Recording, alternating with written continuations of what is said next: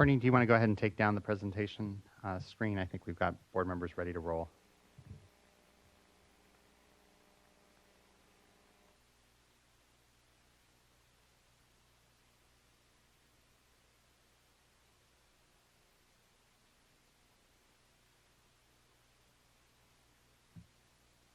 There we go.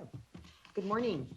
I am Dee Dee Diadamo, Vice Chair of the State Water Board, and I will be chairing today's meeting.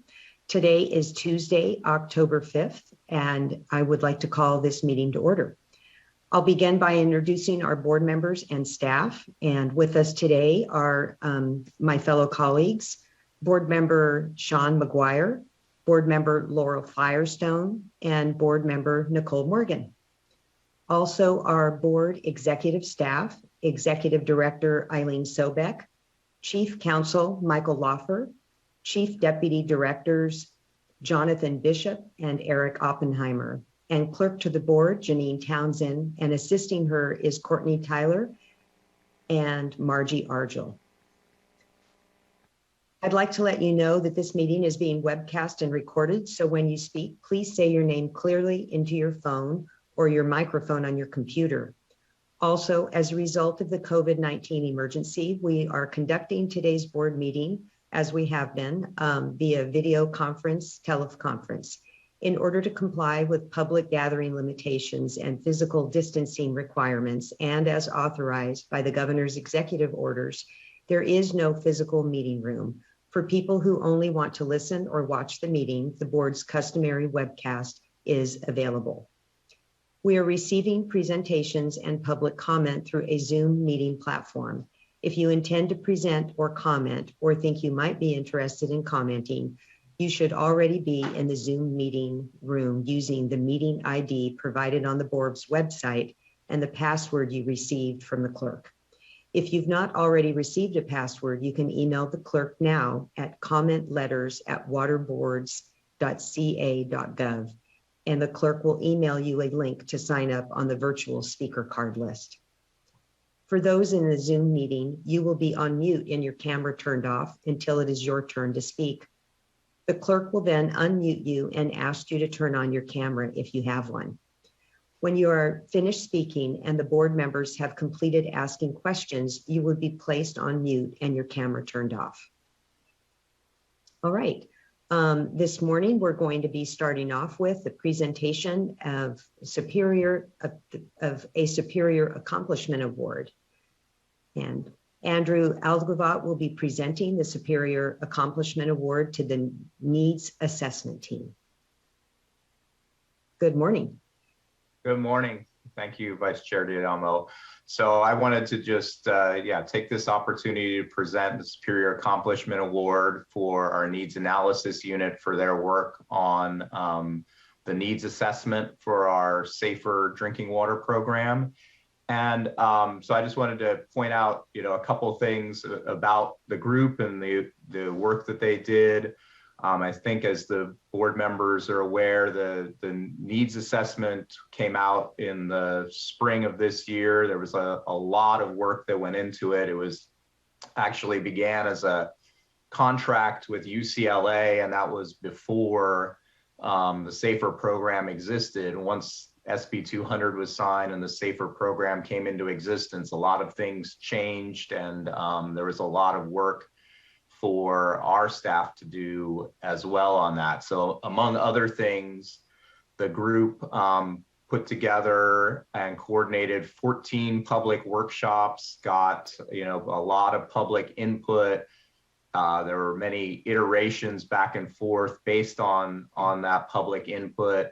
They reviewed 130 risk indicators and came down with a list finally of about 20 risk indicators.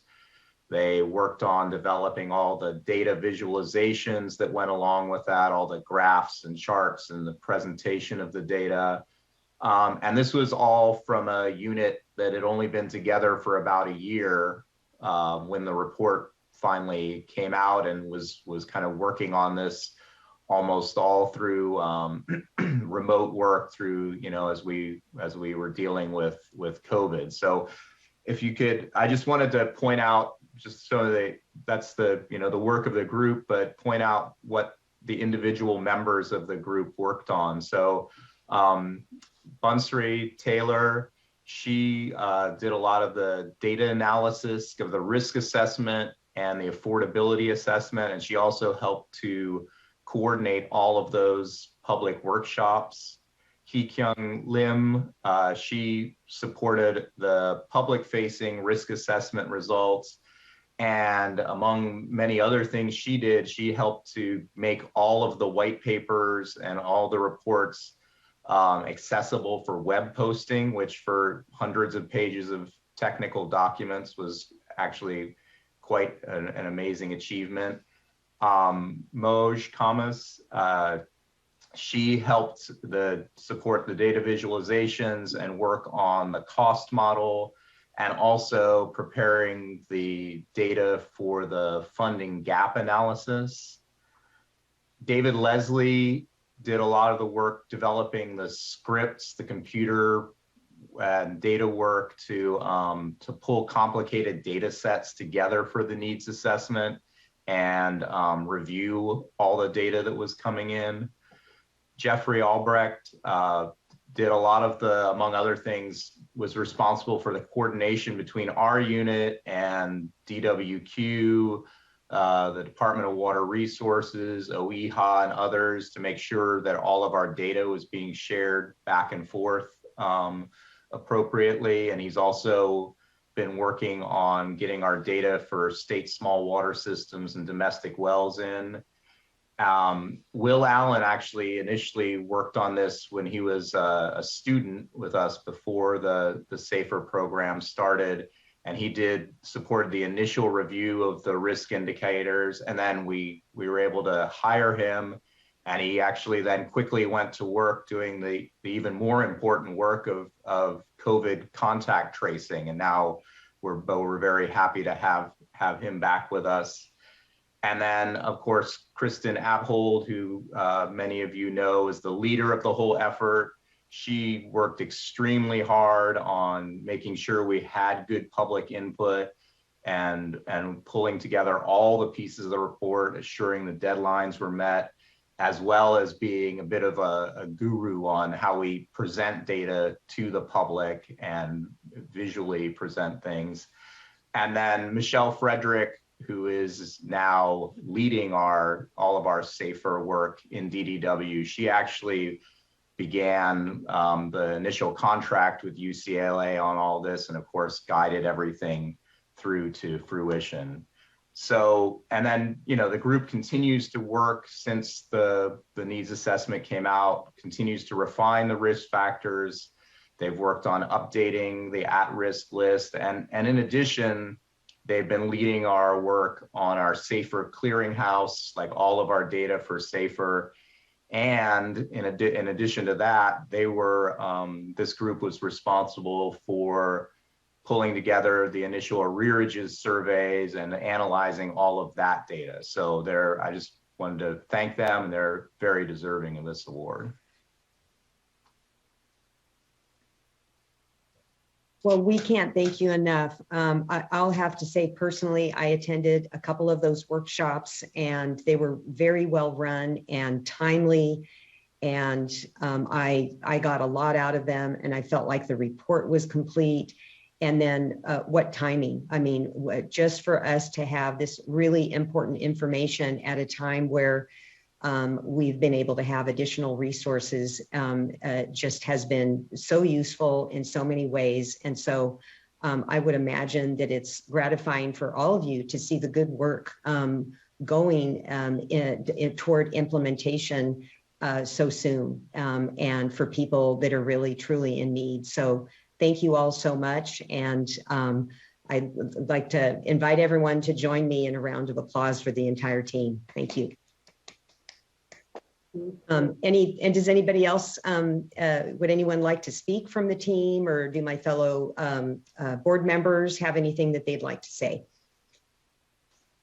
I think I'd just like to have my team turn their videos on if they can, so that they can be recognized. Thank you. Great. I'll Good to just see add you my all. thanks and recognition, because I know I have been really involved and pushing of of staff, and just have been so amazed with the ambitious and exceptionally thorough and professional and just incredibly useful and impactful work that this team has done. It was really not easy. It really exceeded all of my hopes and expectations, and I think just really brought the the ability of our state to address these needs to a whole new level. And already seen it be a real driver of things like resources coming our way and the ability to really target, and just so grateful. So this team is just so deserving of recognition and just continues to be stepping up in so many ways, like the arrearages. I think it's really incredible what this team is able to accomplish and willing to take on. So thank you. Thank you, Board Member Firestone. Anyone else? Well, thank you again. Thank you for joining us. And it's good to see you all today and your smiling faces. And again, we're just grateful for all that you've done, and look forward as the program continues to grow and we continue to allocate dollars to those in need. So thank you. All right, so we will now move on to public forum, and I know we have quite a few speakers today, so we will get started. Mr. Lawfer, it looks like you have something to say. Yes, unfortunately, we appear to have, and it's very slight, but I don't want a bad viewer experience, glitch on the computer that feeds the Cali PA webcast. So I'd like to take perhaps a 2-minute break so we can restart it. People are able to hear, but for all of us who are participating in the Zoom platform, we're seeing a smooth experience. But there are significant, well, not significant, periodic delays on the computer that sends it out. So if we can just pull up a presentation screen, Courtney, to let folks know that we're going to take a 2-minute break to try to address the technical issue. We'll try restarting it and then resume with public forum. All right, we'll be back momentarily. Thank you. Okay, we're on to public forum, and the first presenter that we have is David Gordon with Bird Dog Arts. Unmute. Hi, can you hear me? Yes, good morning. Good morning. I'm trying to unmute my camera. You cannot start your video because the host has stopped it. I think you have to unmute my camera.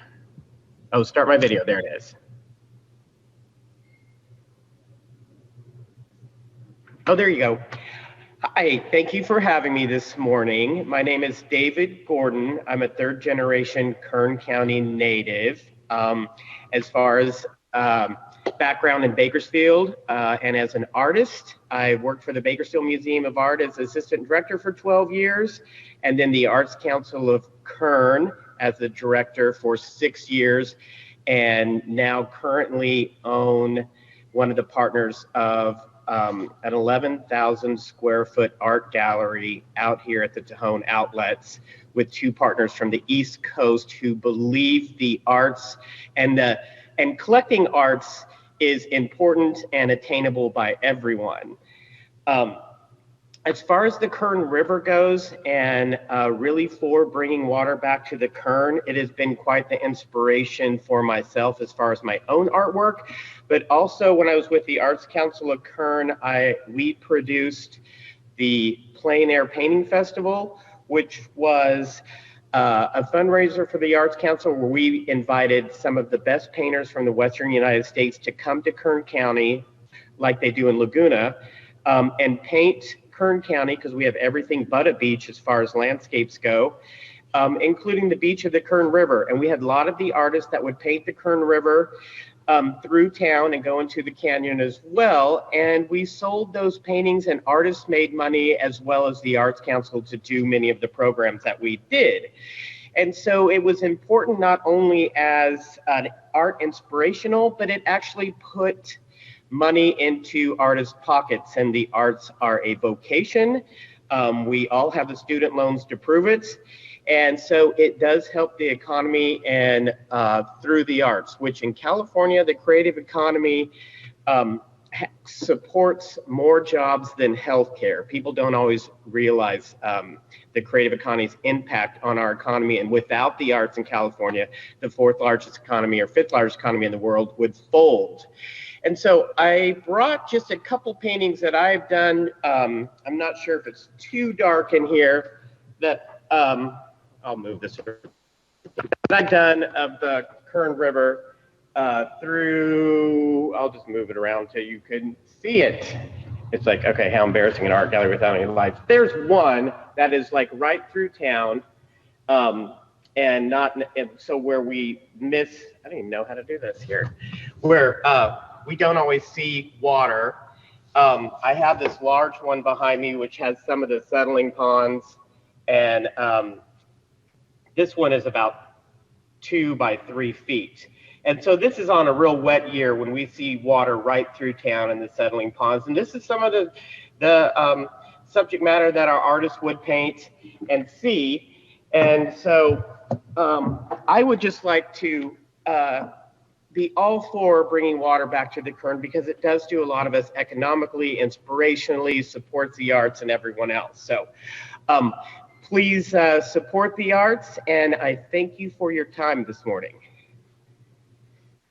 Thank you for taking the time to be with us today, and I look forward to stopping by the gallery next time I'm in the area. So beautiful. Thank you.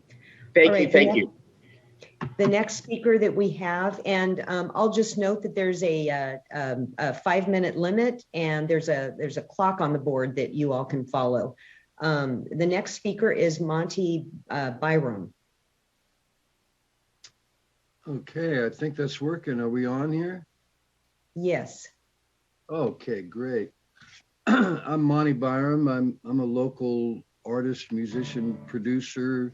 Sorry, I have my guitar and it's early. I don't normally get up, and I usually have breakfast at noon, so this is a little early for me. Let's see here. Start my video. Please allow this to, got it. Take your picture to allow. Okay, are we back on? There. Oh, there we go. We can see you, yes. Hey, hello, everybody. Very honored to be a part of this. I'm a native of Kern County. My family goes back to the original pioneers, back even to Tohon Ranch, believe it or not. And as an artist and a producer, I've worked with everyone from, my God, I wrote 15 songs for Eddie Money. I did a duet with Barbra Streisand back in the 80s. And this little Bakersfield boy's made a little splash out there in the last 40 years. And the one thing that I've found, no matter where I go, whether it's Texas or New York or, you know, is, oh, you're from Bakersfield. You must know Merle and Buck. And I've always been very proud of that. But whenever they come to Bakersfield, which quite a few artists do, they come here to write and play and record. The first thing they want to do is go see the Kern River. I think there's been more songs written about that river than maybe the Mississippi, that's about it, other than the Kern that's had more songs written about it.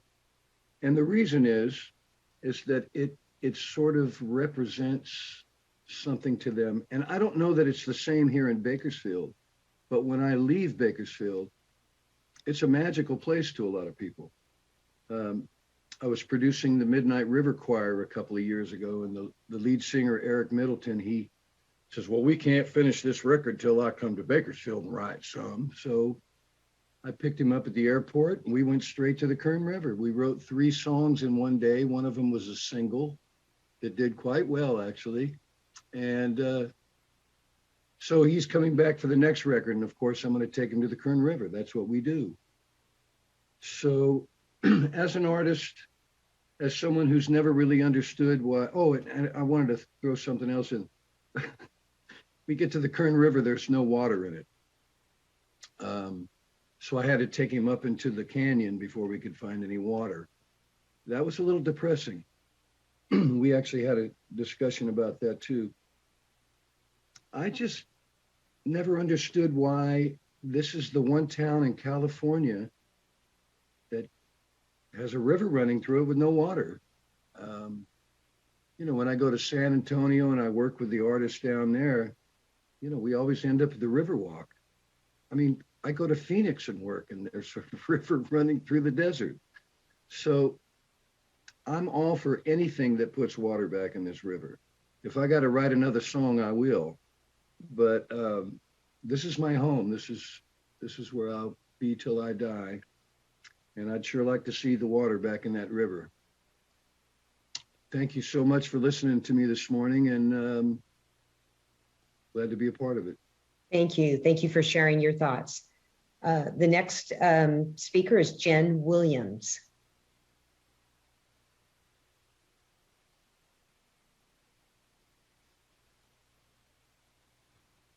Good morning. Morning. Good morning. My name is Teresa Adamo, and I'm the author of a children's book that we'd like to present to you today. And with me. And I'm Jennifer Williams Cordova, the illustrator.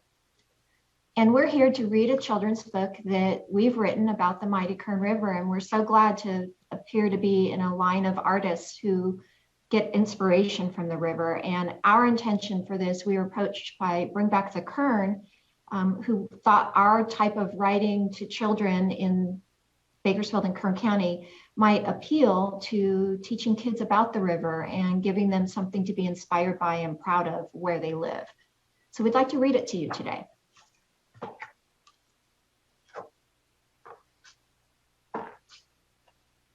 There we go. Thank you. That's our first page there. Splish, splash, spray. Let's follow the mighty Kern River today. Crashing on boulders, rushing through rocks. Up here, the river roars when it talks. Past Lake Ming by Hart Park and calm, watch as the ducks and the boats paddle merrily along.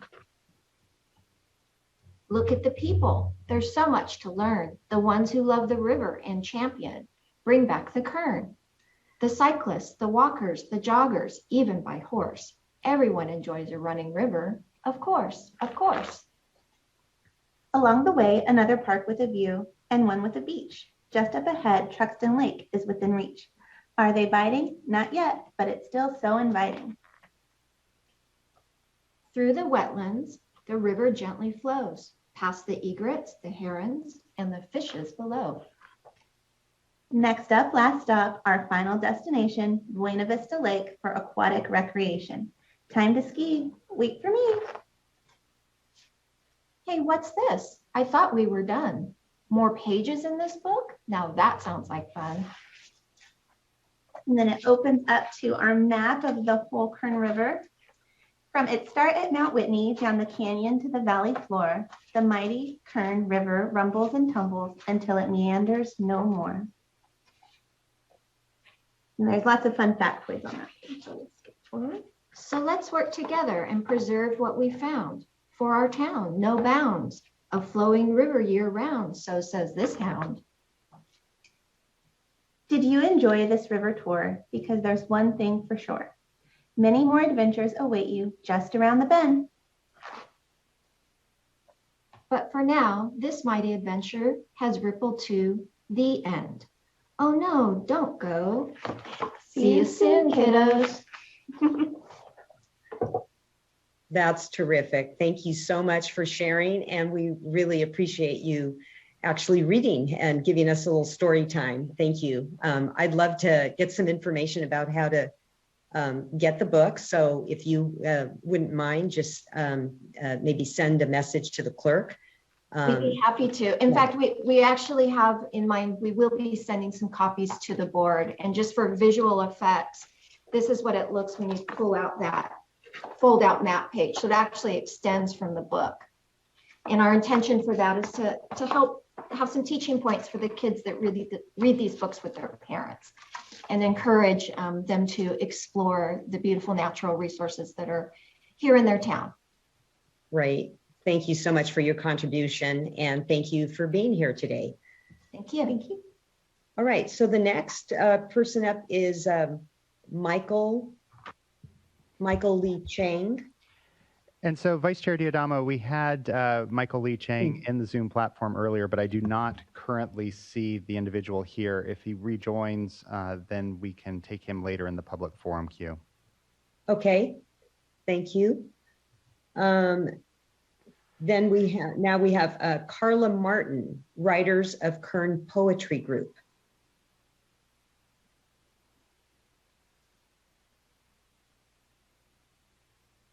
Good morning. Thank you for letting us be here. I'm actually Shelley Evans. I'm with Carla Martin, and I'm also a member of the Writers of Kern. And we also have Don Thompson here with us this morning. So we decided to share the space together so we could flow. I'm going to start with a quote.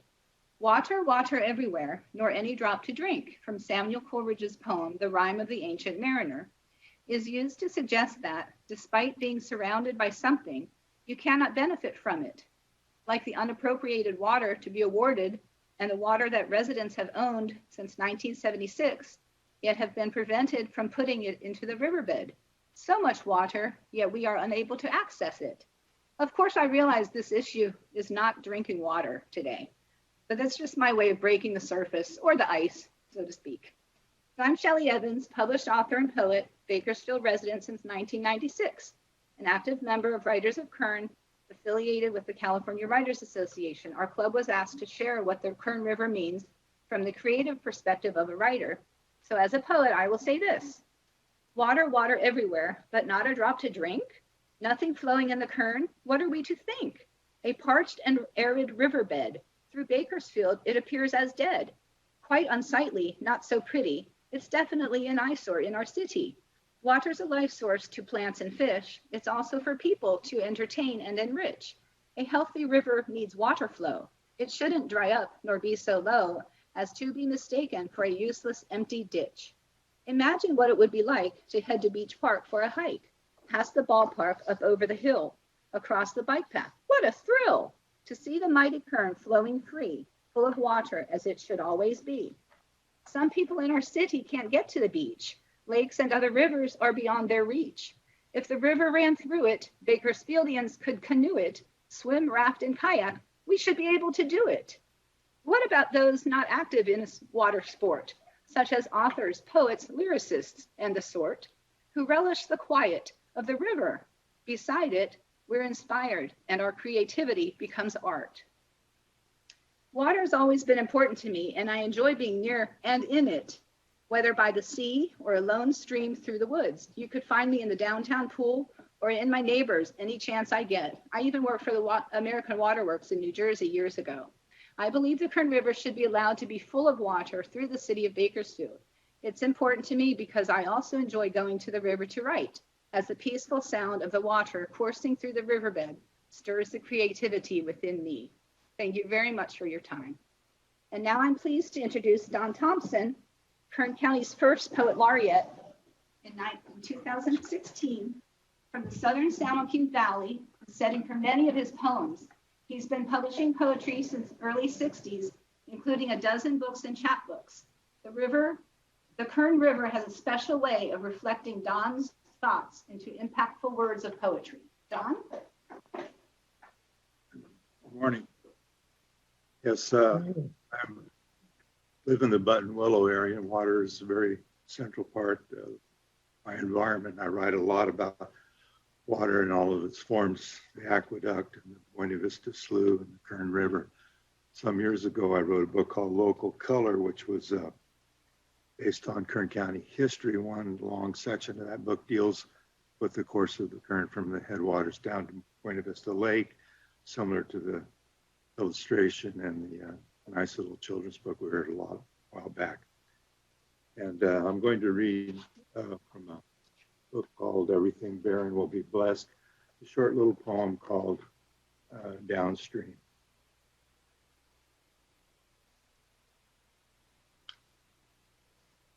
The river is quiet here and almost motionless, drifting into little eddies of anticipation.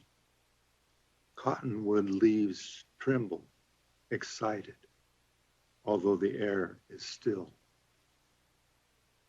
The wind has gone upstream, where you can almost hear, if you listen closely, white water applauding.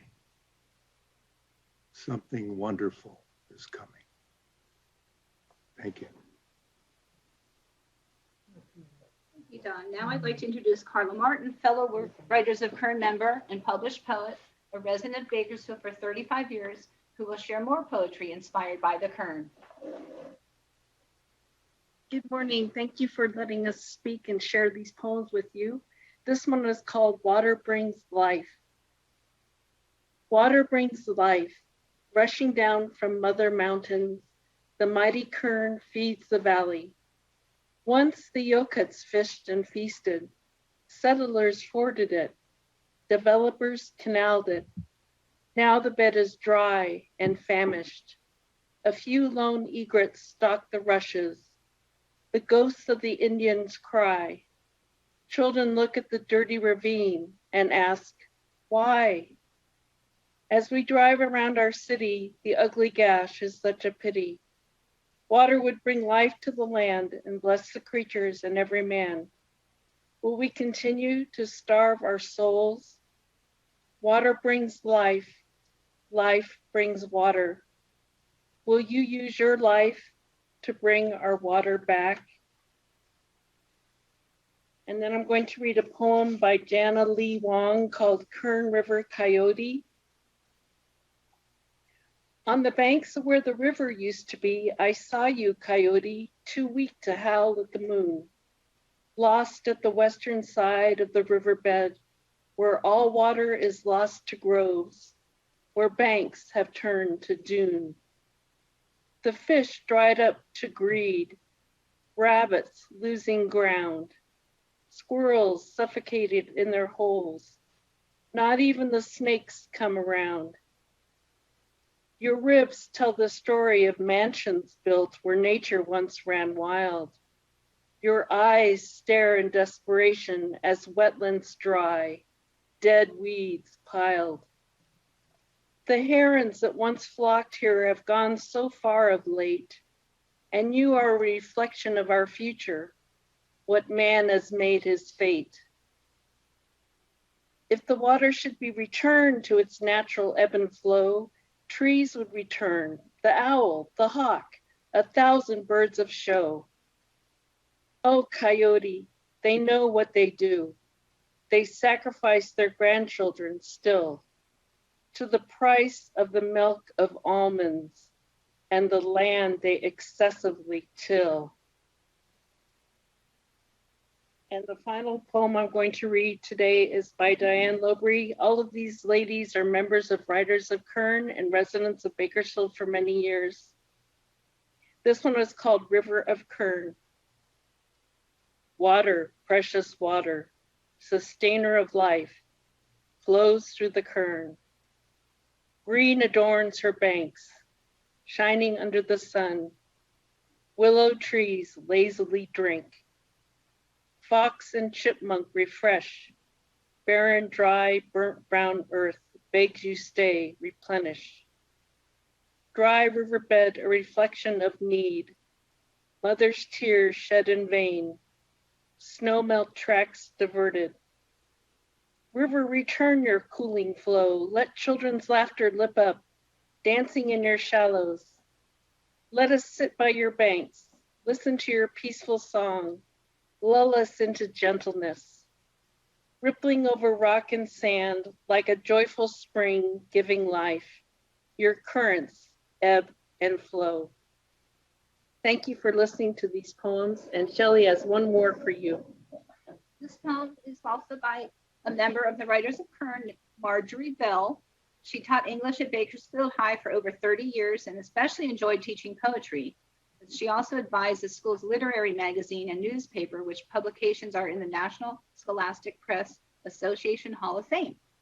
The Dry Riverbed by Marjorie Bell.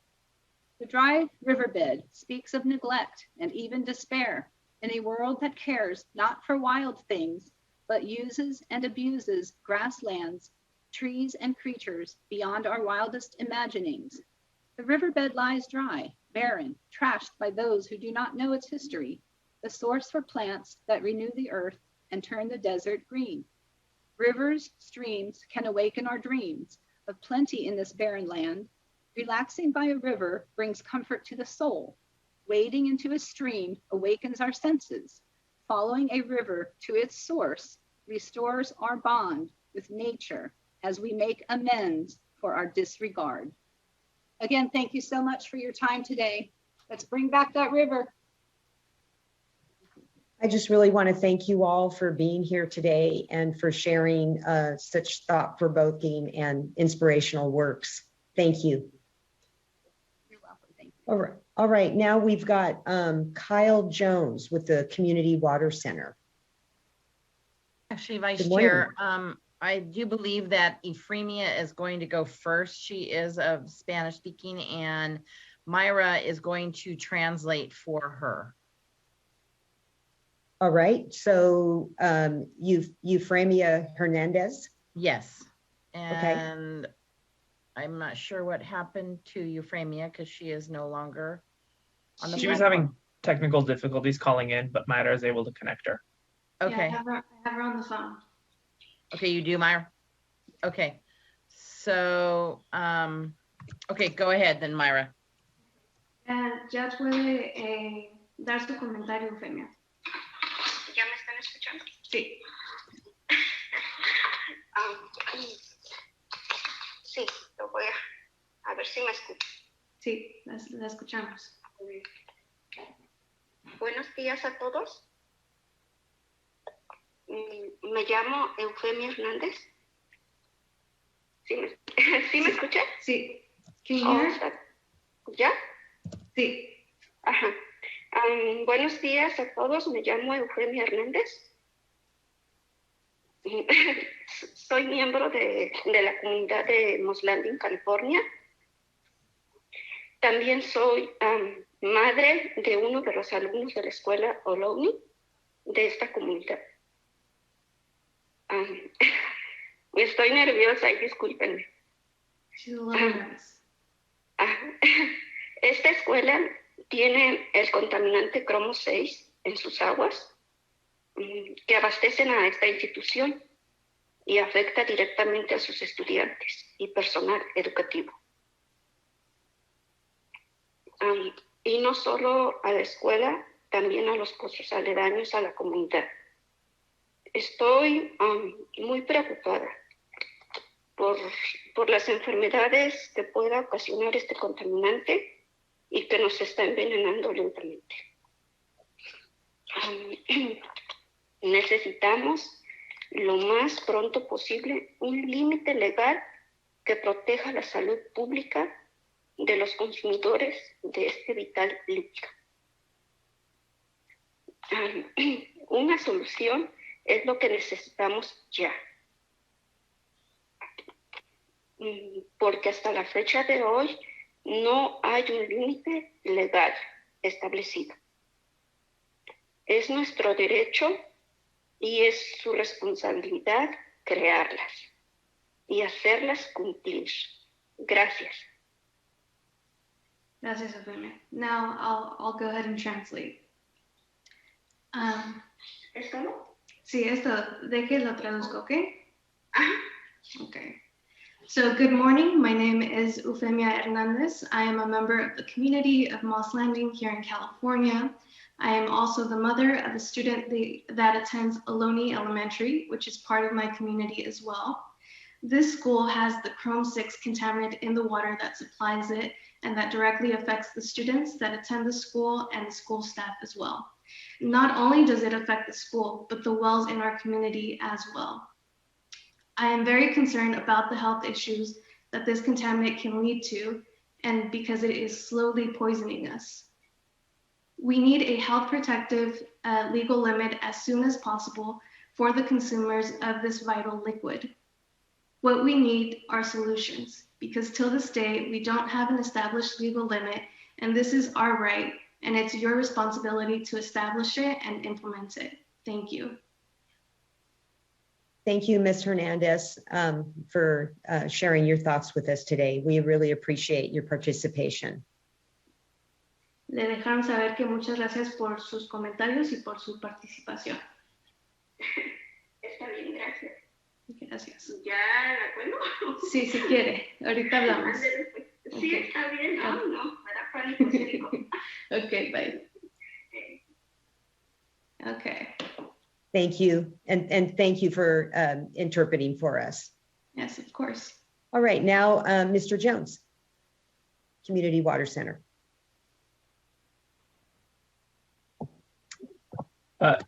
Thank you. I think Myra actually had her own presentation as well on behalf of a teacher. No, sorry, it was we didn't get that in there right. Myra Hernandez,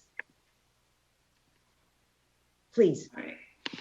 Yeah, so I just wanted to provide a comment on behalf of Chris Webb. He is a teacher from Renaissance High School, which is here in the Pajo Valley Unified School District. And he wasn't able to give the comment himself because he's currently in school teaching. So, but he wanted to make sure that his voice was heard. So his comment is, quote, "As a teacher in Pajo Valley Unified School District, I feel an MCL for chromium-6 is needed to restore the community's trust in the water and to ensure the district is sufficiently acting to protect the health of students and teachers. As it stands, my site of Renaissance High School is without safe water access from our faucets. In order to address the chromium-6 issue, 2 reverse osmosis drinking fountains were installed. But here is the time of COVID, and students and staff are forced to wash our hands and dishes in water that we cannot trust to drink. With a health protective MCL, the district would be moved to act more swiftly to deliver a long-term safe water solution. Please protect our community by enacting a long overdue health protective MCL for chromium-6. Thank you, Chris Webb," end quote. Thank you. Thank you. All right, Mr. Jones.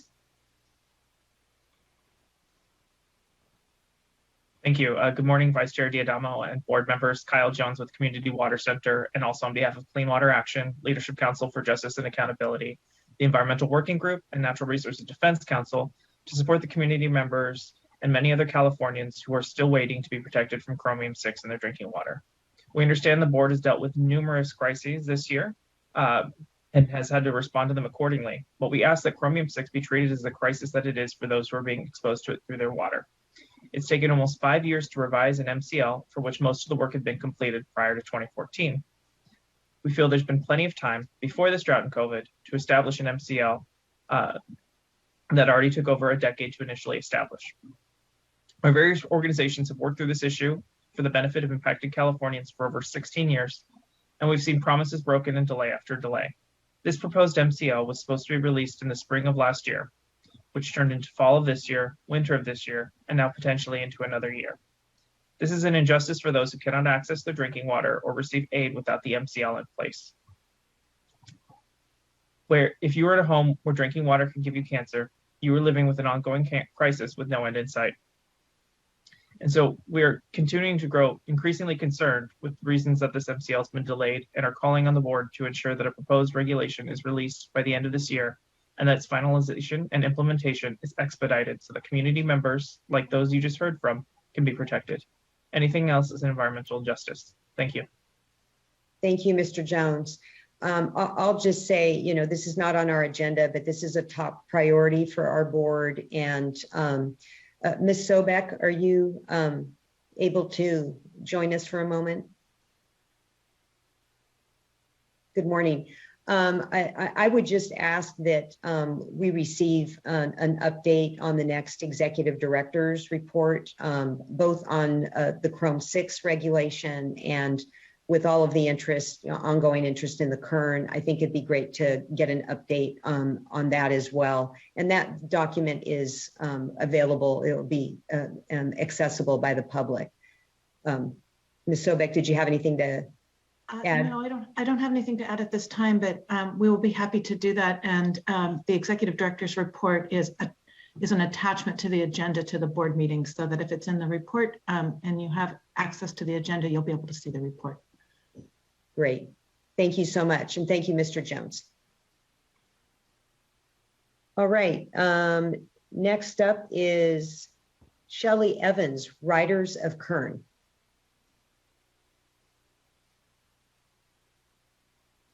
Vice Chair, I do believe Shelley Evans spoke earlier.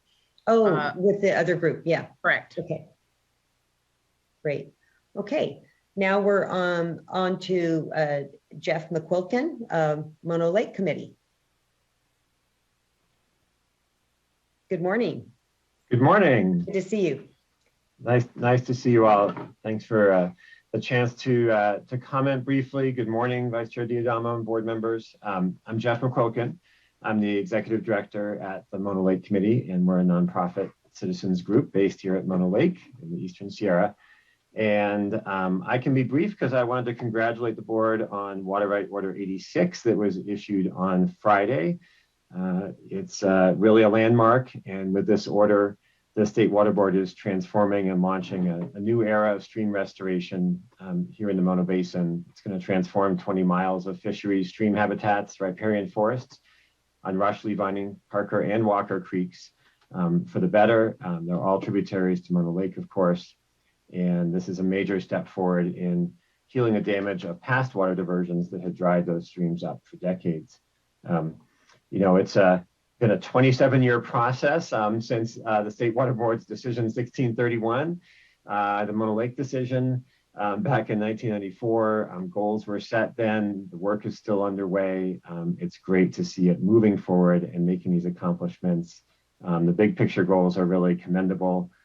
Restoring functional and self-sustaining stream systems with healthy riparian ecosystem components, and also restoring trout in good condition. You know, this is really a science-based effort here, and the stream flow requirements that are in the order are sophisticated and will mimic natural patterns. The additional actions, outlet at Grant Reservoir and so forth, are going to really help make those into reality. Lots of notable aspects, of course, and would love to invite the board to make a field trip at some point in the future, of course, when travel is safe and all those good things, but there's a lot to see on the ground. I think it could be really an informative and interesting trip. Just want to touch on a couple of things at the big picture that I think are worth noting here as we talk about the order, and I've managed to maximize the screen so I can't see my list. Hang on.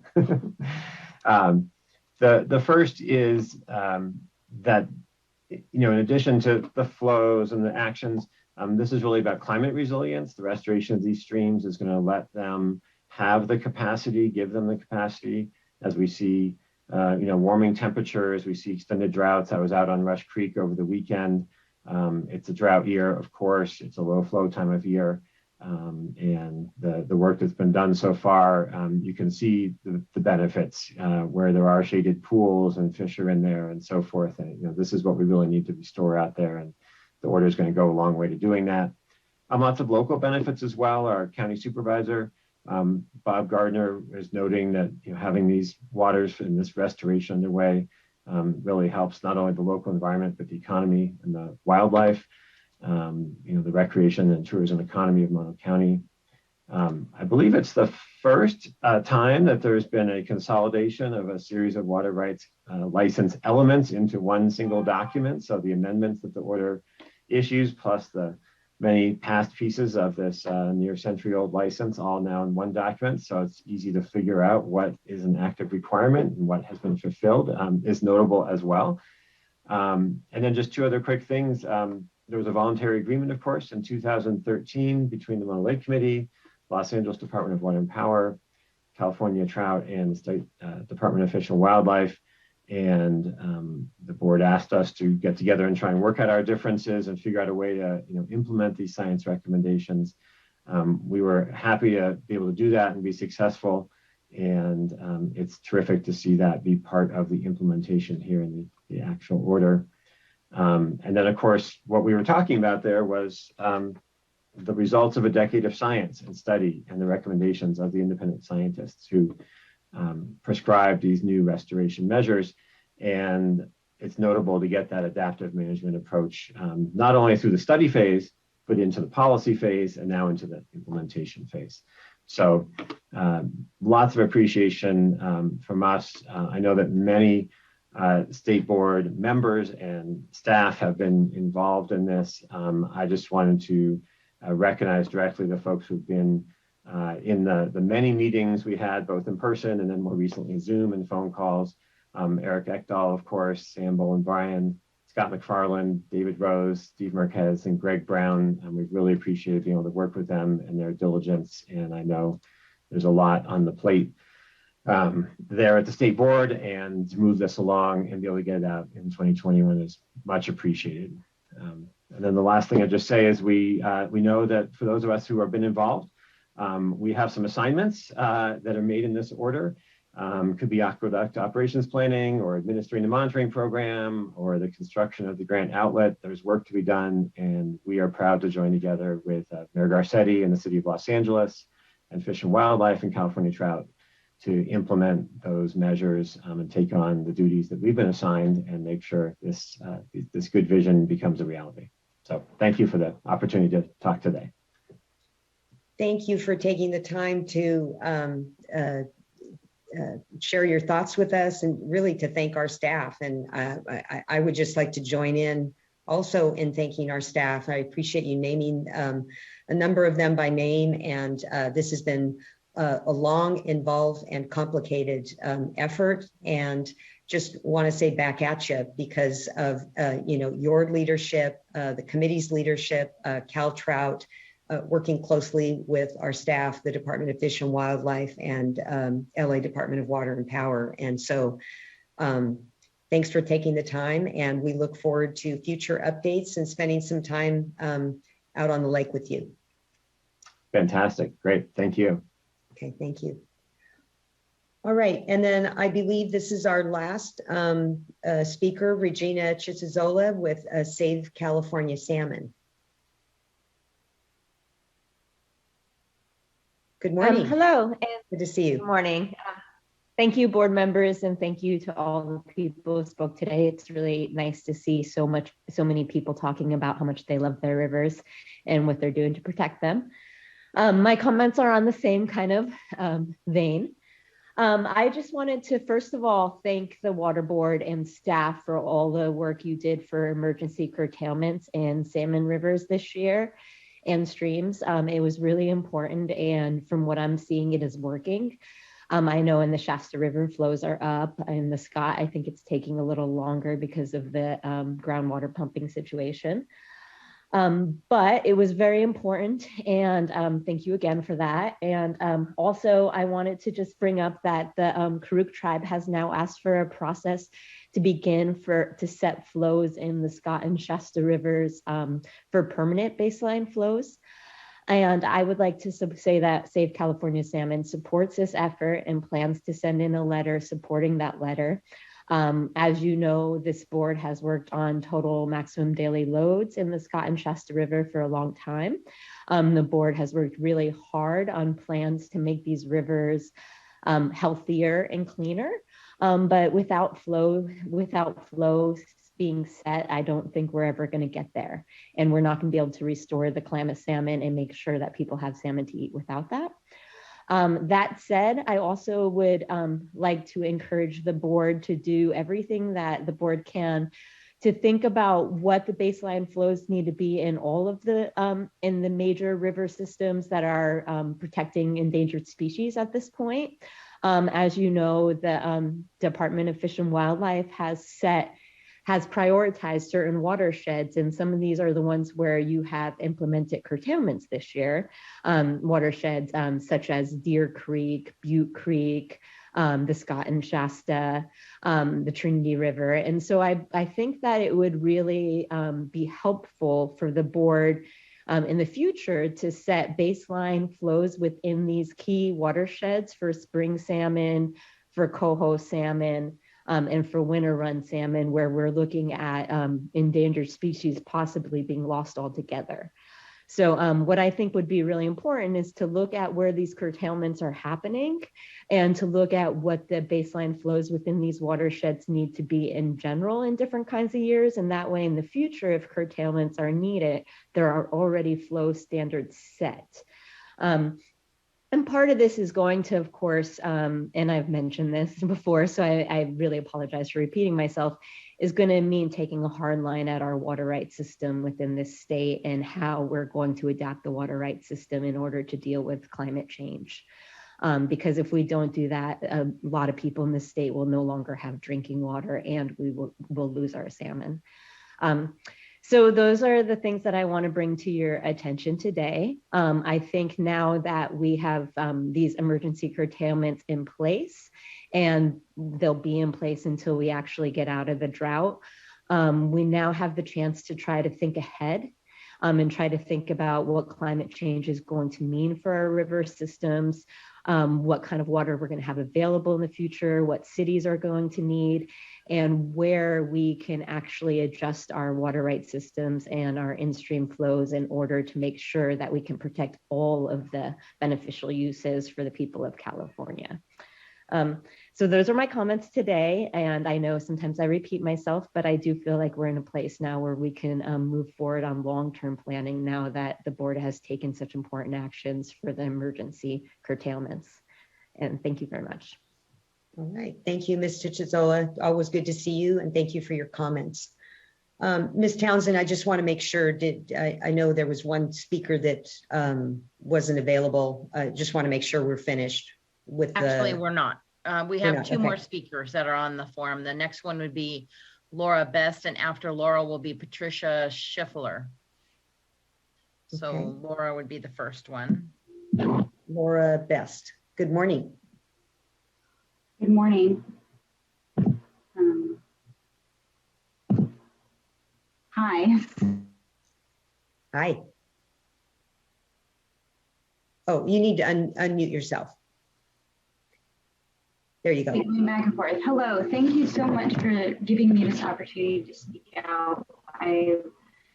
I've been so moved to hear the poetry and see the artwork that's been done by other artists. I myself am a local artist. I was born and raised in Bakersfield, and I have many memories down at the river. So a lot of them were brought up some special memories that I have, and it moved me because now as an artist, my studio is open just across from Beach Park, where there is no water in the river at all. And so I pass it on it daily and I'm reminded that there used to be life there. And hearing everybody's voices on here has really struck a chord with me. And I feel like I would love to do anything that I can that could make that happen again, so that my children and their children in the future could enjoy the beauty of a flowing river through our town that it has been drying up. And there has been so much, just when you look over at the river, it's just so much death because the trees are gone, the animals are gone. And I couldn't get my screen to show the artwork that I've done, but I'll try and move the camera so you can see. This is a piece that I did of the Kern River Canyon, just at the face, and it's called Stormy Day. And it was inspired by my memories as a child, my childhood memories of the water. And I had to drive all the way to the canyon to get a picture of the water so that I could paint it. And I would me and I know a million others would love to see water flowing in that river again. So thank you again for this opportunity to listen in and give my voice. Thank you. Thank you for your comments, and thank you for sharing your artwork. Beautiful. All right. Our final commenter is Patty Schifferly. I apologize if I've mispronounced your last name. For some reason, it says it can't start my video. Can you hear me? We can hear you. There. How's that? So thank you for the opportunity to speak today. I wanted to draw to the board's attention Westland's Aquifer and Storage and Recovery Project at the Broadview Water District. It's in a district that discharges, it doesn't recharge. And the Westlands Water District in 2019 did a, if you will, a CEQA review for 30,000 acre feet to be recharged into that entire area that you see before you. This project would do 2,000 acre feet a year. The concern I have is the monitoring and reporting requirements that have been established, were established by the State Water Board and aren't apropos for this geographical location. And I've contacted both the State Board to Ms. Sobek and also to the Regional Executive Director and to the Fresno Assistant Director. What's going on is as you inject that surface water, now this is surface water coming from the Trinity, north of the Delta, also from Fresno Slough, you're going to create hydrological pressure. Those the upper aquifer that they're going to inject in, it will likely mobilize those contaminants. And so far, the pilot projects have not analyzed that mobilization, if you will, of existing contaminants on the west side. And they're looking at MCLs of 50 parts per billion for selenium. Well, that's fine for drinking water, but once you mobilize those contaminants out into canals, the San Joaquin River, and also into, if you will, drainage areas and drainage canals, what you'll have is a wildlife disaster. Right now, the EPA suggests 1.5 parts per billion, especially in estuary wetlands and the Delta estuary specifically. And in other canals, it's 2 parts per billion. Now, the Water Board has allowed 20 parts per billion flowing into Mud Slough and into the San Joaquin. And I'm concerned that the lack of monitoring and reporting to detect this will actually add to this drainage discharge.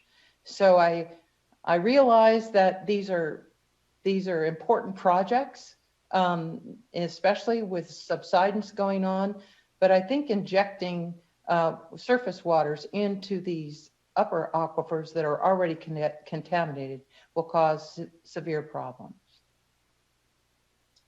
And there's another, I gave you two, this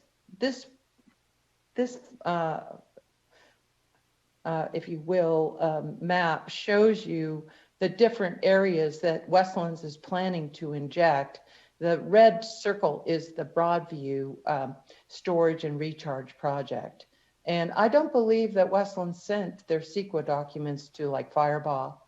And I checked with the NGOs that have commented for over a decade on these projects, and none of them received the CEQA analysis. Again, it was done in 2019 and did not specifically call out this project. DWR is giving approximately $1 million for this project to take place, and I'm concerned that the monitoring and reporting requirements aren't sufficient. All right. Thank you so much for bringing this to our attention. And it sounds like you've already reached out to the right folks between Region 5 and also Ms. Sobek. But Ms. Sobek, I would just ask if there's anyone else that Ms. Schifferle should be in contact with, that you just forward appropriate contact names to her. And then if we could receive this document that you have there in case any of us want to do any further, make any further inquiries. Thank you. Thank you very much for your time.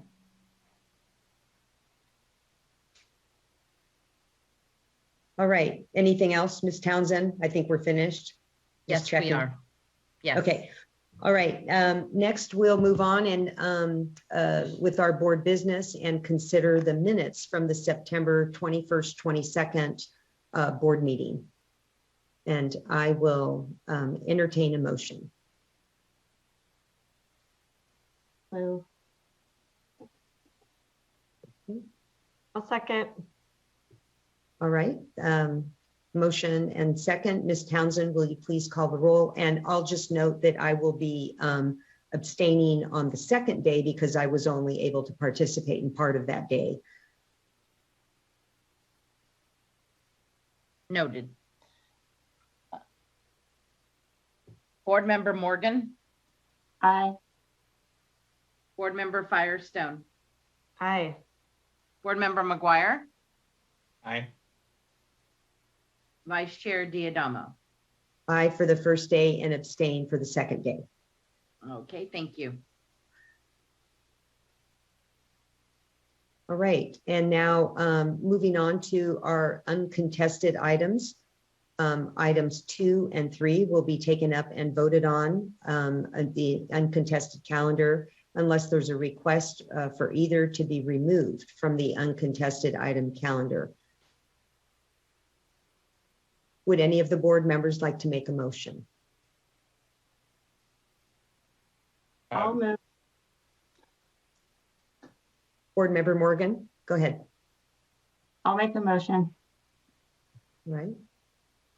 All right, I will second. Okay, we have a motion and a second. Ms. Townsend, will you please call the roll? Certainly. Board Member Morgan. Aye. Board Member McGuire. Aye. Board Member Firestone. Aye. And Vice Chair Diadamo. Aye. Thank you all. All right, the motion is carried, and the next item is item 4, our drought update. And I believe will be, let's see who will be leading here. We have Dana Heinrich, Mr. Eric Kohane. Ekdahl is the lead. Yeah, Eric Ekdahl, okay. Good morning, Good morning. Vice Chair Diadamo and board members. I think we have a drought and hydrology combined update this morning. And so we'll go to the next slide. Real quick overview. We're going to very quickly skim through an overview of hydrologic conditions. We did just meet 2 weeks ago, but due to the staggering in the board meetings, we're having a back-to-back hydrologic update. And then we'll provide, again, a brief update on the watershed-specific drought efforts, and then spend a bit more time with Julie Rosardo and Roberto Cervantes talking about water rights enforcement during the ongoing drought, and then include updates from Division of Drinking Water and Division of Financial Assistance. And so with that, we'll go to the next slide. And I'd like to turn it over to Jeff Laird, who will run through the hydrologic update. Morning, board members. Is everything working in terms of audio on my end? Excellent. Yes. Yes. Thank you.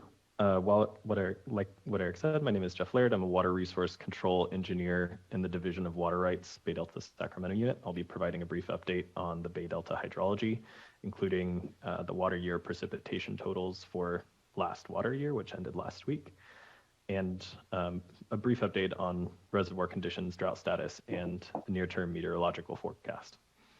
So the slide we're looking at right now is the Northern Sierra Precipitation Index. It's mostly the what comes into the Sacramento River. The average for the period of record is shown in the light blue there at 51.8 inches of total precipitation for the year. And what we saw in water year 2021, which is that dark blue line, is an accumulated precipitation of 24 inches, which is about 46% of average. So not a lot of precipitation last year, as we all know. Next slide, please.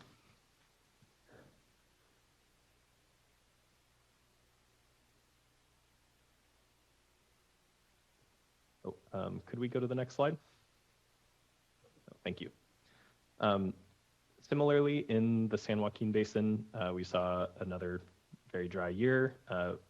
The total precipitation for the year ended at 18.8 inches, which was similarly about 47% of average. Next slide, please. And for the Southern Sierra in the Tulare Basin, there's an accumulated 9.9 inches of for water year 2021, which is about 34% of average, making it the driest year on record. And again, that's 1966 to 2015. Next slide, please. And we're gonna just do a brief overview of the conditions in the reservoirs. Not much has changed since the last update. Reservoir levels are slowly ticking down until we see precipitation this winter. Statewide, most reservoirs ended the water year well below historic averages, with some approaching the lowest levels we've seen since 1977. To highlight a few here, we have Lake Shasta, Lake Oroville, and Folsom Lake holding 24, 22, and 24% of their total capacities, respectively, which is much less than half of what they typically would hold at this point in the year. Next slide, please. Some other reservoirs that weren't shown in that graphic, Kachuma, Diamond Valley, and San Luis are holding 50, 77, and just 12% of capacity, which again is much lower than their historical averages at this point in the year. Next slide.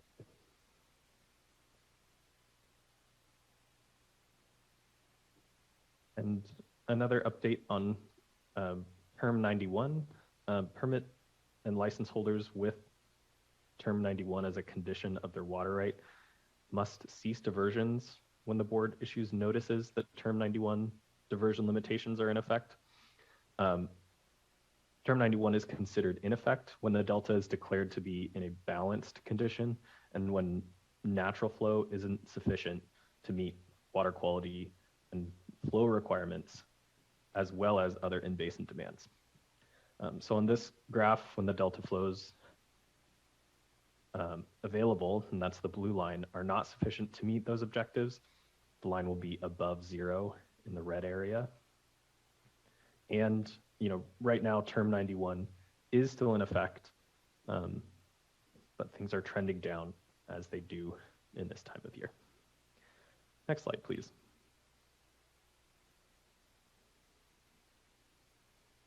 So this is the drought monitor for California as of September 28.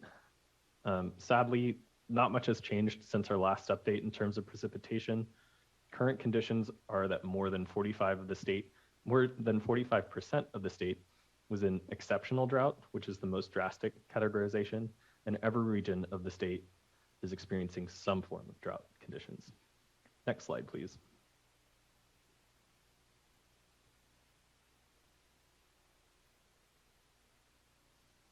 We see similarly difficult conditions in the Colorado Basin, where the 90% of the basin is experiencing moderate drought, and upwards of 70% is experiencing conditions of severe to exceptional drought.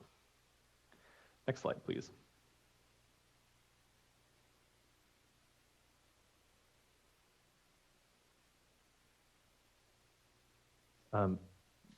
This map from NOAA represents the likelihood of the current drought conditions in the US continuing, and that's in the brown, improving or being removed entirely, meaning things would get wetter, and that's in the gray and green, and the likelihood of drought conditions developing, and that's in the yellow. This current outlook for the period of October through December indicates that drought conditions in California will likely persist, and that drought conditions will likely develop further east. Next slide, please. Next, we'll look at a revised temperature outlook for the month of October. This map is another national scale map that shows the likely temperature in a region compared to that region's historical average. Based on these projections, much of California has an equal chance of experiencing warmer or cooler temperatures for the month of October compared to historical observations. Next slide, please.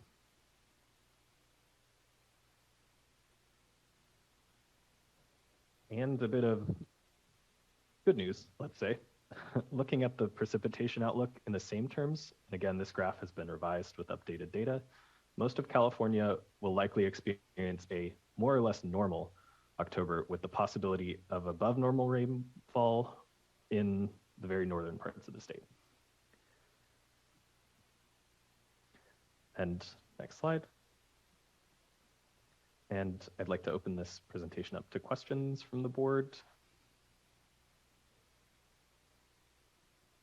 Thank you, Mr. Laird. Thank you. Any questions? All right. I think we'll back to Mr. Ekdahl. Thank you. Great. Thank you. Thank you, Jeff. Again, I'll run through some brief updates on where we are with our several watersheds where the board has adopted emergency regulations and curtailments are in place. Starting with the Delta, a brief update on compliance status of the information orders and the certification forms that were sent out in late August. As of October 1st, we have about 75% of recipients that have responded, with about 700 diverters claiming a health and human safety exemption. We've also gotten about 700 non-consumptive use certifications, and about 80% compliance, or about 588 enhanced reporting requirements have submitted that additional requested data that looks at kind of the more real-time or quasi-real-time diversions over the last couple of months and projected diversions into the future. Just a reminder that those results are all available at the linked website on our drought website or the Delta Drought website. As a note, we also issued revised October curtailments on October 1st, and a little bit more discussion there to note that we do revise the curtailments for the Bay Delta watershed every week. We look at the California Nevada River Forecast Center, or CNRFC, which provides essentially 7-day forecasts every week, and we do tweak the level of curtailments depending on the results from that information. And so every week we usually either remove the curtailments for a number of folks, or in some circumstances may need to adjust them and add some more folks back in. So it's a very dynamic number, although right now the curtailments do reach very far back into the priority system. For additional details on how far back, again, we rather than read through every watershed, we'll refer back to this website.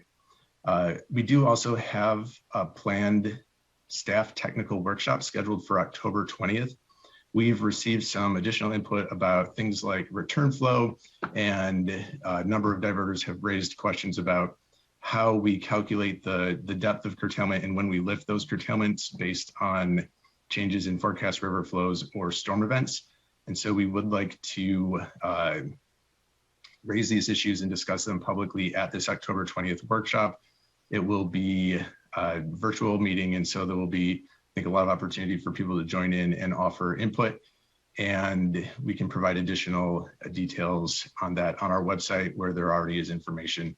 And an information item went out via our Lyris, I think, 2 days ago. So stay tuned there, and we'll have some additional updates, I think, in the near future on this technical approach. Next slide, please. An update on Mill and Deer Creek, which were the subject of emergency regulation adoption meeting at the last board meeting. The Office of Administrative Law did approve these emergency regulations late yesterday. The bullet here says curtailment orders are anticipated for October 5th through 8th. Some late breaking developments yesterday. The Department of Fish and Wildlife is continuing to meet with diverters in these watersheds about the possibility of a further voluntary drought agreement. And so we're actually going to postpone the issuance of these curtailment orders, at least until we hear back on the status and how those discussions have gone. But it may be that we implement then or send out the curtailment orders next week as opposed to this week, or not at all if there are, in fact, effective discussions. Regardless, because of the adoption of the regulations, the minimum flow requirements would begin October 15th.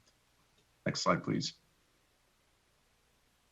In the Russian River, We do have some somewhat positive news. Reach losses are improving at about 48 CFS. And so if you remember back to the last update in late September, based on where you are within the river, there are various segments that are losing more water than gaining.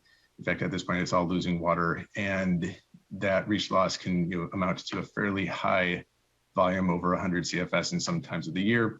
And so the fact that it's come down to about 48 is a very positive development.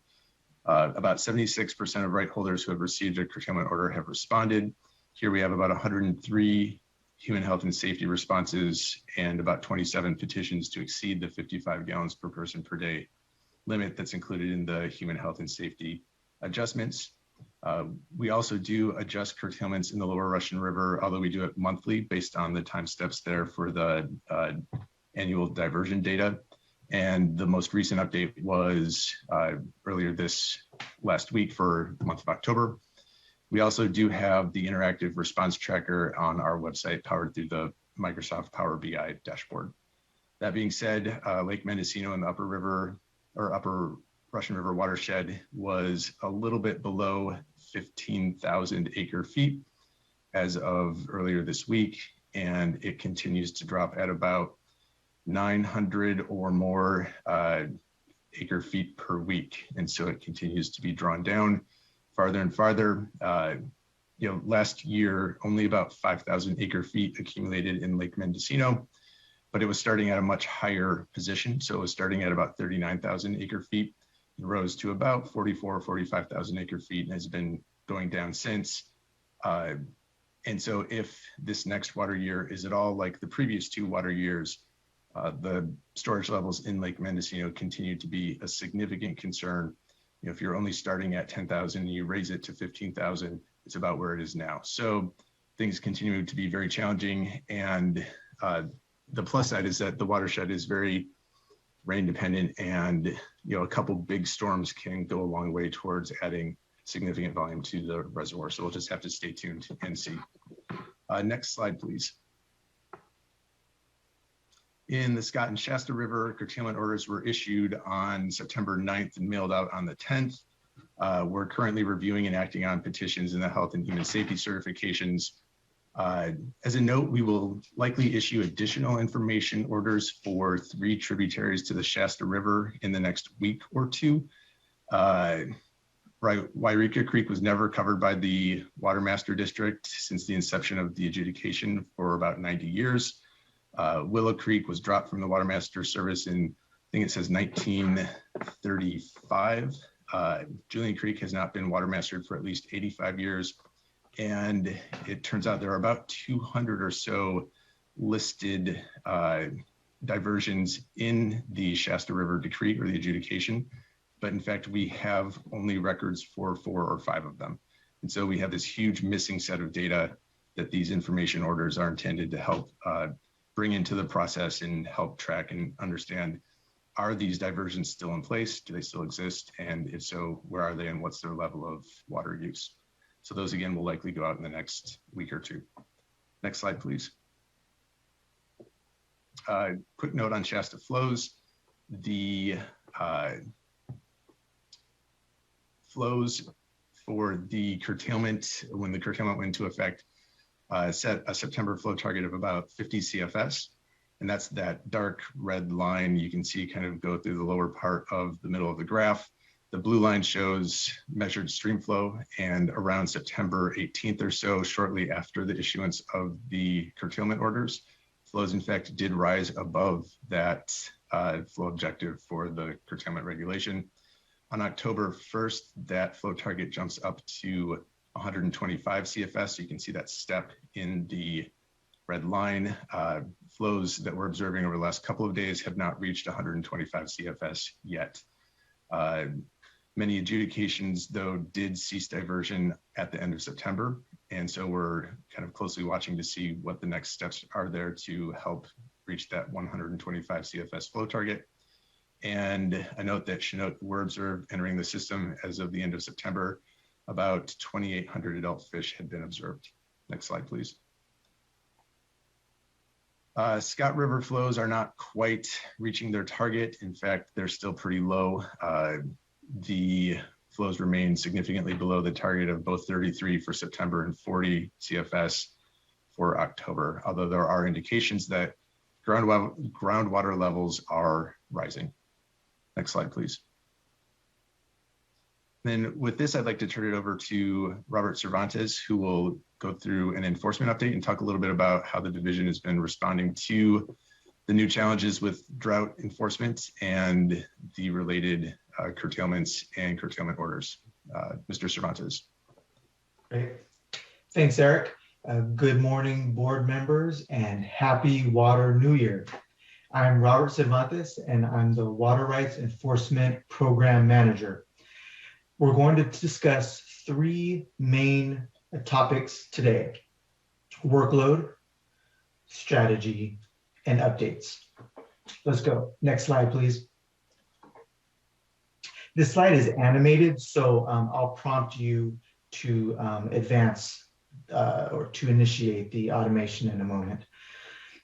The enforcement section had a healthy base workload prior to drought.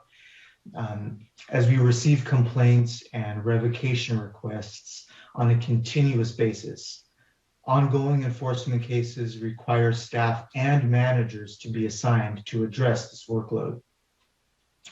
Oftentimes, tasks cannot be completed or completely deprioritized or delayed, such as active cases under investigation, settlement negotiation, enforcement hearings, and cease and desist compliance assurance. Please click that animation and see what comes up next. All right, one more. All right, click like 5 times. Sorry about that. I didn't realize that each. Yeah, look at that. That's a sandwich that you do not want to take a bite out of. All right, other core workload can be deprioritized, but at a cost, such as delaying the investigation of new or complex complaints and postponing other active but important enforcement efforts. Delaying tasks in some of these program areas like SB 88 enforcement can impact critically important data collection and assimilation to better manage our state's water throughout this drought. Our challenge now is incorporating the most critical aspects of core workload into our drought enforcement program. Next slide, please. All right, our main drought enforcement strategy goal is to ensure compliance with curtailment orders, ensure compliance with other existing state water board regulatory requirements, and to refine and verify critical data upon which the state water board relies to make informed decisions during this drought emergency. Our strategy covers 4 key areas. You can see them up here on the slide. So we prioritize and inspect. We're actively and efficiently deploying our drought emergency resources and prioritizing the largest diverters in the most drought impacted areas for on-the-ground curtailment order compliance inspections. We also prioritize inspections with diverters who have not yet responded to the order or who have pending complaints. We conduct virtual inspections at sites that have one or two PODs and whose site characteristics are easily identified through aerial imagery and existing records. Where additional information is needed, the division may issue an order seeking information that is reasonably necessary to assess compliance with the State Water Board's emergency regulations. One of these information orders is going out in the next couple of weeks, like Eric mentioned a moment ago. We collaborate and investigate. We take complaints from the public seriously, and we rely on our partnership with the community to call potential violations to our attention for further investigation. The division encourages the public to submit complaints, particularly those related to illegal diversions or curtailment order violations, to the Cali PA complaint website. This website contains all the information you need to file a complaint, along with other features related to our complaints program. This is an opportunity for folks who have made a good faith effort to comply to help level the playing field with those who have not. We optimize compliance. And in addition to assessing compliance with curtailment orders, the division also intends to examine diverter compliance with other existing regulatory requirements. For example, compliance with the state water board's measurement regulations, also known as SB 88, the Russian River frost protection regs, or annual water use reporting requirements. Division staff offers technical assistance to water right holders who need help correcting their annual water use reports or who need additional guidance on other alleged violations. Believe it or not, this is one of our most favorite aspects of our jobs, helping folks one-on-one get on track to correct their violations. Next slide, please. So today we're going to focus on the enforcement activities we've undertaken in the Russian River because they're the furthest along in the process of all the curtailed watersheds. We've inspected nearly 500 PODs, representing approximately 1.4 million acre-feet of water by face value. Right now, vineyard harvest is mostly complete, and we found several violations that we're addressing with diverters. If drought continues into 2022, we'll likely propose revisions to the emergency regulations to better address lower than expected stream flows. Every diverter who is subject to curtailment orders is required to respond. We will follow up with diverters to assess compliance with the 450 curtailment certification notices of violation we sent out on September 28th. Diverters who have not submitted their certifications in accordance with that notice are liable for up to $500 per day that their response is not filed. Next slide, please. All right, let's take a moment to discuss our measuring and reporting program, SB 88. In July, we issued approximately 450 notices of violation to owners that our records showed were out of compliance. Water rights staff subsequently fielded hundreds of calls from individuals who received the notice and provided technical assistance to correct their annual water use reports. These calls are actually ongoing as we provide assistance to folks trying to comply with both SB 88 and curtailment reporting requirements.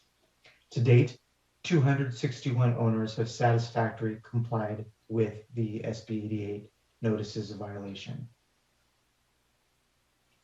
Next slide, please.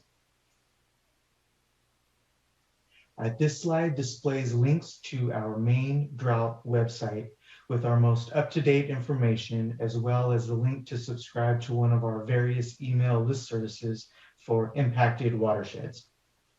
Thanks for your time. Thanks. Before we quickly transition to drinking water, I do want to touch base on one thing. We have gotten a lot of questions about how we respond to curtailments and whether or not we're going to lift them based on upcoming storm events or just changes in flow. And the CNRFC, the California Nevada River Forecast Center, provides daily updates that we do track each day. And we watch very carefully within the division for what the projected precipitation and response in terms of stream flow is based on the information provided by that center.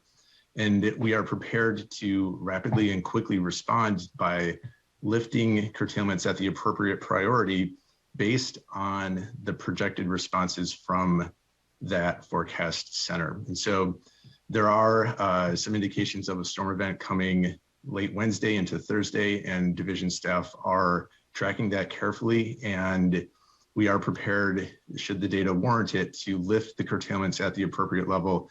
And just to note that we do that via the LIRIS and our website and the email listserv that goes out to the affected parties and those that have signed up. And so just again, a reminder and encouragement for those that are watching or those that are watching that are aware of other people who are affected by the curtailments, to make sure that you've signed up for that LIRIST in that email listserv, because that is our primary way of getting this rapid information out to the public. We'll also post that information on our website. And so checking back on the Drought website frequently when these storm events occur is another very effective way to track whether curtailments are still in place for your priority of right.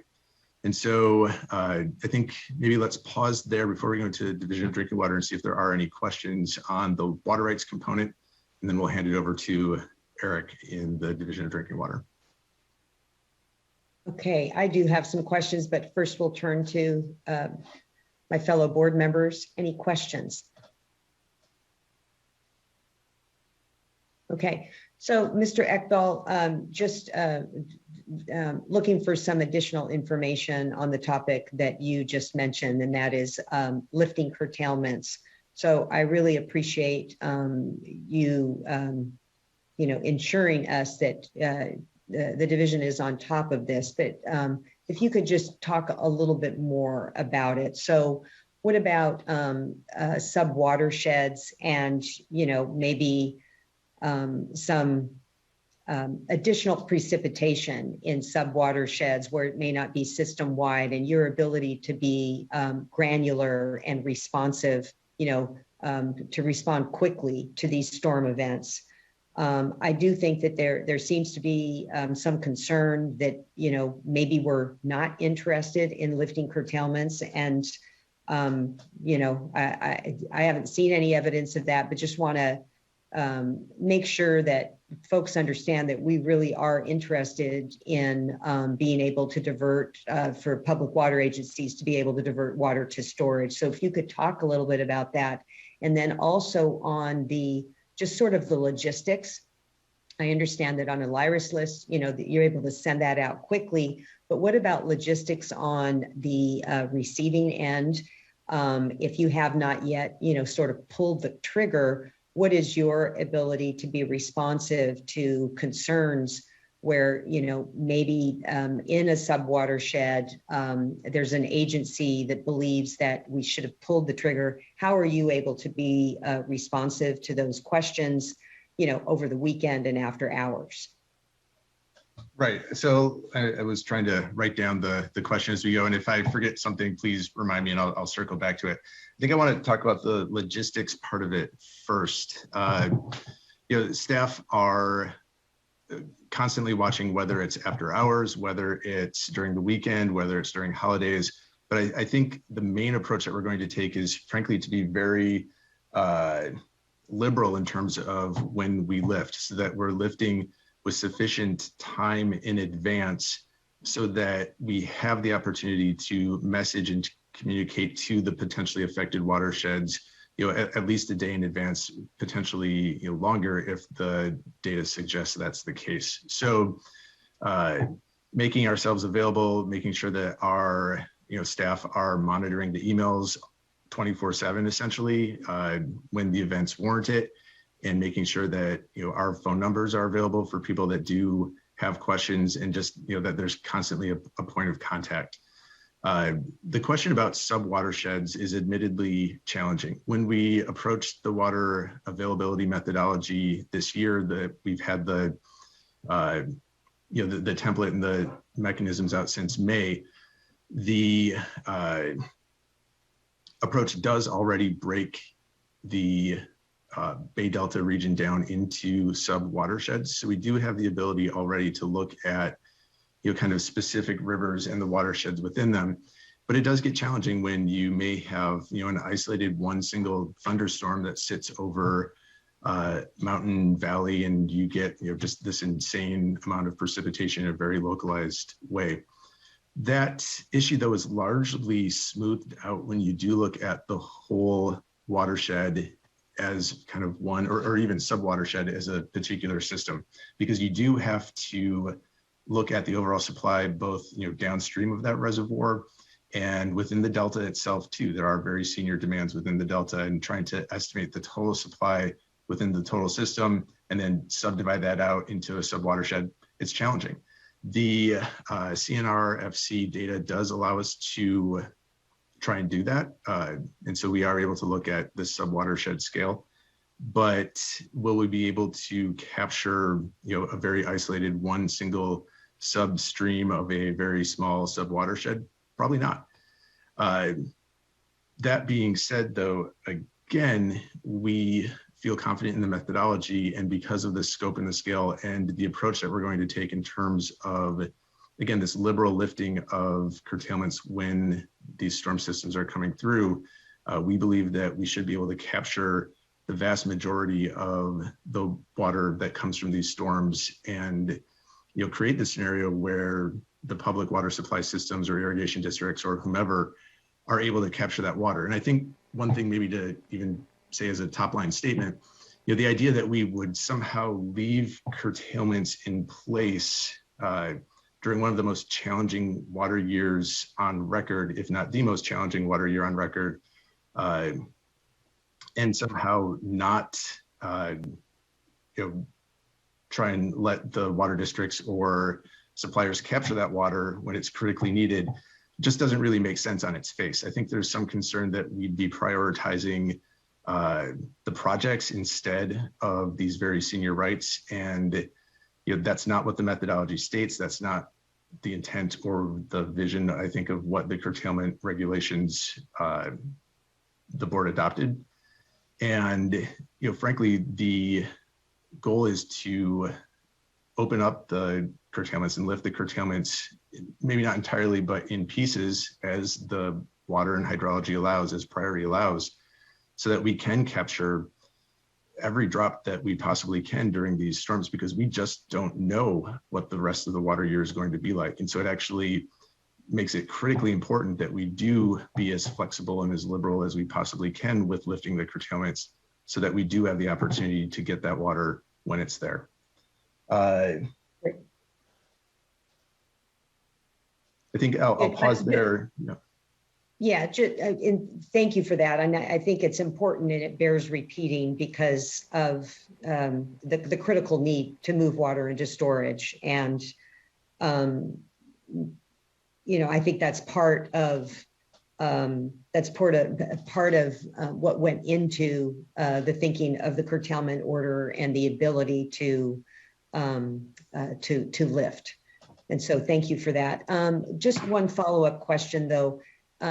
Downstream senior demands, what sort of demands, and maybe you're talking just generally, but at this time of year, I'm really not aware of much in the way of downstream demand in the Delta in particular.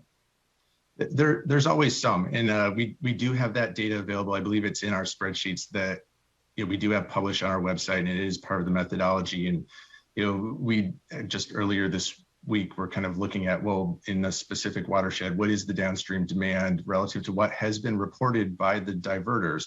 So again, that's maybe worth emphasizing that we're basing this off what the reporters have reported to us. Sometimes we do try to correct it where we think there is an obvious mistake, and we've documented that. That's part of the methodology. But even in this year, in one of the San Joaquin tributaries, there's still thousands of acre feet of demand the farther you go downstream, as has been reported to us. So we do try to accommodate that. We do try and look at that, and we do integrate that into the curtailment methodology. So maybe on balance with you being liberal, and maybe some of these statements have come in where they've overstated. So just encourage everybody that has concerns to participate in the workshop so that these issues can be worked through. So, all right, thank you for that. Any other questions? All right. Okay. Great. So next we have, I think we were getting ready to move on to drinking water, right? Okay. Is it Mr. Polhemus or?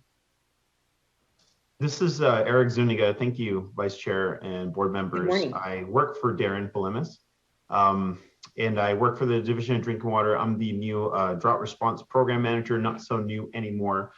And contrary to popular belief, I was not placed in this position to end the drought, but certainly we can try to manage the effects of drought. So I'm here to bring an update of what DDW has been doing for drought impacted water systems. Next slide, please. So in order to organize our response efforts, we've put together a tiered system of classification for these drought impacted water systems. So our first and our lowest tier is for drought watch systems. So these water systems are issued a drought monitoring order so they can report to the division how their sources are doing and how their system is responding to drought conditions. So many of these systems are doing well this year, but of course, next year could be a totally different story. So we have a total of 104 water systems currently on this list. And that represents a population of about 235,000 people potentially affected. So of the reports that we've gotten from these systems, about 4 of them have reported that they're on hauled water. 9 of them have anticipated a water shortage within the next 90 days. And 23 sources that we've been tracking show a high amount of decline in groundwater and surface water levels over the time that they've been reporting. The second tier that we have is drought warnings. So these are systems with potential water outages that they've reported to us. These are systems that are not necessarily experiencing a water outage. However, they have serious concerns, or we have serious concerns about their source's ability to meet demand within the next 90 days. So currently right now in the state, we have about 27 of these second tier systems currently. So as these water systems report data to our division, we work with our Urgent Drinking Water Needs Fund to figure out possible short-term and long-term projects that we can implement that can provide drought relief for these systems. So I believe about $14 million in funding from DFA and DWR Water Resources has been committed so far to these efforts. So one example is Fort Bragg. There's been low flows in the Noyo River resulting in a predicted substantial water shortage by October. So DFA funded a total of $691,796 from the Safe and Affordable Drinking Water Fund to purchase a desal plant. This desalination plant, 200 gallons per minute, was delivered on September 25th and installed on Thursday the 30th. So not only is Fort Bragg now able to meet their water system demand, but a hauled water funding project funded by Water Resources is now in place to allow up to $2 million in hauled water to be delivered to the town of Mendocino and surrounding areas of the coast. So it's a great example of how collaboration between different entities, state entities, can come together to bring drought relief to many communities. So the third and the highest tier is our drought emergency tier. So these are the water systems that are experiencing a water outage and are relying on bottled water or hauled water to meet demand. So we as a division don't consider hauled water to be a really acceptable and reliable long-term source of supply for a public water system. So these are obviously placed on the highest tier for us. So we have currently about 8 water systems statewide on the drought emergency list. So as we become aware of these systems, we work with them obviously primarily to secure the support that they need from their local Office of Emergency Services for emergency aid. And in many of those cases, State Water Board has been providing funding for the hauled water and or bottled water that they're receiving. Next slide, please. So just wanted to show a picture of just how widespread these systems end up being, even just the drought emergency systems located throughout the state. Obviously a high concentration around the Russian River area with a number of systems that have been issued monitoring orders and a number of them also on drought warning. But it's not yet localized to a particular area. Of course, the number of systems on these lists keeps getting larger all the time and can continue to get larger as different effects are felt throughout the state. Next slide, please. This is a picture of the Fort Bragg desalination unit that's going to allow treatment of the Noyo River even when the salinity is high from the ocean. It's just a picture's worth 1,000 words. This is really going to help a lot of people in that community. Next slide, please. So just some other updates I wanted to share with you. So first of all, some data issues. So development is currently underway for an improved tool for drought reporting to replace the interim tool, Survey Wizard. We utilize the Survey Wizard platform to develop an interim tool. And because of the speed in which we needed to get that up and running, there was a lot of hard work to get it up in very short order, but we had to make some trade-offs to do that. So we're building a more improved tool so that we can have more robust feedback and better opportunities for analytics and putting those in the hands of our staff and also in the hands of the water system to be able to make some decisions regarding the information that they're reporting to us. So the new portal is going to use the clearinghouse from the SAFER unit, and it's going to provide, well, we're going to get that launched probably around early November is my estimate right now. The other issues with the data coverage is we had about 88%. Actually, it's not really that bad. 88% is actually pretty good, but 88% reported. Of those who reported, 28% did not report their groundwater levels, and 60% of those that reported surface water did not submit their surface water levels. So we're limited on our coverage of the data that we are receiving. So we still have some ongoing data analysis that some of our staff are going through to look at production trending and other regional analysis. So that is underway, and hopefully in the future updates, we'll be able to share that with you. Wanted to mention that the SAFER unit is continuing outreach to the counties to get bottled and hauled water programs in place to support all those domestic water wells and state small wells that are going dry. We want to continue to get those programs in place so we can fund the counties so that the counties can help these systems and individuals as well.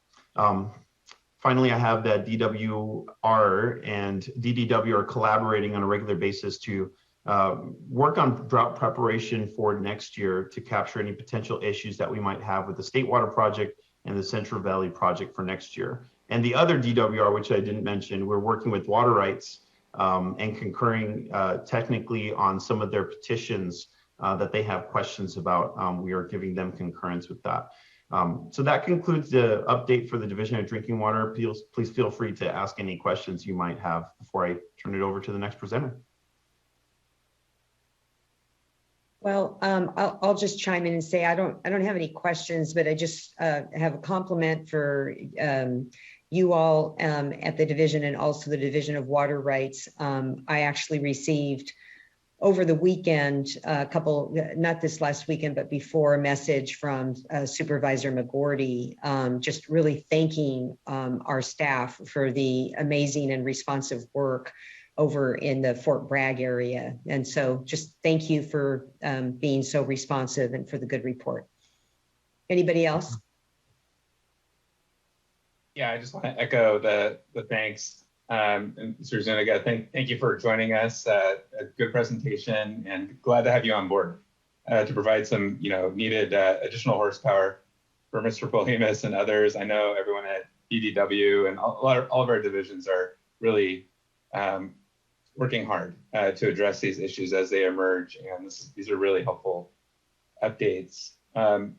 Just one question for you, and I'm sorry, my internet connection fizzled out for a second there, so if I missed it, I apologize. But one of the actions that drinking water took in the last drought had to do with concerns about communities that were at risk for water shortages, and that was enacting connection moratoriums. And so I was wondering just if you or the Division of Drinking Water was considering those types of actions again this drought, and if so, what that timeline and what that process looks like. Certainly, thanks for your question, and thanks for the compliments. I do work with some really great people out here at the division. Yeah, I wanted to mention, so certainly service connection moratoriums are always on our enforcement tool table. They're not specific to a drought. They can come at any point in time when we realize that a water system does not have adequate source capacity to meet their system demand. So we do look at sort of an engineering time period of about 10 years. And if a water system is not meeting demand in those 10 years in a worst case scenario, which certainly drought kind of brings up these worst case scenarios, then we certainly have the ability to issue these moratoriums. So we are currently in the process of evaluating systems. Again, there's a big spectrum of water systems that didn't have any issues, some that had minor issues, some that had potential water outages, some that actually had water outages. So I certainly, we're going to triage them and figure out what is the right approach in this month of October to figure out which water systems are going to get moratoriums, which water systems are going to get some other Band-Aid fix funding projects, whatever the solution may be. There's not one size fits all. It's certainly going to be weighed in amongst the other tools that we have. And hopefully that helps answer your question. Board Member McGuire, if I could add, I just wanted to let the board members know that we've started having some very good discussions with the California Department of Housing and Community Development on a number of issues, coordinating some outreach efforts, and also making sure that they're aware if we end up with any connection moratoria, so that it doesn't disrupt their plans, or that they know. So we are starting to get down to working group staff level discussions with them. So we don't have anything super concrete to report out to you, but when we've had a couple of cycles of those meetings over the next few weeks, we will let you know how it's going, because we did not want to. We understand, disrupting construction and connection of new housing is problematic, but making sure that the new housing actually has water to be supplied with is also important. Yeah, thank you. I appreciate that. I realize these are difficult trade-offs, and if the water is not there, what does one do? But I think it's also important that we communicate that out and signal where there are systems that we're looking at where we do have concerns. They probably know that there's concerns. But thank you for the update, and I'll look forward to future updates on that. I just want to build on that, I mean, as you all said, I would be really concerned if we start issuing moratoriums. So I would hope that we would have discussions before we issue anything like that. I also feel like there are, there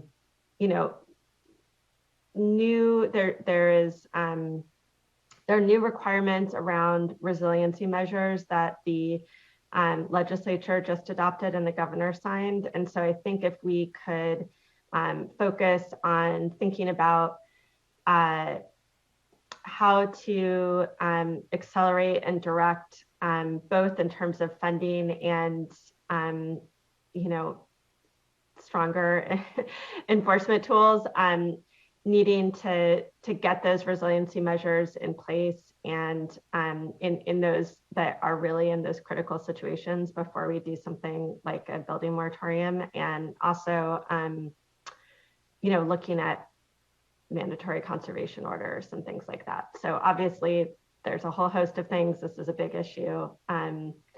Needs a lot more discussion. And I'll just echo, I'm really excited to have you on board and for the additional, I mean, there's such a huge need here, and it's only going to increase. And I think the fact that we do have new authorities, hopefully we can start to get a little bit ahead of this and not be in kind of the emergency triage mode. But I really appreciate all the efforts.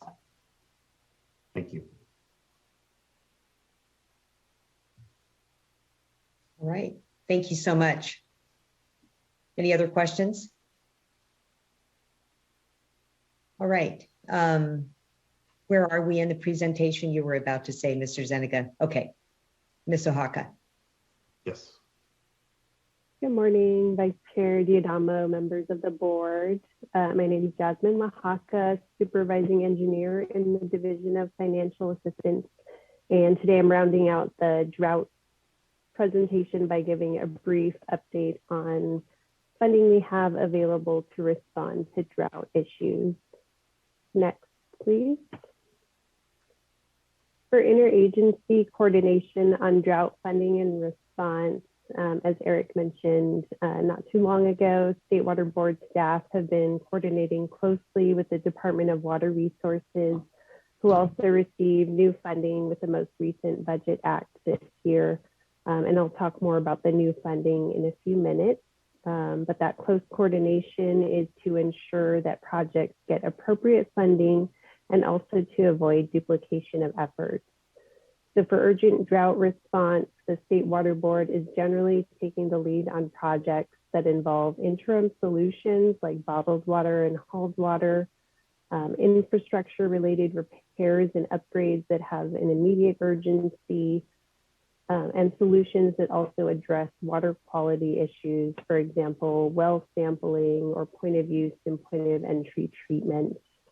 Our colleagues at DWR are taking the lead on other infrastructure related repairs and upgrades like well repairs, inner ties, and lowering of surface water intakes. They're taking the lead on projects related to water conservation and those that might develop into long-term resiliency projects, and also projects for non-disadvantaged communities.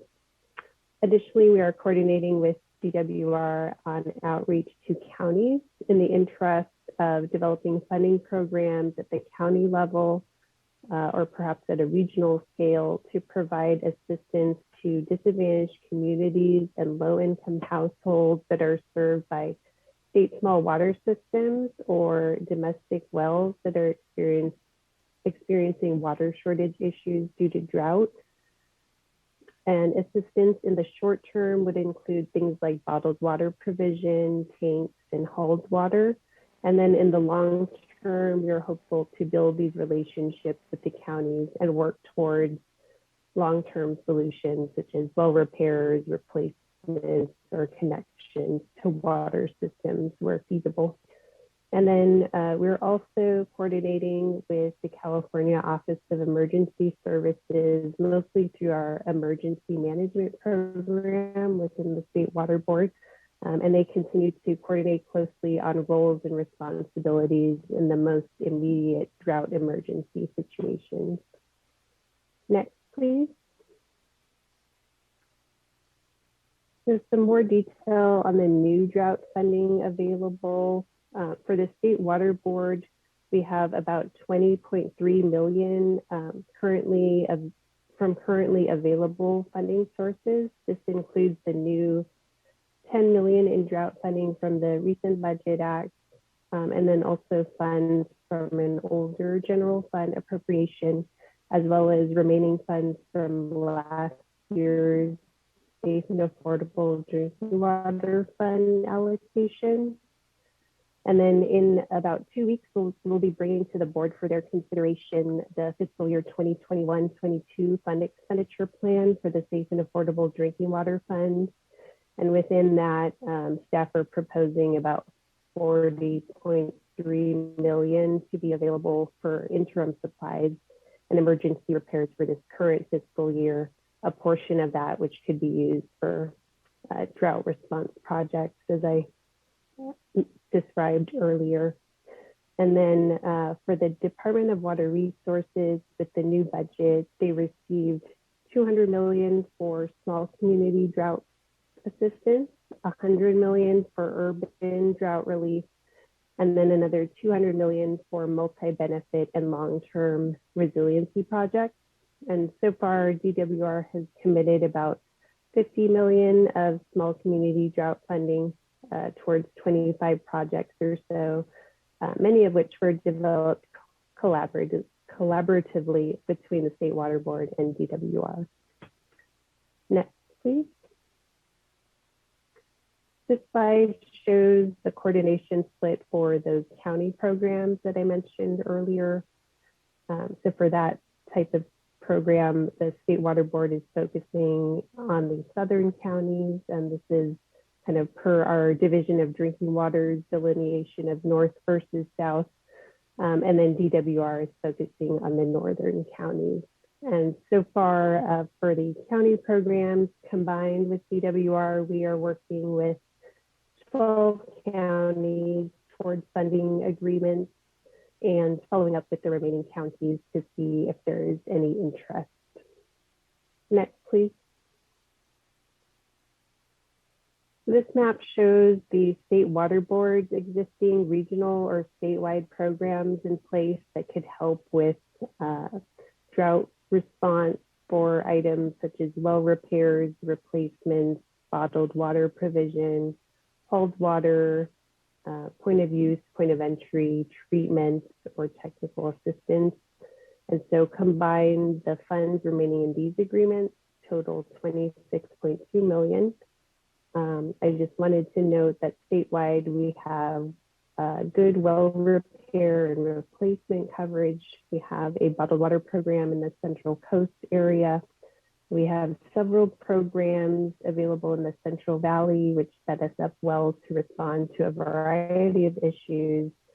And then again, we're hoping to implement new county and regional programs to fill the gaps in the other areas of the state. Next, please. This is just a list of recent amendments to add funding to some of our existing regional programs. Next, please. And then these are some other recent drought-related funding approvals by the State Water Board. Next. And lastly, these are links for more information. Are there any questions? Thank you for the update. You've been busy. Any questions? All right. Well, I just want to go back to Mr. Ekdahl, make sure that I'm not missing any additional presentations here before we take a break.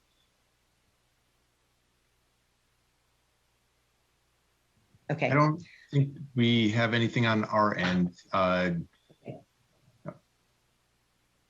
right. Just want to double check again, any questions by board members? Wanted to make sure to give you the opportunity. Okay, well, I think it's time for us to take a break. Vice Mr. Chair Lawford? D'Adamo? Oh, I'm sorry. yeah, we have commenters. We do have a few public commenters on this item, yes. Yeah, I forgot about that. Great. Okay, we've got two public commenters, Michael Cook from the Turlock Irrigation District.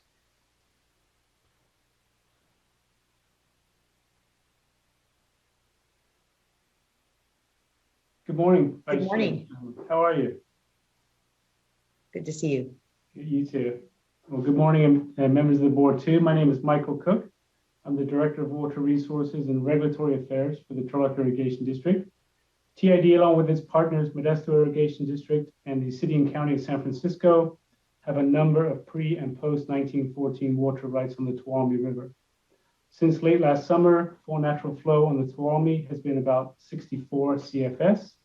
The districts, however, have been releasing a minimum of 90 CFS in order to comply with the flow schedule in our FERC license. This means that releases from storage have been necessary to meet required fish flows. We take our obligation to the fishery very seriously and always operate Don Pedro Reservoir to make sure that adequate water is stored for fishery requirements first, before all other beneficial users. Starting October 1st, fishery releases ramped up to a minimum of 100 CFS and will increase again to 150 CFS on October 16th. Again, full natural flow is much less than this amount. There are indications that precipitation is forecast for the Tuolumne watershed soon. Specifically, the CNRFC forecast from NOAA and the National Blended Model and European Model from Scripps indicate precipitation around October 7th, and perhaps as much as 10,000 acre-feet of this rainfall will make it to the river. Some of this volume will exceed our minimum fish flow requirements and could be placed into storage. Therefore, we strongly encourage the State Water Board staff to lift the curtailments on the Tuolumne as quickly as possible. I was very encouraged by Mr. Ekdahl's comments earlier about a liberal lifting of curtailments to ensure that we capture every drop we can, and we share that goal with the State Water Board. On another note, I'd like to thank other State Water Board staff, particularly Diane Riddle, David Rose, and Jesse Jankowski, who met with TID, MID, and San Francisco last Friday to answer questions about the emergency regulation and to assist us in complying with our curtailment orders. The Tuolumne is a complicated system with a number of reservoirs, and so full natural flow has to be calculated. We appreciated their common sense approach to compliance, as well as their acknowledgement of our FERC obligations and the state's water rights priority system. In closing, we recognize that this drought is a challenging time for all of us. It's in our collective self-interest to store as much water as possible right now to prepare ourselves for possible continuation of the drought into next year. And we look forward to working closely with the State Water Board to navigate successfully through these tough times. And that's the end of my comments, Vice Chair. Thank you, Mr. Cook, and thank you for continuing to work with our staff on these issues. And we look forward to your presentation, or your participation, hopefully, in the workshop. All right. Thank you. Eric Oriana with Community Water Center is next.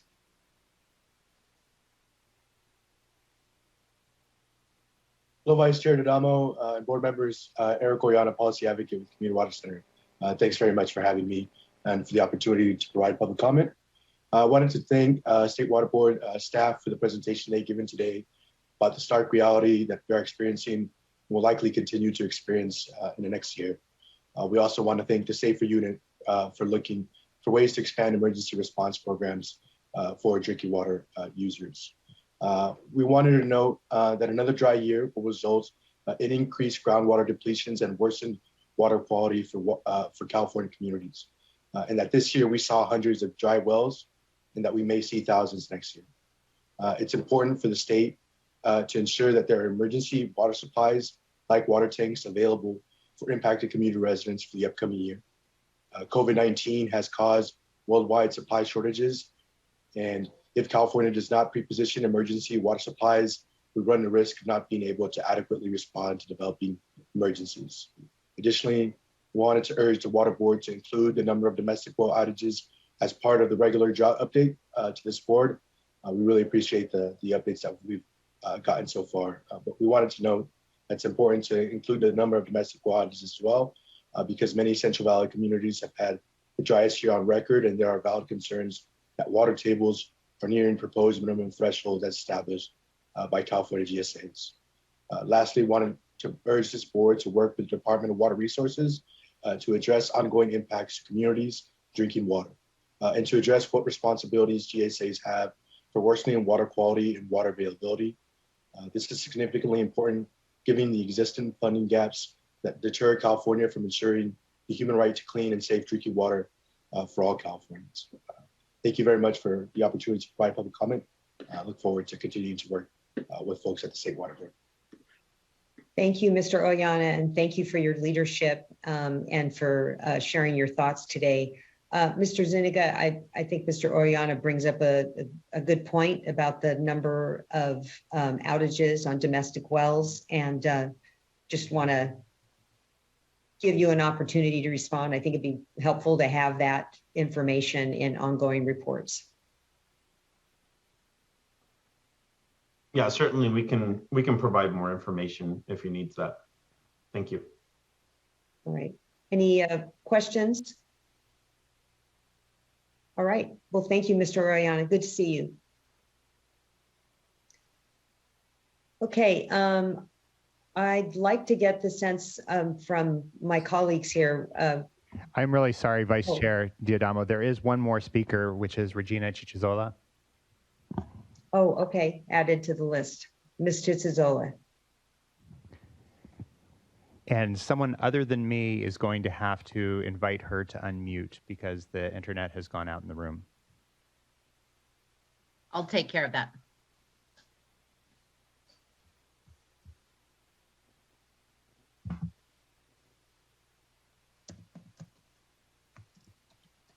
Okay, hi, I'm unable to start my video, but that's okay. My comments are very quick anyway. It should come up pretty quick here, Regina.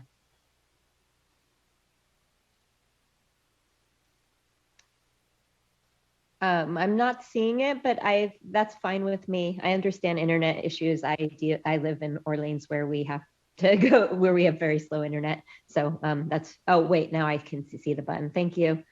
Hello, I just wanted to comment really quickly on the lifting of the curtailments. I feel like it is very important that stormwater can be used for storage in certain situations, especially where drinking water supplies are needed, need to have extra water. However, I just would really like to caution the board and staff on lifting these curtailments too quickly. It took a lot of effort and work to get them put in place. And some of the areas where the curtailments are occurring are areas where it takes a long time for groundwater to recharge. And also these pulse flows from storms on some level and protection of in-stream flows need to occur for salmon populations and for groundwater and for multiple different uses for rivers to actually have water in them and for groundwater to be recharged. And so while I understand the need to lift curtailments and that people need water, I see a lot of situations where storage is prioritized above everything else.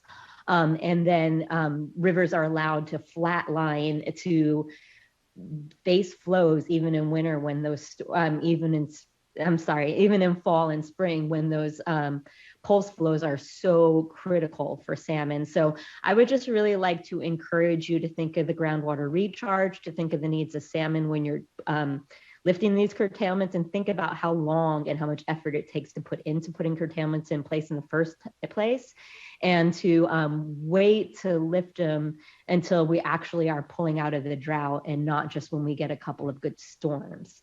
Of course, there are situations where maybe some emergency measures could be taken to make sure that drinking water supplies are protected and that some exemptions to curtailments can happen from early storms to make sure that towns that don't have drinking water supplies readily available can be protected. But I just want to caution to be too hasty, because we've seen a lot of situations where we get a couple of October storms, at least within the Klamath region in far northern California, and then we don't get any storms again for a couple months. And coho salmon do come later and spawn later than other salmon, and they are the most endangered salmon in a lot of these watersheds.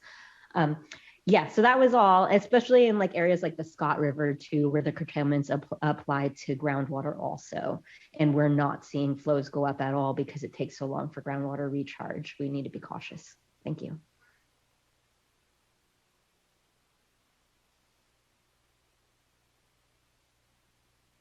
You're on mute, Vice Chair. Thank you. Thank you for your comments, Ms. Chisozola. I'll invite Mr. Ekdahl to chime in here, but I just want to make sure that that you realize all of these curtailment regulations, each one is so different. And so I think much of the focus today was on the Bay Delta watershed, where the lifting of curtailments is taken into account with respect to water unavailability, the supply and the demand. And of course, on the Scott and the Shasta, our focus is very different, as is with Mill and Deer. And then there's a unique situation, of course, on the Russian as well. So Mr. Ekdahl, please, if you have anything to add to that. Yeah, just a quick note that what the lifting of curtailments looks like earlier in the fall may be different than what lifting of curtailments looks like later once the system has kind of wetted up a little bit, once soil moisture conditions are different, once rice decomposition use in the upper Sacramento may be ebbing out a little bit. And I think the speaker noted that there could be as much as 10,000 acre feet that entered the system, but there could also be zero. And it's still a little bit speculative at this point, even with the forecast that we do get from the CNRFC.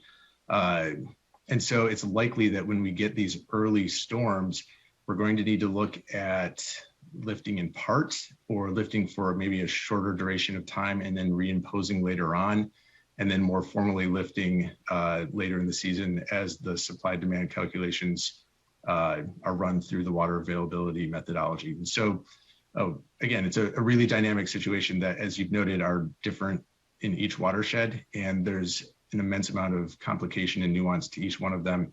And we are approaching them as carefully, but as liberally as we possibly can, recognizing that, the reservoir supplies are not just, for irrigation purposes, but in the Tuolumne, there's, supplies that go directly to the city of San Francisco and millions of drinking water customers statewide.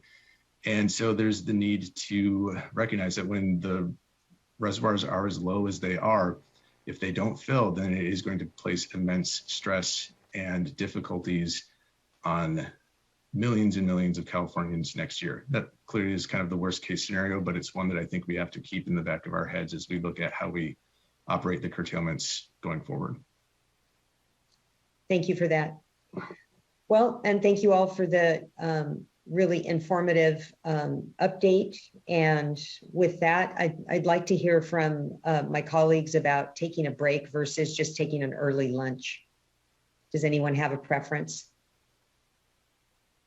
I think an early lunch, just to be efficient, sounds great. Yeah. Okay. Well, let's take a, let's just make it a noontime return. And we will see you all back at 12 o'clock from lunch. Thank you.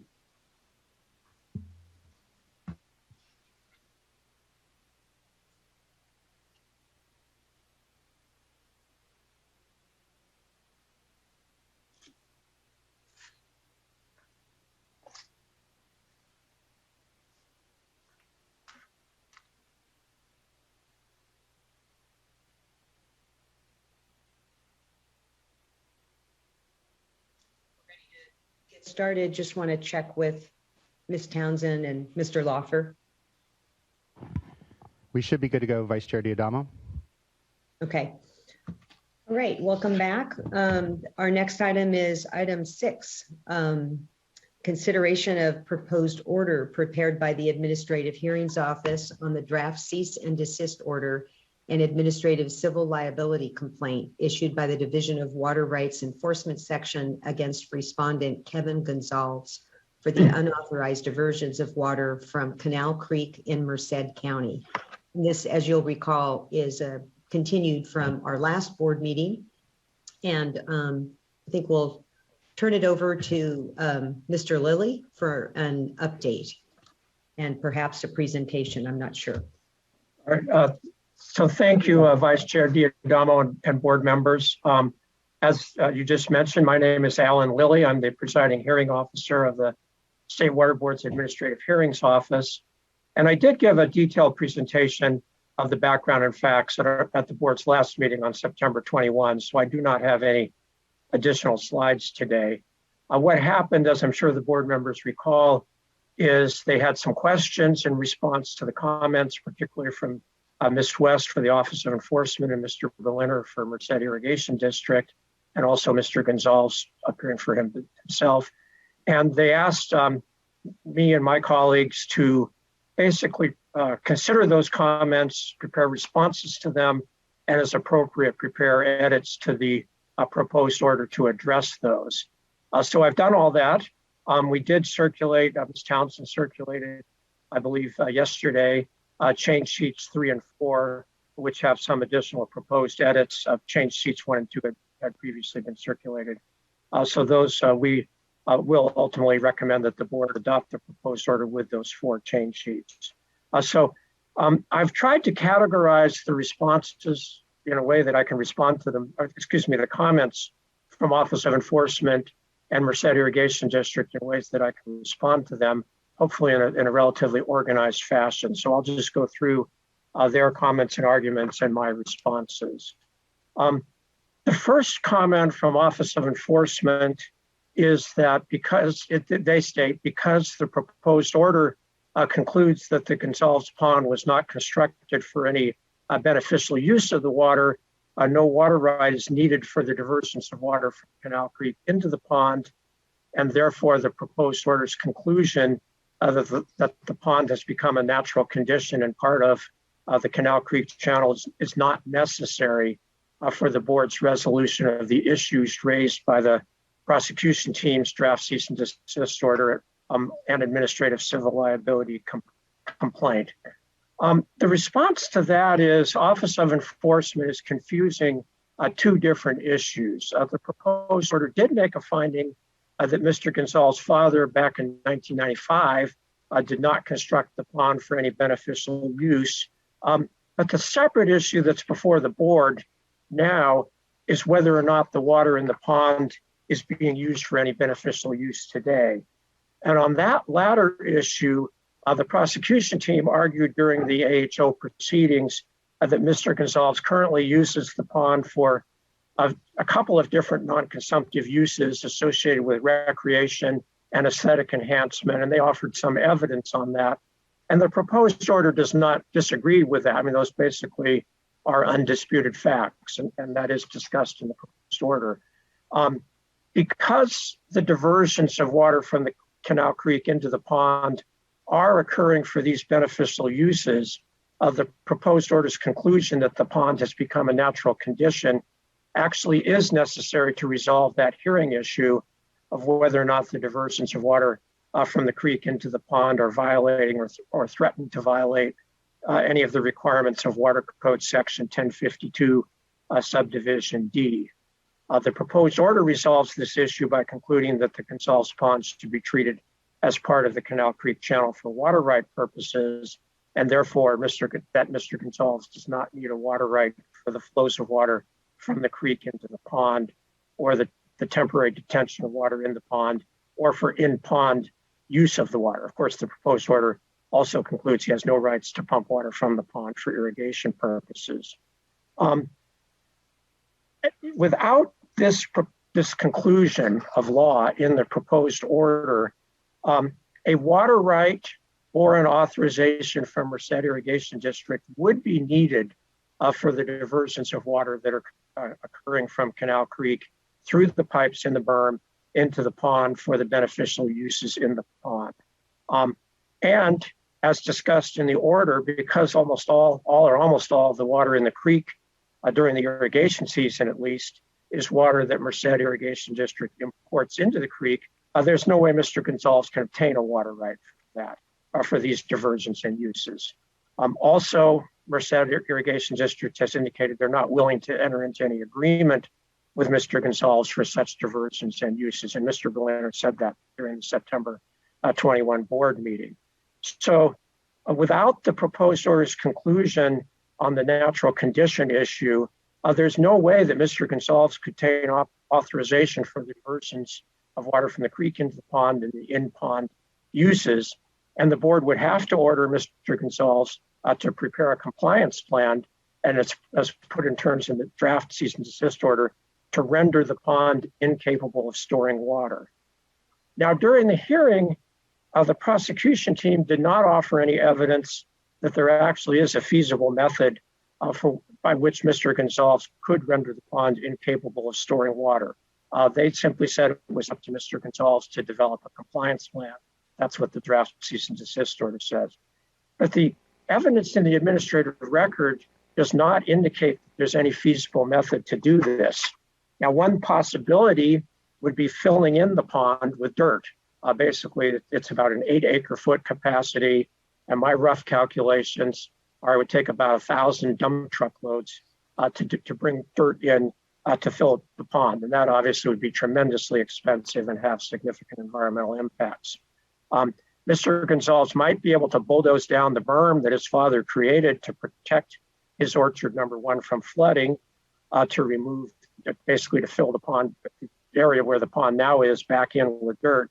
But it's doubtful that, number 1, of course, then he'd lose the flood protection to orchard number 1, which would be significant, and there'd be expense. But also it's doubtful the Corps of Engineers or the Central Valley Flood Protection Board, which do have an easement in the area covered by the pond, would allow him to do this, because it would reduce the flood control capacity of the Castle Dam and Reservoir project, which is the purpose there, but it would reduce it by that 8 acre feet that currently is flood control capacity. Now, during the hearing, the prosecution team engineer, Damon Hess, who incidentally I came across as a very qualified engineer, and it was the principal lead engineer for the prosecution team's investigation, testified that removing or plugging the pipes in the Canal Creek berm would not be safe because of the resulting differences in the water levels between the creek and the pond. Sometimes the creek would be higher, and sometimes the pond would be lower, and sometimes vice versa, just depending on how the flows had occurred, by up to 10 feet. And he testified that those differences in elevation would cause differences in hydrostatic pressures that could lead to a catastrophic failure of the berm. And also, even without that, if the pipes were plugged or removed, there still would be times when the water in the creek would overtop the berm. Its elevation is approximately equal to the summer elevation for irrigation purposes in Castle Reservoir. I think it's 1 or 2 feet higher. And during our site visit, Mr. Gonzalez pointed out where just a few days earlier, several places where the soil in the berm was clearly wet, and he said had been caused by overtopping. And I have no doubt he's correct. There's no other way that wetness could have occurred in August. And he said those events are relatively common. Now, during the last board meeting on September 21st, Mr. Berliner said such events are uncommon, but there's no evidence in the record supporting his statement to that effect. So in conclusion, on this issue, we disagree with the Office of Enforcement. The conclusion in the proposed order that the pond has become a natural condition is in fact necessary to resolve one of the key, in fact, the key hearing issue raised by the prosecution team's draft cease and desist order and ACL complaint. OE's second argument is that the proposed order mischaracterizes the applicable case law and board orders on the natural condition issue, as they put it, has an overly simple 3-part test to determine when an artificial condition, originally artificially created condition, has become a natural condition for water right purposes. The quotation in the proposed order from the California Supreme Court's Chowchilla Farms decision, I went back and checked, and it actually was the court quoting a water law treatise and does not state the actual court's holding. The court's holding is a little bit different. It's on the next page of the court's decision. So I have proposed in change sheet 4 that the order actually quote the court's actual holding rather than just their background statement. And that statement from the Cal Supreme Court is the following, and this is in our change sheet number 4. From the foregoing authorities, we feel warranted in holding, that's how we know it's the court's actual holding, that a water course, although originally constructed artificially, may from the circumstances under which it originated and by long continued use and acquiescence by the persons interested therein, become and be held to be a natural water course, and that riparian owners thereon and those affected thereby may have all the rights to the waters therein as they would in a natural stream or water course. The Water Board's decision 1618, which also is quoted in the proposed order, follows the Chowchilla Farms decision and states the following. And here's where we get what the OE calls our 3-part test. It's really 3 provisions from the board's decision. And in that decision, the board stated, because the course of Upper Cedar Creek and the dam are permanent in nature, that's number 1, are long continued, that's number 2, and have been acquiesced in by PG&E and other water users on the Pitt River, that's number 3. The water body in that case, Tule Lake Reservoir, has the legal status of a natural lake in a separate watershed that is only rarely in hydraulic continuity with the Pitt River watershed. So we think these are the 2 operative provisions from the Cal Supreme Court decision and this board's decision.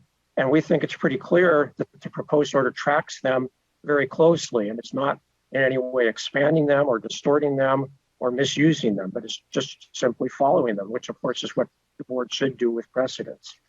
The third argument from Office of Enforcement is that the proposed order would create what they call a dangerous expansion of the narrow doctrine and suggest that riparian rights could be created for the sole benefit of one property owner. And to avoid this result, OE asked the board to designate the order as a non-precedential order. First of all, as I just said a few minutes ago, we disagree with the argument it's a dangerous expansion of a narrow doctrine. Rather, it's an accurate application of what is a fairly narrow doctrine, but to our specific facts. And we also disagree with their argument that it should be non-precedential. It is true that under some conditions, this would allow, with new artificially created conditions, sometimes riparian rights could attach to the channel, just as they did in the Chowchilla Farms case, which basically involved a rerouting of the Kings River. But it's not, I certainly disagree with any argument this is a dangerous expansion because riparian rights, even if a channel is changed, still are limited to the water that would flow in the channel under natural conditions.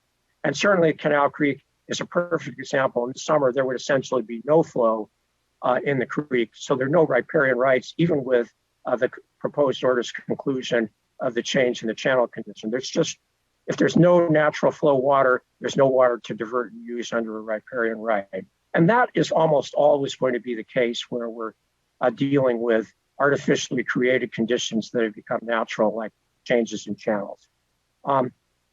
The edits that we proposed in change sheet 1 and now in the 4th paragraph of change sheet 4, we've proposed adding a footnote to the order. So it's not just in attachment A, but it's actually in the order where this point or this issue is discussed, would clearly state that when artificial alterations of a natural water course are made for a beneficial use, in other words, if somebody builds an on-stream dam for some beneficial use, whether it be irrigation or something else, then that should not be treated as a natural condition. That's not the facts of Gonzales, but we do want to make it clear, and I think this addressed some of the board members' concerns, that a typical on-stream reservoir, no matter how many years it's been in existence, is not going to be within the scope of this doctrine because it almost always would have been created initially for beneficial uses.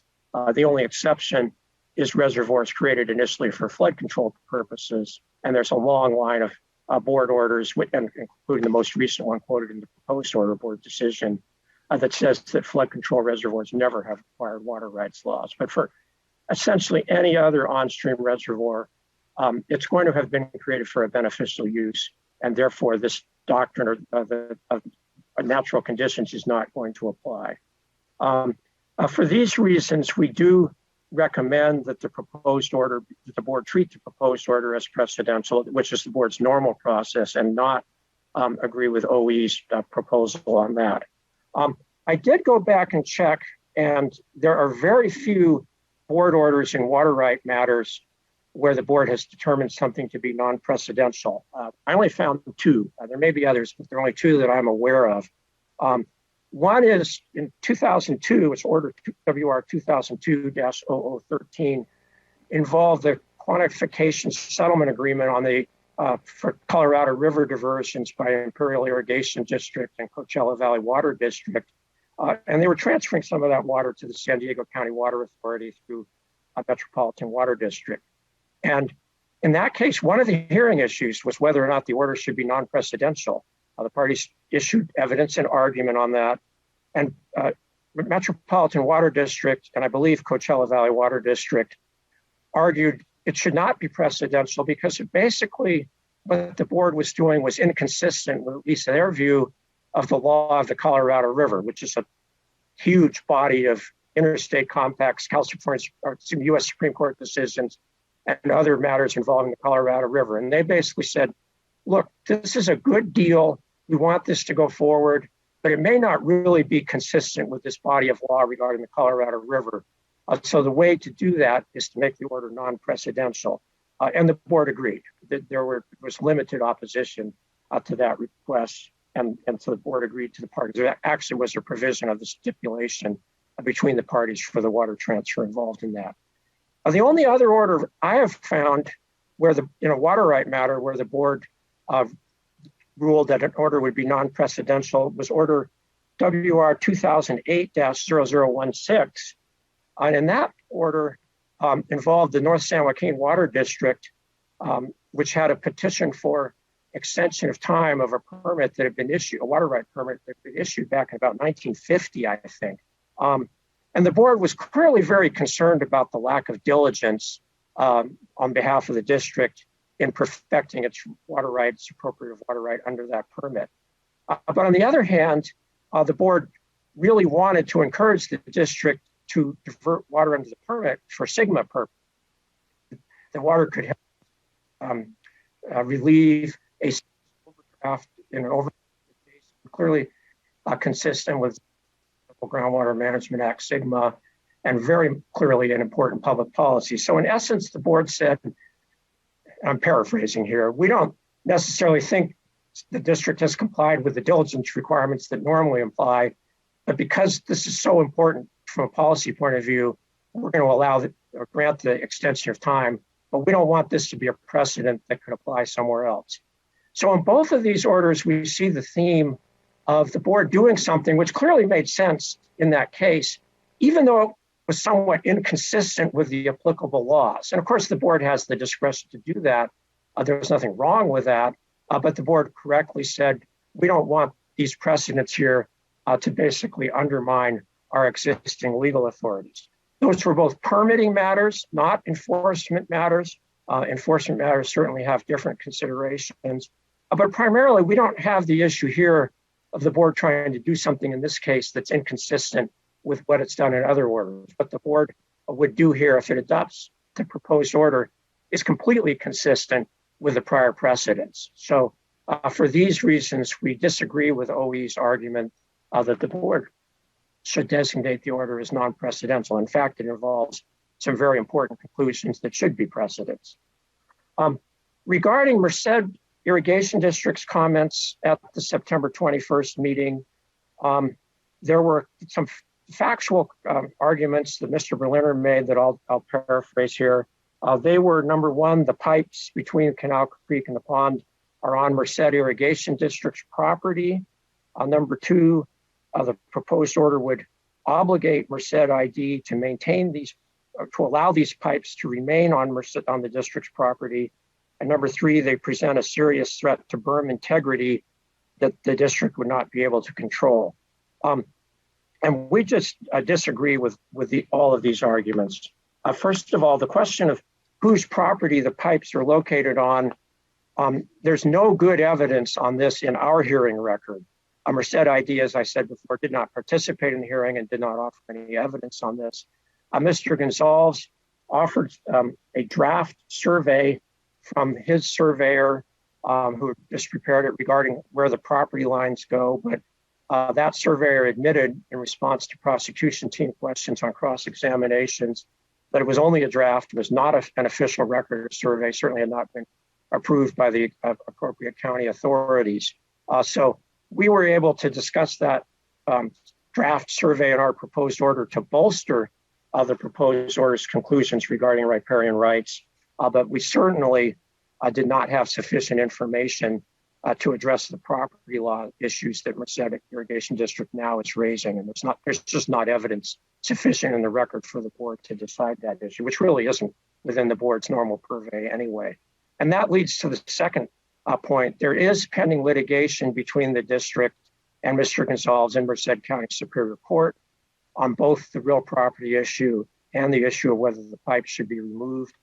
And the court will be in a much better position. This is one of the things courts do, is resolve real property law issues. And they're going to be in a much better position than the board to resolve that issue. We have made some edits in change sheet 4 to make it clear that nothing in the order would interfere with the authorities of either the Central Valley Flood Protection Board or the Corps of Engineers under their easement, or the court in the court case to decide issues regarding removal of the pipes. And if they make any such order, then Mr. Gonzalez will have to amend his compliance plan, work with the Division of Water Rights on that as necessary to address the orders. So I think the proposed order very clearly lets the agency with expertise in flood control address flood control issues, lets the court with expertise in real property issues address real property issues, and says we will address water right issues, but not interfere with those other entities' actions in areas within their areas of expertise. Merced Irrigation District's next argument is that they never acquiesced in the existence of the Gonzalez Pond. And again, that's just not borne out by the facts in the record. The district clearly knew about the pond for many years, and certainly by the time they filed their complaint with the Water Board Division of Water Rights in 2017, where they discussed the pond in some detail, but did not ask the board to order its removal or to take any action at all regarding the pond. They were very concerned about Mr. Gonzalez pumping of water from the pond for irrigation and his statements of water diversion and use. And the complaint asked the board to take actions on those issues, which the proposed order does. But considering that they never asked, that the district never asked the board to take any action regarding the pond, the existence of the pond, which they clearly knew about, the proposed order properly concludes that they acquiesced in the existence of the pond. So now, just so we're clear, and I did have added in change sheet number 4 a couple of paragraphs on the acquiescence issue, just to make it crystal clear. The order would state with these edits that Merced ID clearly did not acquiesce in the pumping of water from the pond for irrigation. So we did want to make that, that clear. And there's no doubt from the complaint that they did not acquiesce in those irrigation diversions. So I think we've addressed that issue properly. The last set of arguments from Merced ID are that the proposed order is inconsistent with the settlement agreement between Mr. Gonzalez and the district regarding the removal of the pipes and withdrawing Mr. Gonzalez's statement of water diversion and use and his supplemental statements. And on that, first of all, it's a basic principle of contract law that since the State Water Board was not a party to that agreement, it's not bound by it. And beyond that, as a regulatory agency, the board certainly cannot and should not limit its regulatory actions based on a settlement agreement between two private parties or two parties in this case. And the board has discretion to exercise its regulatory authorities as it deems appropriate. And the board certainly would never give up or waive that discretion. Regarding the first issue, the removal of the pipes, as I said earlier, we not only is the board not required to follow the settlement agreement, but as I said earlier, there could be some significant risks of catastrophic failure of the berm if the board were to order Mr. Gonzalez to remove or plug pipes because of the resulting difference in hydrostatic pressures. And that is what evidence we have in the record. And also, of course, it would be inconsistent with the proposed order's conclusion that the pond should be treated as part of Canal Creek for water right purposes. The Merced County Superior Court can certainly address how the settlement agreement will be affected by the board's order if the board adopts the proposed order, and how Mr. Gonzalez needs to comply moving forward. Regarding the other issue, statements of water diversion and use, the settlement agreement would require Mr. Gonzalez to withdraw his previously filed statements. And I did check with the Division of Water Rights Records Management Unit, and they really don't have a process set up for withdrawing something once it has been filed and is part of the public record. Their process instead, which really achieves the same result, is to require or to allow for the filing of an amended statement, which then would effectively supersede the previously filed statement. And the proposed order does require Mr. Gonzalez to file an amended initial statement of water diversion and use and amended supplemental statements that are consistent with the order, if the board adopts the order, and to work with Division of Water Rights before filing those to make sure that there's no dispute. So I think that will clear up the record, the official record in the water right management system regarding those statements of diversion and use in a way that should satisfy the district's concerns. Now, the district's other concern about the supplemental statements was going forward, if it seems fairly unlikely, but if for some reason the district and Mr. Gonzalez agreed, enter into another agreement under which Mr. Gonzalez may pump water from the pond for irrigation purposes, just as they did for late 2017 and 2018 and 2019. I wanted to make sure that those were reported. I had prepared in the proposed order text that would require supplemental statements of water diversion and use with the idea that Mr. Gonzalez would have to check the boxes in those forms that say these diversions are made under contracts, and those boxes are there. The most common example the board members are undoubtedly familiar with is Sacramento River water rights settlement contractors have to report diversions under their contracts with the Bureau of Reclamation. However, This did apparently strike a nerve with the district. I think Mr. Berliner was concerned, perhaps with some justification, that all of a sudden hundreds of other contractors with the district would have to file supplemental statements. So following the last meeting, I did discuss this with Mr. Ekdahl, and he advised me that there's a process by which contract diversions can be reported outside the water right management system. He said they may be significantly updating that whole reporting system anyway, and that in this case, the simplest way to address this issue would be, if there ever are such supplemental diversions, for Mr. Gonzalez simply to file reports with the enforcement section. So there is a record of the diversions and they're accounted for, but they don't go into the record management system. So change sheet 3 makes the changes to address that point. And with that, I think we've addressed that problem or that issue in a way that should resolve the parties' concerns. Now, a couple of things since then, just in the last few days, last Thursday, the prosecution team, separate from Office of Enforcement, Mr. Prager, submitted some comments on the proposed order. The first two really talk about the Chowchilla Farms arguments or issues and the settlement agreement, and I've already addressed those. And then his third argument was that the ACL amount is artificially low because of it considers in the economic impact analysis the over $200,000 Mr. Gonzalez paid his attorneys in the Merced ID litigation.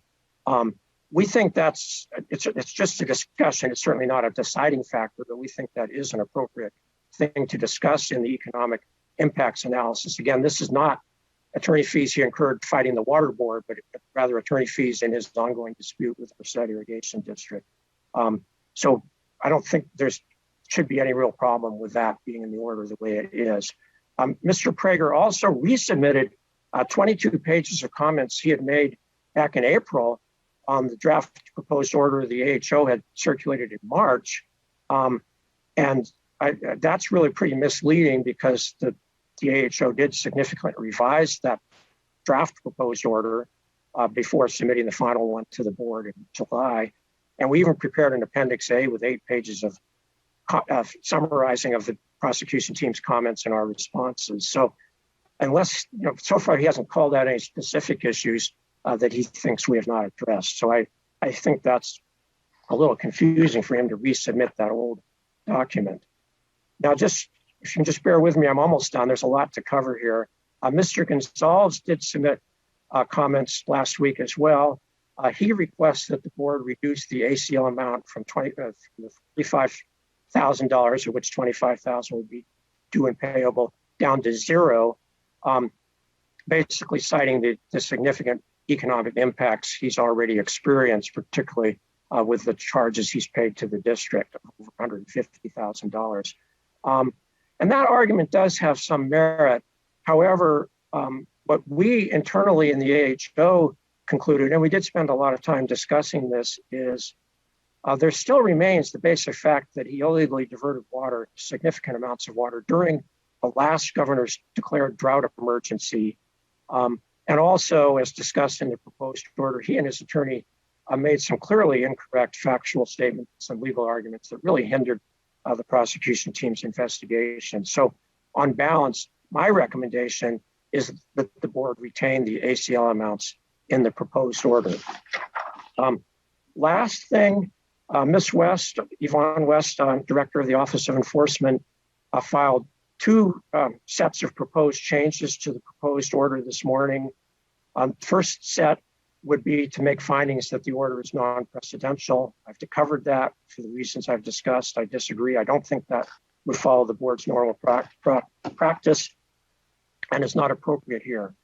The other set of edits would basically say, expand our discussion of the limit, which discusses why this precedent is relatively limited and would not apply to people who constructed ponds initially for beneficial uses. And it basically would say no riparian rights can attach to the pond. And that's really a misstatement of the proposed order. The proposed order discusses riparian rights for irrigation purposes during the irrigation season. But we have not addressed, and I don't think we needed to address, the question of whether there are any riparian rights. There, for example, in the winter, when there are natural flows in the creek, there very well could be some riparian rights there. So I don't think that text is necessary or appropriate here. So we recommend that the board not adopt or include either of Ms. West's proposed changes. So finally, and I do appreciate the board members' patience as I go through this, I recommend on behalf of the Administrative Hearings Office that the board adopt the proposed order with the changes in change sheets numbers 1 through 4.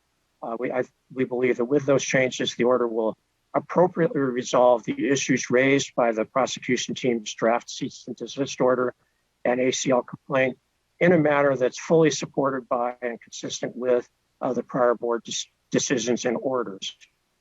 I do want to note here, just in case the board gets into this in deliberations, and I'm sure Mr. Laufer will advise you on this as well if necessary. Water Code Section 1114 requires the board to act within 90 days after receipt of a proposed order from the AHO, and that if the board does not do that, the order is deemed adopted. Certainly, I don't think the board wants that to happen. The 90-day deadline here is next Tuesday, October 12th, so I certainly recommend the board take some action before then. So with that, thank you very much for your attention. I will be glad to answer any questions. Right. Thank you, Mr. Lilly. And thank you for walking through that memo and the change sheets and your response to some of the additional comments. Very helpful. We have 1, 2, 3. We have 4 commenters. And before going to the comments, I wanted to turn to my colleagues to see if you have any questions of Mr. Lilly. And Mr. Loeffler? Yeah, I just wanted to make one point for the board members in case there was some confusion. Mr. Lilly referenced the distribution of some additional potential changes from Ms. West. You actually haven't seen those yet. She had informed the board and the parties to this proceeding, the board clerk and the AHO and the parties to this proceeding of some potential changes she was going to read in the record. And so for purposes of facilitating the review of her language, she provided an electronic copy to the parties. So you'll be seeing that later in Ms. West's presentation is my understanding. Okay, thank you for that. Board Member Firestone. Great, thank you. I just have some questions just to clarify a number. I mean, you went through so much, it was really helpful, but a number of there's a few things I just want to make sure I'm understanding, mostly all really related to the natural feature issue. The first is, it seems like really the initial purpose and the continued concerns around the pond existing altogether that the order talks about is really around flood control. I mean, the pond was created for I guess we're thinking that the speculation is excavating in order to create the flood control berm, I guess. And then the other concern is now that it is there, requiring it to be removed presents some real flood control concerns. And I really appreciate the order emphasizing that flood control decisions are in the purview of the flood control agencies and that they retain all authority over that. But I'm wondering why we wouldn't. I don't know all of the precedent and rules around flood control. You know, if it's an official flood control reservoir or I guess I'm wondering why, if that is a more appropriate characterization at this point than a natural feature. And can you just speak more to that? Yes, it's a good question, and certainly is absolutely, you are correct that the facts indicate that. The reason that the proposed order, I will say, does not go down that path that you're at least suggesting or asking about anyway, is really two reasons. First of all, the way the prosecution team presented the drought CDO and their whole case was in terms of Mr. Gonzalez having beneficial uses of water in the pond. So I thought, as we prepared our proposed order, that we needed to address the arguments the way they had presented them. And that is that there are ongoing beneficial uses of water in the pond. The other thing that causes me a little bit of concern about this is all of the decisions and orders of the board, and they go back, the most recent one, D1651, is cited in the proposed order. That's involving the Newlands project.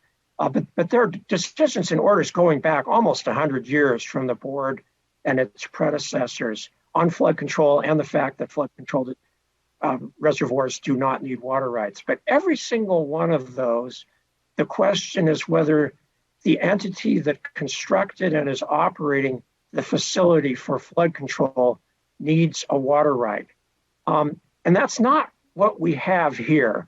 We have here the Corps of Engineers constructed Castle Dam and Reservoir, and the Central Valley Flood Control Board, or Flood Protection Board, now operates it. Whereas a totally separate party, Mr. Gonzalez, dug out the pit that became the pond and built the berm to protect his orchard. So it doesn't, we talk about being concerned about going off precedent. That it doesn't really fit within the board's prior decisions, board and the board's predecessors' prior decisions and orders on flood control and the fact that no water right is needed for flood control. So that's, obviously we'll do whatever the board members direct us to do, but I think the natural condition approach is more consistent with the board's prior orders than a flood control approach would be. And thank you. These are really questions helping me understand, and I'm not trying to suggest that we go one route or the other. I'm just trying to understand how these play out. I guess my other question is, you talked about, at two different points, and I think clarifying this issue of what kind of repair, by calling it a natural feature, what kind of riparian rights might be created. And clearly, we are very clear that during the irrigation system, there's not water, and that is that's not the case of what, this would not create that situation here, but that we didn't go into whether this would then create riparian rights outside of that season. And again, I just keep coming back to that.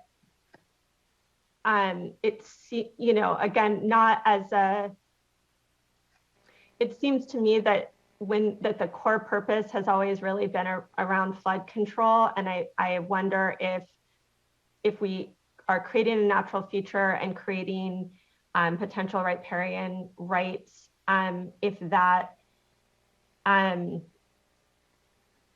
is then creating the ability to divert outside of irrigation season in a way that would provide some benefit to the landowner that, is not, I think clearly we don't want to be incentivizing or rewarding, creation of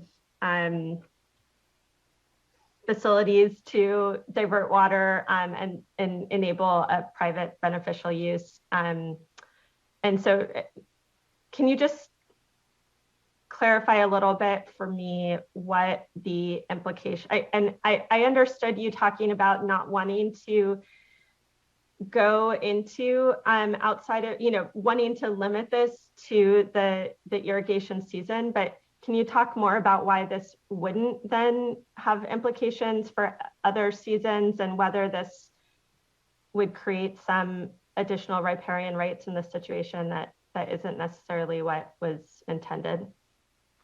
Well, and I have thought about that issue a lot, and it's important.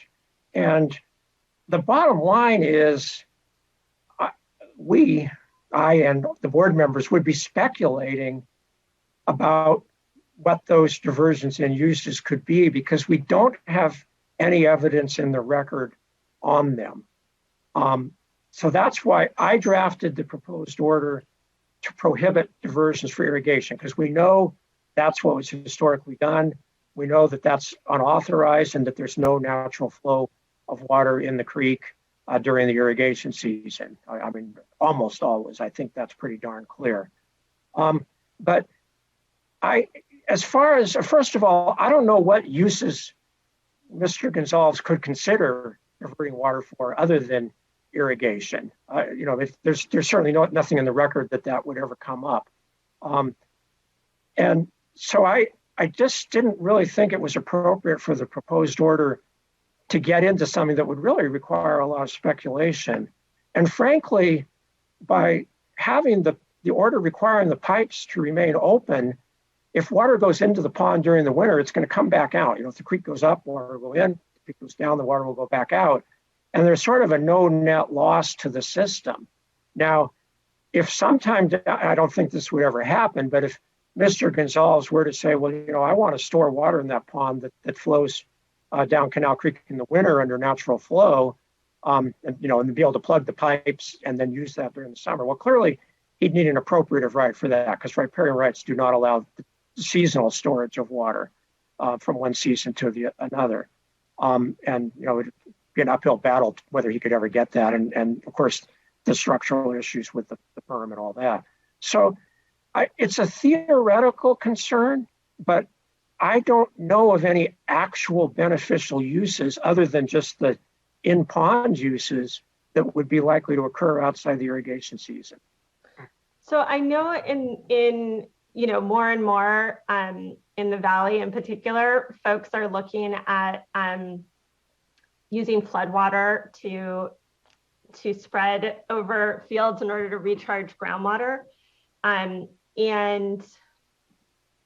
I'm wondering if this would allow him as a riparian user to do that, ahead of other water rights holders if we're holding this. Yeah, and the answer clearly is no to that, because if some, and of course you're absolutely right, diverting water in the winter into groundwater percolation is a very good policy thing, but that's seasonal storage of water for which an appropriate water right is necessary.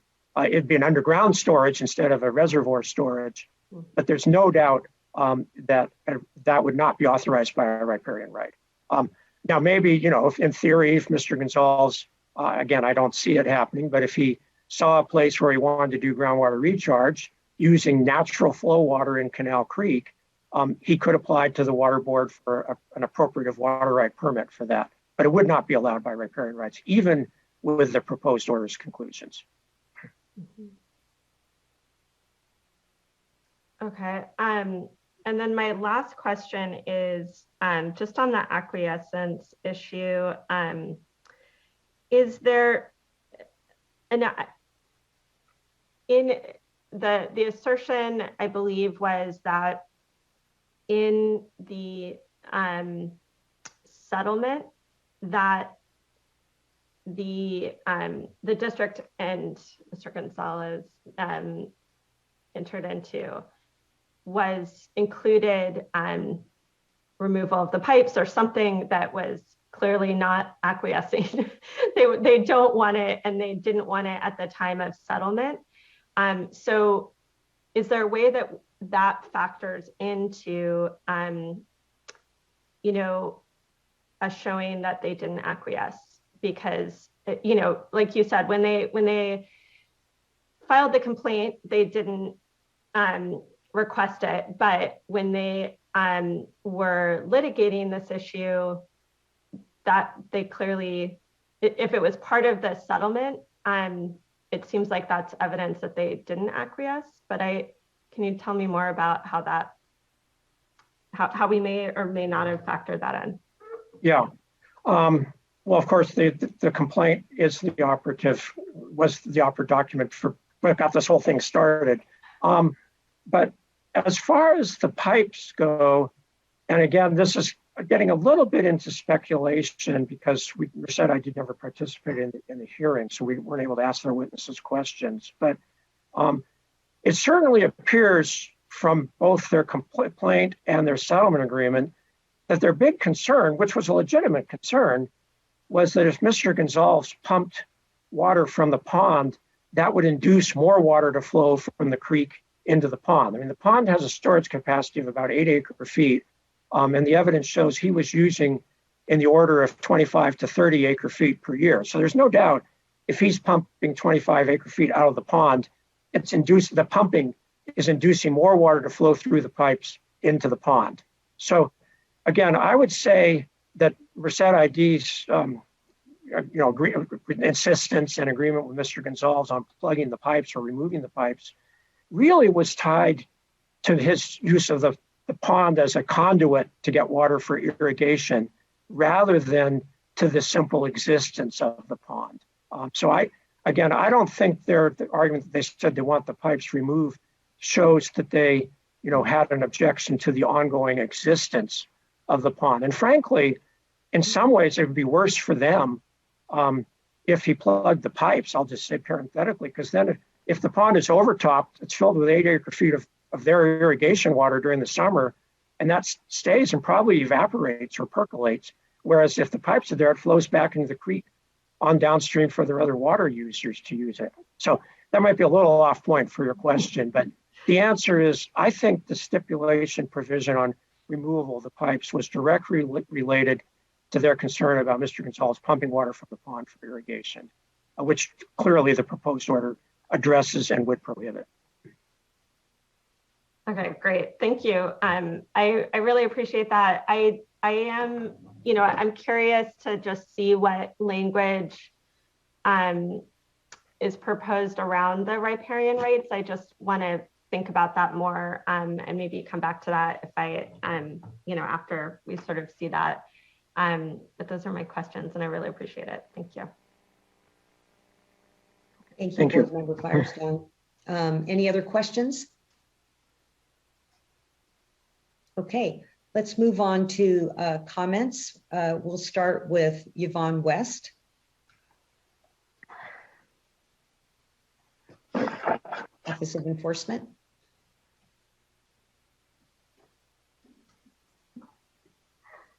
Good afternoon, Vice Chair D'Adamo, members of the board. Can you hear me okay? Yes. Great. My name is Yvonne West. I'm the director of the Office of Enforcement. And I'm here to comment on this agenda item. As you know, I have submitted requests for clarification on and changes to the proposed order on August 13, and I did appear at the last board meeting. Mr. Lilly has referenced my comments and addressed some of them. I'm appearing today to address the change sheets that were proposed and to discuss some of my concerns again. Hold on a second. Okay, great. Sorry, my screen was messed up there. The changes proposed by the AHO in change sheets 3 and 4, which were circulated late yesterday afternoon, do not resolve or address the concerns that I raised previously. Mr. Lilly did address some of those concerns verbally, and I'm going to respond to those. I respectfully disagree with Mr. Lilly's characterization that the natural water body finding is in line with case law. As I stated previously, I do not believe that finding is supported by case law or prior board decisions. It is an expansion of those prior decisions, and it expands it in an important way. And I still of the opinion that it could create potentially dangerous precedent if this board doesn't take some action to limit those findings. The changes proposed in change sheet 3 and 4, as I said, do not resolve or address my concerns. It can actually be argued that some of the change sheet language serves to heighten those concerns by suggesting that prescription against the public rights can be lost, the public rights to water can be lost through prescription, and that prescription against the state is only prohibited when the state can demonstrate an initial intent to divert water and put it to beneficial use at the time that the artificial water body is constructed. Turning to some of Mr. Lilly's verbal comments, I do appreciate his statements concerning the ongoing beneficial use in the ponds and his acknowledgement that there is recreational and aesthetic use in that pond. However, I disagree with his characterization of the prosecution team's original cease and desist order. It did not prevent storage of water in the pond at all. It prevented storage. It asked for an order to prevent water subject to the state board's jurisdiction in the pond. And I disagree that it's necessary to resolve that through the natural water body finding. That could have been resolved through allowing the parties to come to terms about removal of the pipes. I disagree with his characterization of the applicable state board decisions. This is a unique case where for the first time the board would be extending rights to a privately held artificial water body by declaring it a natural water body. Mr. Lilly points out a number of the facts that make this case unique, and it's the emphasis of the uniqueness of this case that I am looking for in some proposed changes to the order. I believe that the unique facts of this case limit the natural water body finding and the potential rights associated with that finding in a way that prevents it from having the kind of impact that I think future decisions that would rely on it might have, the dangerous precedent that I referenced previously. It is an expansion of the natural water body finding.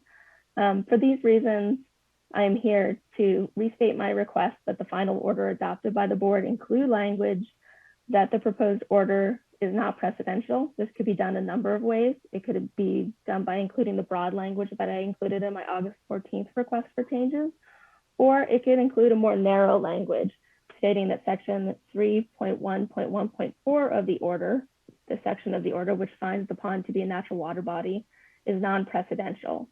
I did provide some language to the clerk that we could put up that suggests those types of changes. And this would be an additional finding in the board order itself, limiting to section 3.1.4. Hopefully you guys can see that. It's a little bit hard on my screen.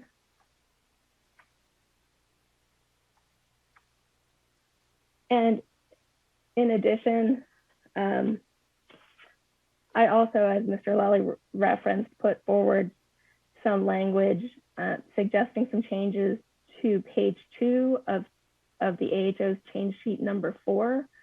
On that change sheet, I suggested some additional changes that I believe provide important context for the natural water body finding in the order. If we could page down.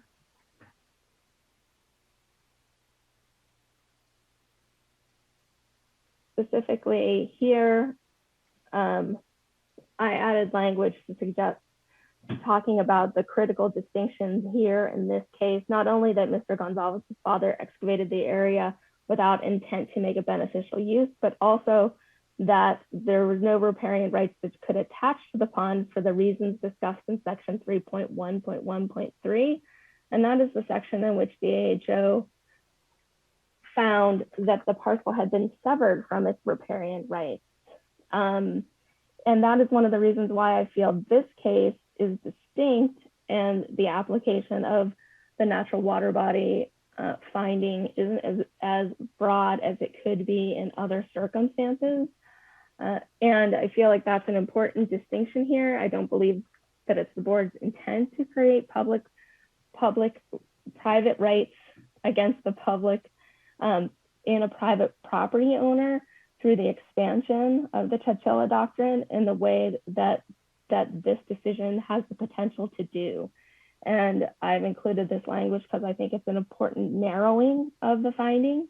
And, you know, we heard Mr. Lilly talk about all the unique reasons why this particular case would not create riparian rights, or he also conceded that he hadn't explored or thought about what other additional riparian rights it could create. That's the kind of dangerous and unexplored consequences I feel like this expansion could have. And I think would be beneficial from a policy perspective for the administration of the state's water rights structure for the board to make some specific language findings to narrow this decision so that it does not have the potential to have those unintended consequences of potentially creating private rights to artificial water bodies that may have not been created initially for the intent of beneficial use, but then in a time of water scarcity are turned to for those kind of consumptive beneficial uses such as irrigation.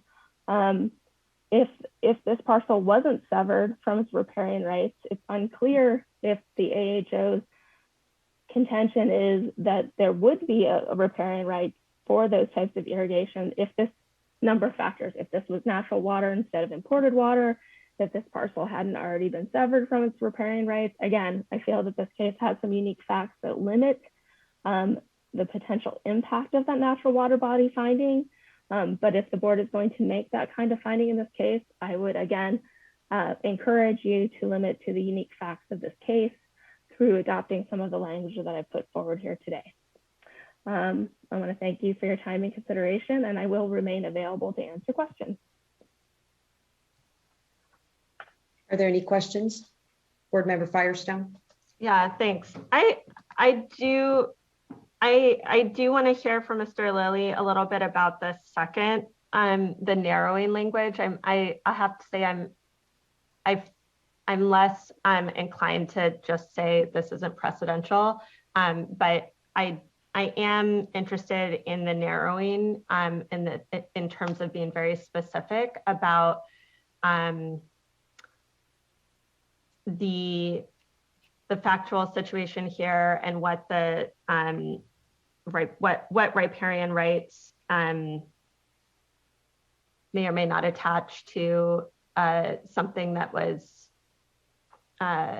accidentally created for creation of a berm and now has become a natural feature. I don't know. And Mr. Lilly, if you can also chime in at the end, so you don't have to answer right now if that's, but just would love to hear thoughts on that at some point. Yeah, well, if it's okay with you, it's probably best if I let the other commenters go first, and then I'll circle back again, which I will be glad to do. Thank you. Thank you. Can I just ask that the language be shared with us? Can someone send Janine or others send that over to the board members? What was, are you talking about what was just shown up on the screen by Ms. West? Yes, I am. Sure, Thanks. I'll send it to you. It's hard to see. Yeah. Okay, any other questions? Otherwise, we'll move on to the next commenter is Tom Berliner.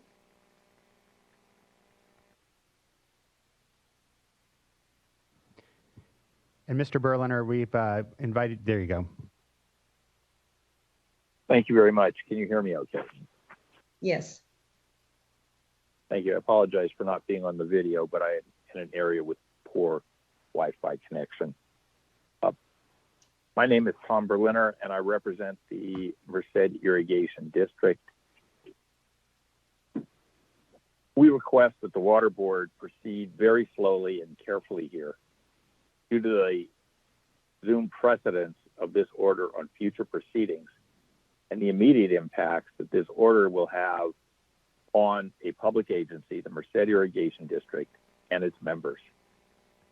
In our view, the order represents an unwarranted and continuing impact on MID and its members in numerous ways. We submitted previous comments on August 13th and September 16th. I won't repeat or get into those. They continue to be relevant despite the changes to the proposed order. But we also believe that the proposed order must be modified in light of the current changes proposed by the Administrative Hearing Office. First of all, MID very much appreciates the amendment to the proposed draft cease and desist order and ACL complaint with respect to the provision under Section 1D3 that previously provided for submitting the diversion of water subject to the statement of diversion and use, and that this be reported more appropriately, just as enforcement notifications are undertaken. This way, there won't be confusion regarding our other customers that do divert from whether it's Canal Creek or elsewhere pursuant to deliveries from MID. We're also supportive of the edit that the use of the pond will be rendered inactive for future years and for irrigation purposes, but it does raise a significant question in our mind regarding the new nature of the pond as a riparian body, finding that it is now natural. As the proposed order recognizes on pages 31 and 32, the Gonzalez land is severed from Canal Creek.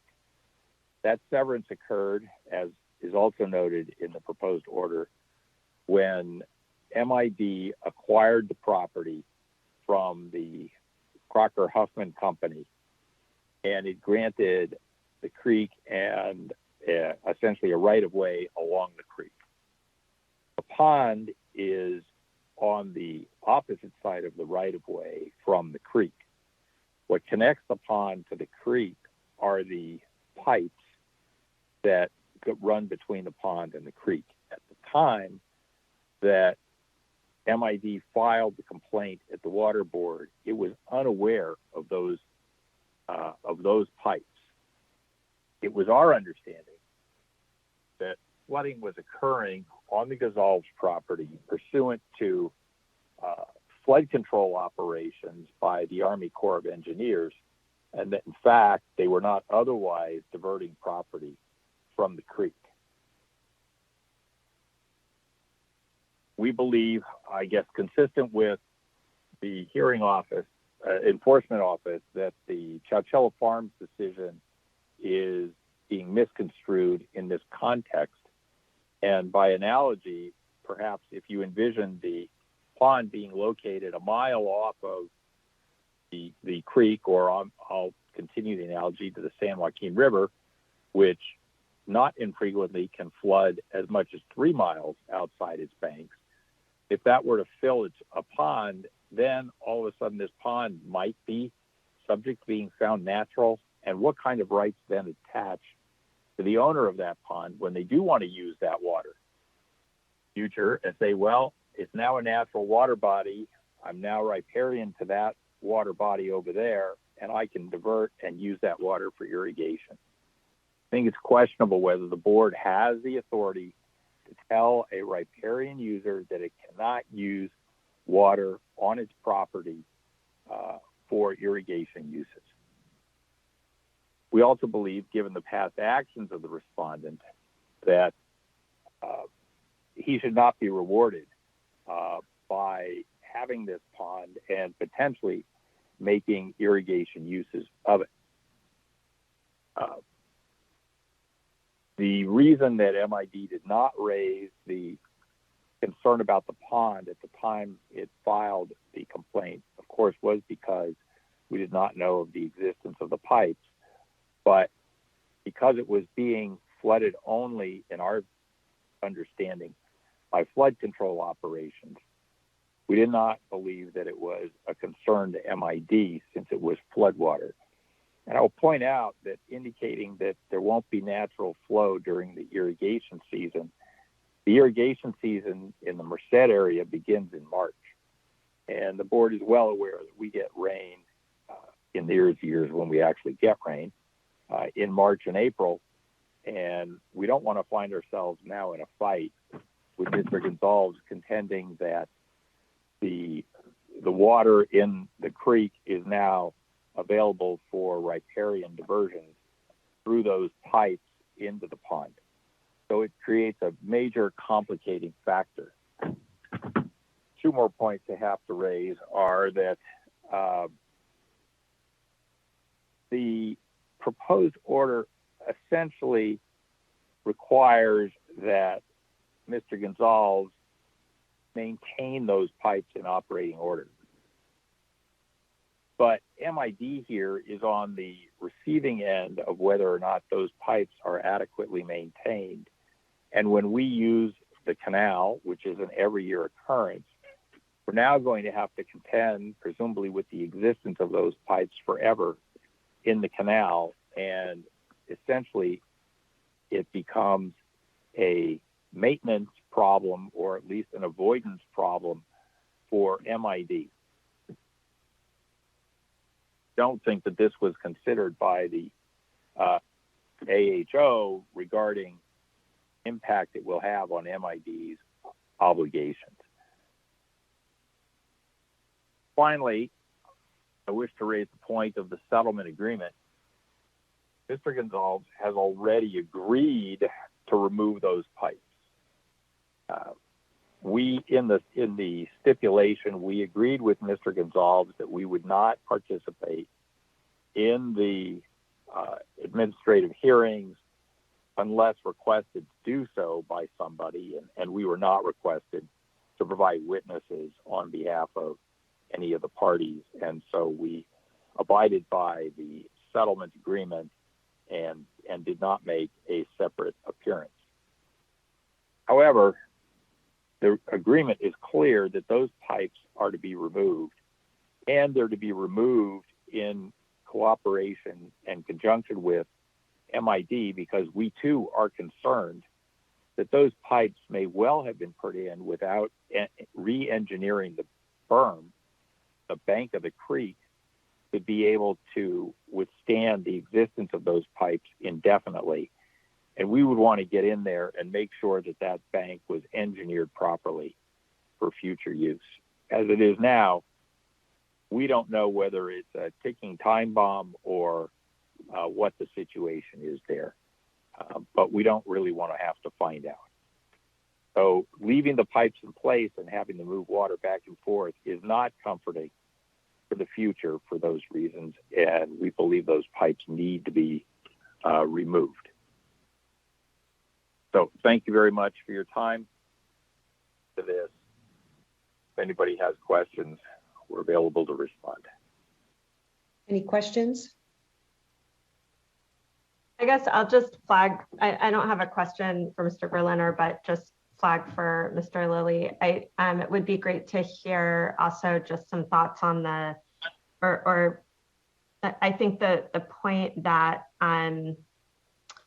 there is not acquiescence on the pipes themselves. And although there was certainly knowledge of the pond, I just would love to hear more on that issue as we go forward. Thanks. Anyone else?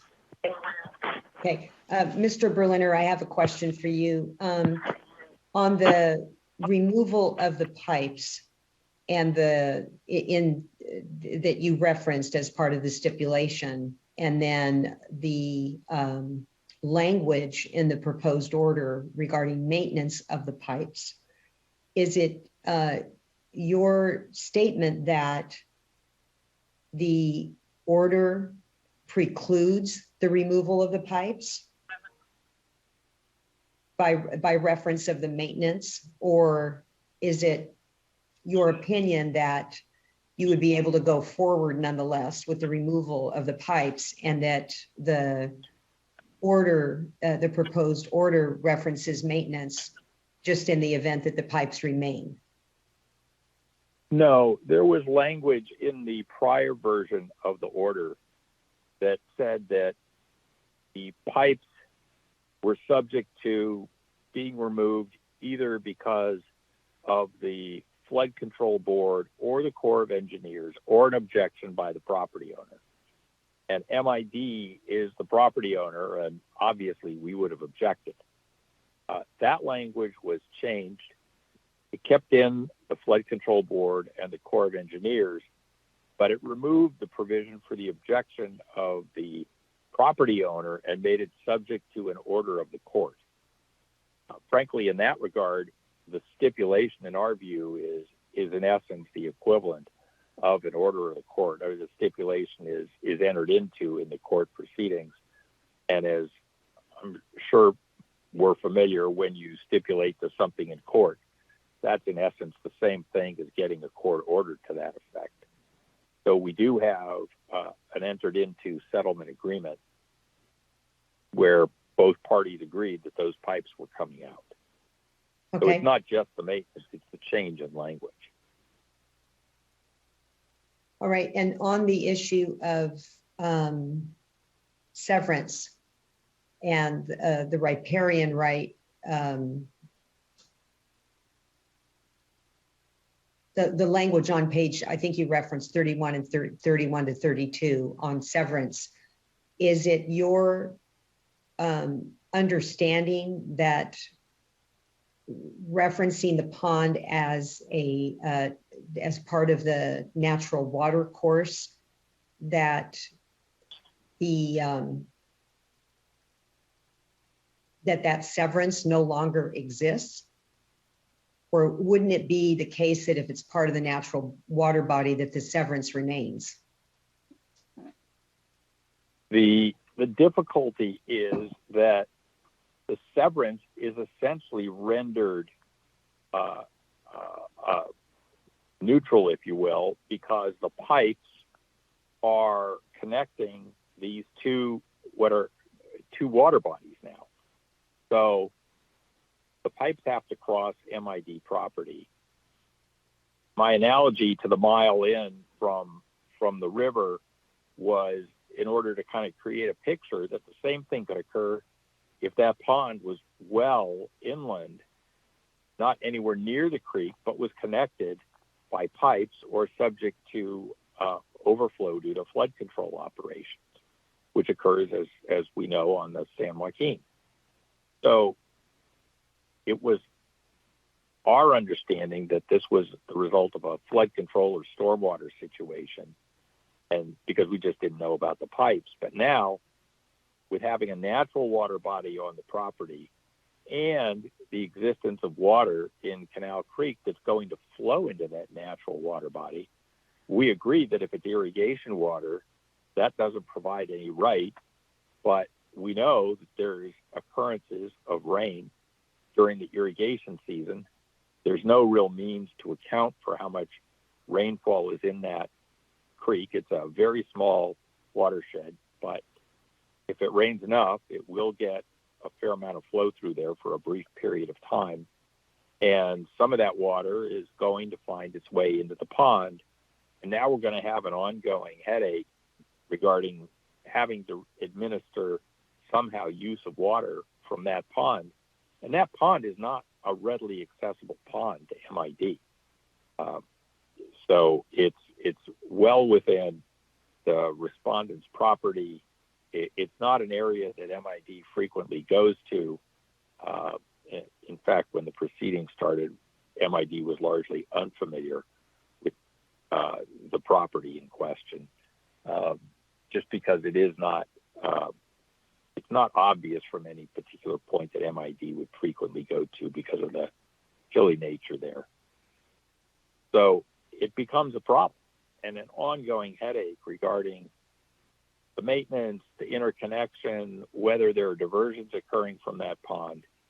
And in essence, it falls onto MID now to have to police that.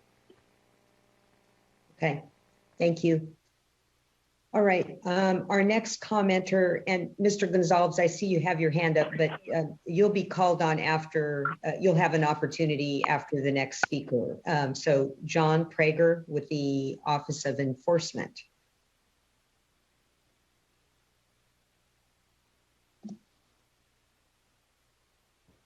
Good afternoon. Can you all hear and see me? Yes, we can. Hello. Hello. I've prepared a statement, but there's been a lot of discussion in the last hour or so. So I'm going to read my prepared statement and then try to go through some of the points that I'd like to raise. Again, good afternoon, board members and Vice Chair Diadamo. My name is John Prager. I'm an attorney in the Office of Enforcement, and I represent the Division of Water Rights prosecution team in this matter. The prosecution team opposes the adoption of the proposed order in its current form because it doesn't acknowledge or substantively address the issues raised in the prosecution team's comments on the draft proposed order. The changes proposed in the change sheets circulated yesterday don't adequately address the prosecution team's concerns. The prosecution team supports the comments made by Ms. Yvonne West and Merced Irrigation District regarding the potentially dangerous precedent of applying the analysis in Chowchilla Farms v. Martin to this fact pattern, and supports Ms. West's request to designate the proposed order as non-precedential and her change sheet with a limiting language circulated this morning. The prosecution team also supports MID's proposed changes to the cease and desist order portion of the proposed order, which would require the removal of the pipes that divert water from Canal Creek into the reservoir and restoration of the banks to its original condition, rather than leaving them in place and allowing the diversion to continue. This proposed change has the benefit of not directly contradicting a settlement agreement reached between Mr. Gonzalez and MID back in 2019, which required the removal of the pipes and restoration of the bank. Now, that's my prepared statement. There's a lot of discussion that's going on, and I'll try to address it in as efficiently a manner as possible. And then I'll open it up for questions. In regards to Mr. Lilly's changes, or first, let's address Mr. Lilly's comment that without the Chowchilla analysis, the finding of a legally natural pond, that Mr. Gonzalez would need a permit, but that he can't get a permit because all the water in Canal Creek is MID's previously appropriated water in the within the irrigation system or season. Now, Mr. Berliner actually just mentioned this. The prosecution team submitted evidence that there is, in fact, natural flow in the wintertime. And the prosecution team submitted evidence that there is, in fact, some amount of dead storage in the reservoir. Now, Mr. Lilly and the proposed order have argued that all the water that flows into the pond at some point will flow out and that there is no net seasonal storage. That's contrary to both what Mr. Berliner is saying and what the prosecution team argued at the hearing. So that's a kind of a factual dispute that results in part of this issue developing. The second thing that Mr. Lilly mentioned that I wanted to address was that he claims that there was no feasible plan to render the pond incapable of storing water. He mentioned that one possibility was they could fill it with dirt, but that would be inordinately expensive and potentially not possible.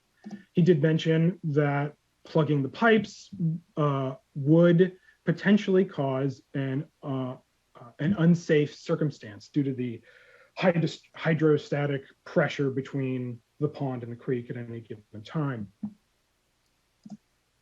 He mentioned that Damon Hess at the hearing said that this was true and that there was no safe way to plug the pipes. It's not exactly an appropriate characterization of what the prosecution team argued. The prosecution team argued that this could be a problem and that any particular compliance plan should address this particular issue. And that's actually what was proposed in the original draft cease and desist order, that a plan should be created and signed off on by the relevant agencies like the Flood Protection Board and the Army Corps to make sure that any particular compliance plan that Mr. Gonzalez comes up with is safe. So that addresses that. The second thing is that in our comments on the draft proposed order, we actually submitted a slightly different change to what we thought the cease and desist order terms should be. And I don't actually think that the response to those comments that are now attached to the proposed order adequately reflected that. I got it here in front of me.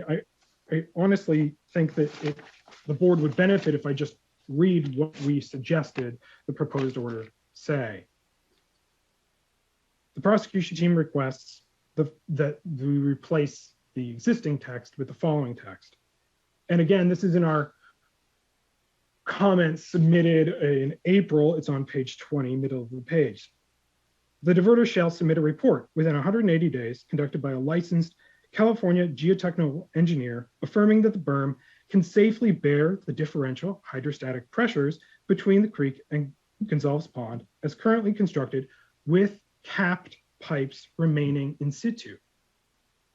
If the geotechnical study finds the capped pipes would result in an unacceptable security risk, the report shall consider the feasibility of implementation of installation of check valves on the pipes, or ultimately removal of the pipes altogether to eliminate the threat of unauthorized diversions.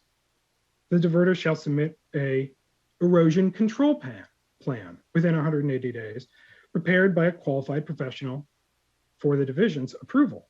These two items together would eliminate unauthorized diversions while ensuring a reasonable level of berm stability for the diverter, public trust users, MID, and downstream stakeholders. So I'd like to point out that Mr. Lilly was technically correct, that the prosecution team witness said that this would be a problem. But the prosecution team presented what I think to be a relatively reasonable plan for handling that. The second thing, or the last thing I'll say on this particular point, is that MID and Mr. Gonzales, who, despite what he'll say, I'm sure later, was actually represented by competent and well-respected defense counsel, settled this particular issue in 2019, where they agreed to remove the pipes and restore the banks of Canal Creek to its original condition. Moving on to what Mr. Lilly believed to be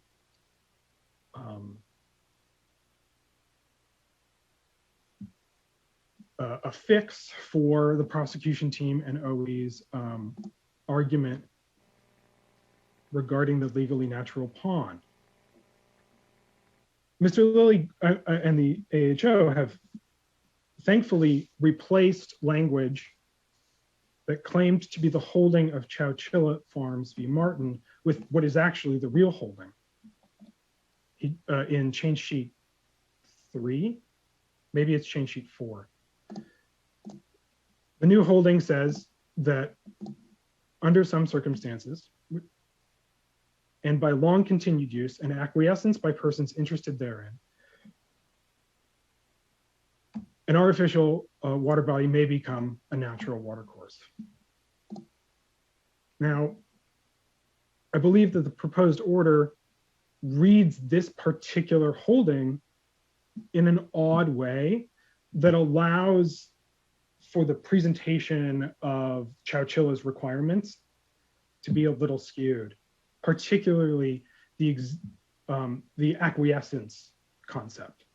Now, we got to it in a little bit in some of the questions as to whether or not the acquiescence requirement should focus on the existence of the structure itself or the existence of the use of the structure in its artificial condition.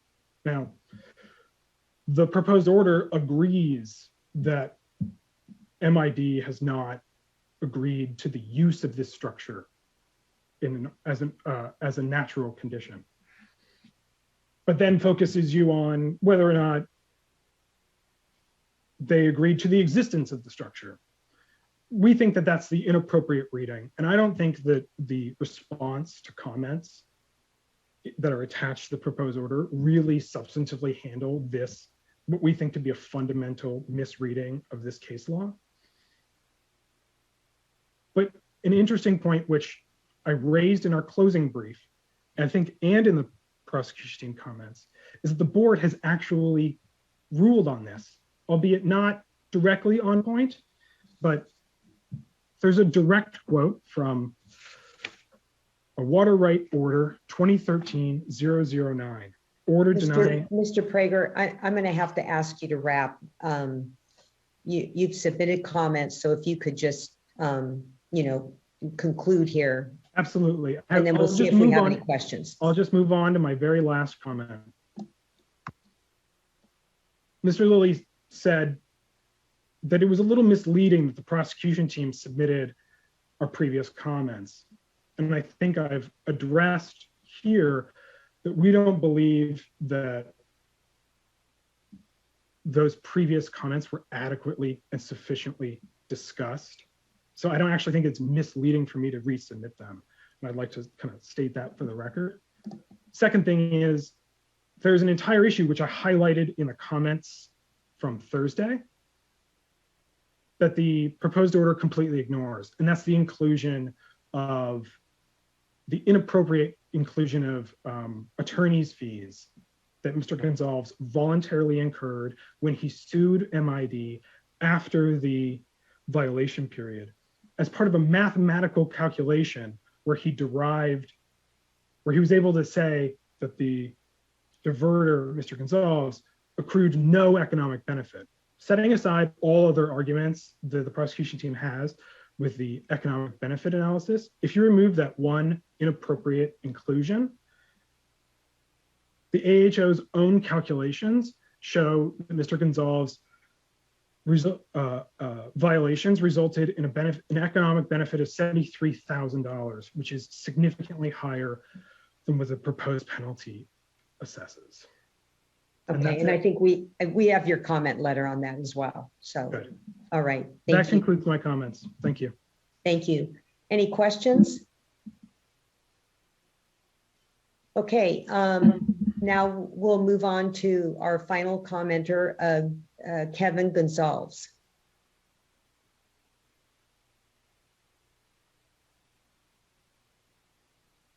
Okay, I'm having technical difficulty. Can you hear me now? Yeah, we can hear you fine.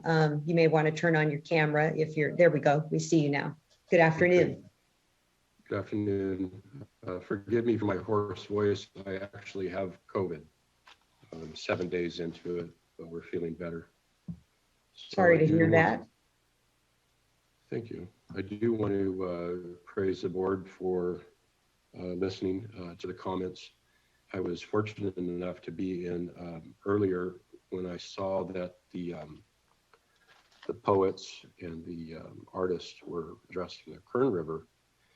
And I think it's important to say that, you know, I'm 5th generation here on Canal Creek, a natural water body. My grandmother and my great-grandfather were also artists. We have renditions and glass in our house of the creek itself. Every year we host people from our churches that come down and enjoy the peaceful serenity of Canal Creek. And I want to point out the fact that even our daughter's wedding pictures were taken in 2015 during the drought, when there was no releases, absolutely no releases from the Merced Irrigation District, and there was still water in the pond. It's important to note on our deed of trust that's been handed down to our family for generations that the Army Corps of Engineers knew about the ponding of water on the property, so much that when the Army Corps of Engineers produced the operation and maintenance manual of the Castle Dam project, they clearly put the property as the pond on deed 108E and 108E1. I tried to submit the information as best I could. There's plenty of positions where we probably should have had our attorneys, because this case has crossed over a line from being a water board issue to a civil litigation issue, back and forth multiple times. So I apologize for my attorneys not being here. I think they should have answered some of those questions for you. So I'll answer them as best I can. This doesn't have to be a precedential case because it already meets precedential requirements. The natural waterway that Canal Creek sits on is a natural waterway. Army Corps of Engineers repeatedly said that on the Castle project. The Castle Dam project footprint goes 1 mile south or downstream from us and 1 mile above stream from us. I don't know if that picture has been painted for you guys, but our land sits smack dab in the middle of the flood footprint. My dad became pretty close with some of the engineers from the Army Corps of Engineers, and you know, they're not here today, but I do have to say, from when I look back at the history, there's a lot of important history that doesn't have to be changed. It's already in writing. It's already in deed. In fact, it's on our deed. That doesn't have to be permits made up, because the deed is already saying that that water will always and forever be there, because the footprint, the flood footprint of the Castle Dam project will never change. It's a permanent flood easement, and it's the one and only permanent flood easement that's in California Water Code 12667, which is the flood control project. And it has to be looked very deep. I submitted the operation and maintenance manual as an evidence key, and I also submitted my deed. And right there, we probably should have just stopped conversations. But because these other additional questions have come up, you know, I apologize for calling somebody a name last time, because it's passionate to me.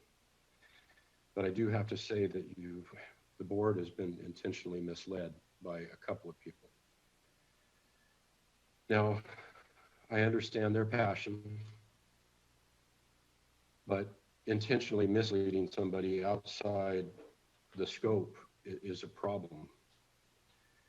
And I guess I would beg and plead to the board that the board stay within their guidelines. I have no intention of using the pond for irrigation in the future. When I did use the water, it was an emergency. I have a source of gravity flow water, which is much more beneficial. The elevation changes down there on the property had to be visually seen. I want to thank Mr. Lilly in the AHO's office for coming out to visit the site, because two-dimensionally, you can't really tell on maps how the elevation changes down at that property. There's more than a 20 foot of elevation change from the top of the property to the creek side. Now with the creek side, like all waters, natural waterways that move, so do property lines. Property lines, it's called like an ebb and tide. I'm not really familiar with how the water properties can actually move. That's something that's unique to natural waterways. If you took a look at the maps, and I don't know if we can make the analogy of a snake careening downstream. Mr. Gonzalez, you're beyond time. I'm going to have to ask you to wrap, unless there's something that you want to add, you know, in response to, you know, from the last time we met, you know, in response to anything that's in the change sheets. I'd like to just have you conclude at this point. Mr. Lilly's change sheets probably are more accurate than the others that have made statements, and they had a little more time than me. Thank you for your moments. We tried the case, we did well. The water that was in there will always be there, even when the MID will never release water, even in drought seasons, because of the natural position of that particular property. So thank you for listening to us.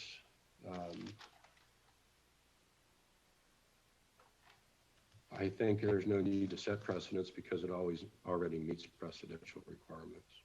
So thank you for hearing me. Okay, thank you for appearing before us today, and take care. Any questions of Mr. Gonzalez? Yeah, one quick question. Mr. Gonzalez, can you just confirm for me and for all of us about this settlement that you've entered into in 2019? Can you just confirm that you have agreed to remove the pipes? pursuant to that settlement and stipulation? Because I think that's an important fact here. And I'm trying to sort out in my mind how that interplays. Sure. You know, in 2019, I never envisioned myself having to retry myself in a double jeopardy type case where I'd be answering to another agency. So really, my attorneys have said that they are two separate situations. And I think that's probably best to say we should defer those to my attorneys for that case. It's kind of outside of what we're discussing here today. So I think it's irrelevant on our discussion today.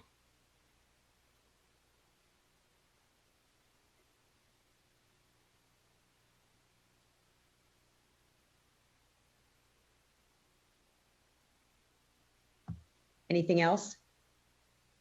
Okay, thank you, Mr. Gonzalez. All right, I think Ms. Firestone had some questions and wanted Mr. Lilly to respond to, and then I have a question as well. So let's bring Mr. Lilly back. Okay, I've been trying to take notes here. So if I miss anything, board members, please let me know, but I'll do the best I can. I'm just going to try to go down in order and just hit a few points. First of all, just regarding Ms. West, I'll just stand by my prior statements. This case just does not track the board's 2002 and 2008 orders where they found reasons for non-precedential findings. We don't have it here. I really disagree with Ms. West's findings, or Ms. West proposed edits that we saw today for the first time. They talk about other equitable considerations. I don't know what that means. Talks about the riparian rights not attaching to the pond, no riparian rights attaching to the pond. I'm not sure that that's really necessary for that discussion. I don't think it is. So I recommend not accepting Ms. West's proposed language on that. Now, I'm trying to remember, I tried to answer Ms. Firestone's first question. I tried to write it down here best. I think it was, and maybe Ms. Firestone, you can, or board member Firestone, you can repeat it for me. I think your question was what riparian rights apply here with the berm. Did I get that right? Or maybe you could restate it so I can answer it correctly. I don't know that I can say, but okay. No, I mean, I think that where I'm at now, I guess to use everyone's time best is just, I would like, so I agree on the precedential nature of the decision. I think that doesn't apply here, but I am more concerned with how we narrow this. And so I think the second set of the second paragraph for page 35, if you could speak more to that, because I am concerned that what we're doing here is broadly creating riparian rights and opening up a whole slew of potential also disagreements and sort of area of people contesting riparian rights going forward, when I don't think that is the intent or the type of benefit that should accrue to the actions that were undertaken. So can you? Okay. Yeah, and excuse me, but Mr. Berliner made some statements about this, and they're just not correct. So I do think on riparian rights. So I do think it's important to get into those. He in essence said that because the proposed order would find the pond as part of the creek, that extends the land area that can be adjacent to parcels and therefore subject to riparian rights. And that certainly is not the case here. It's a little hard to speculate, or dangerous probably to speculate about how that would apply in future cases. But here on page 31 of the proposed order, we discussed this. There was a deed by the landowner, at that time it was the Crocker Huffman Land and Water Company, in 1922. And in addition to conveying certain lands, the deed conveyed the water rights in this part of Canal Creek to Merced ID. And the proposed order very clearly says, by conveying the water rights, that severed the riparian rights. So regardless of how the footnote of Canal Creek may change, there are no water rights, no riparian rights left in the property as far as, particularly as far as irrigation is concerned. So, and just going on to page 32, we did not, but because we just had the preliminary surveys, which were, I'll just say, equivocal and ambiguous, and I think the prosecution team correctly said this is not a record of survey that can be relied on. So we didn't. The proposed order says we do not decide what weight to give these drafts because, as discussed in the preceding paragraphs, we conclude that there are not any significant amounts of natural flow in Canal Creek during the irrigation season for any diversions for irrigation purposes, and because the riparian rights were severed in 1922 by the conveyance of the water rights. So Mr. Berliner's parade of horribles about Mr. Gonzalez coming back and asserting rights to divert water from the pond for irrigation would not occur if the board adopts the proposed order. Paragraph 1A on page 60, the first paragraph of the cease and desist order, says respondents shall not divert any water from the Gonzalez Pond or Canal Creek for irrigation or any other purpose of use on the orchards or the other areas that could become orchards, unless respondent has entered into a signed written agreement with Merced ID or has a permit from the district for such diversions and has filed a copy with Water Rights Enforcement Section. So we've covered it. He's not going to be able to divert water from the creek for irrigation unless there's an authorization from Merced ID, regardless of season or anything else. Regarding the pipes, I just come back. You asked Mr. Berliner, what about acquiescence in the pipes versus the ponds? And it's a fair question, but I think the bottom line is Merced ID acquiesced in the pond, and the pipes are necessary for the pond to function in the future the way it has for the last 25 years, up and down. So we're proposing basically to continue the status quo rather than to make any changes in that.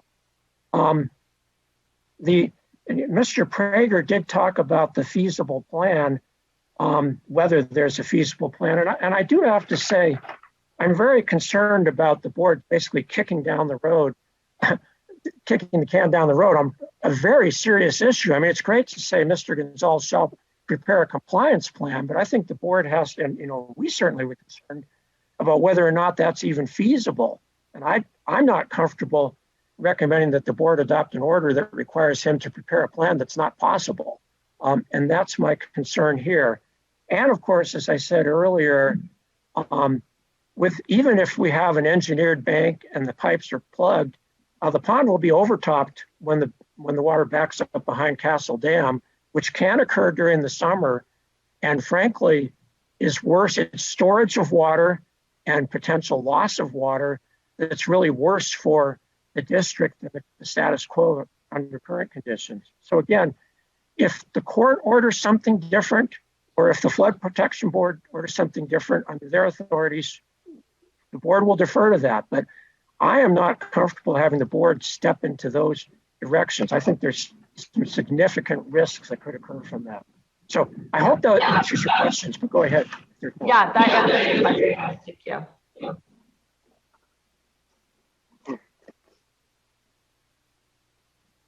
You're still on mute.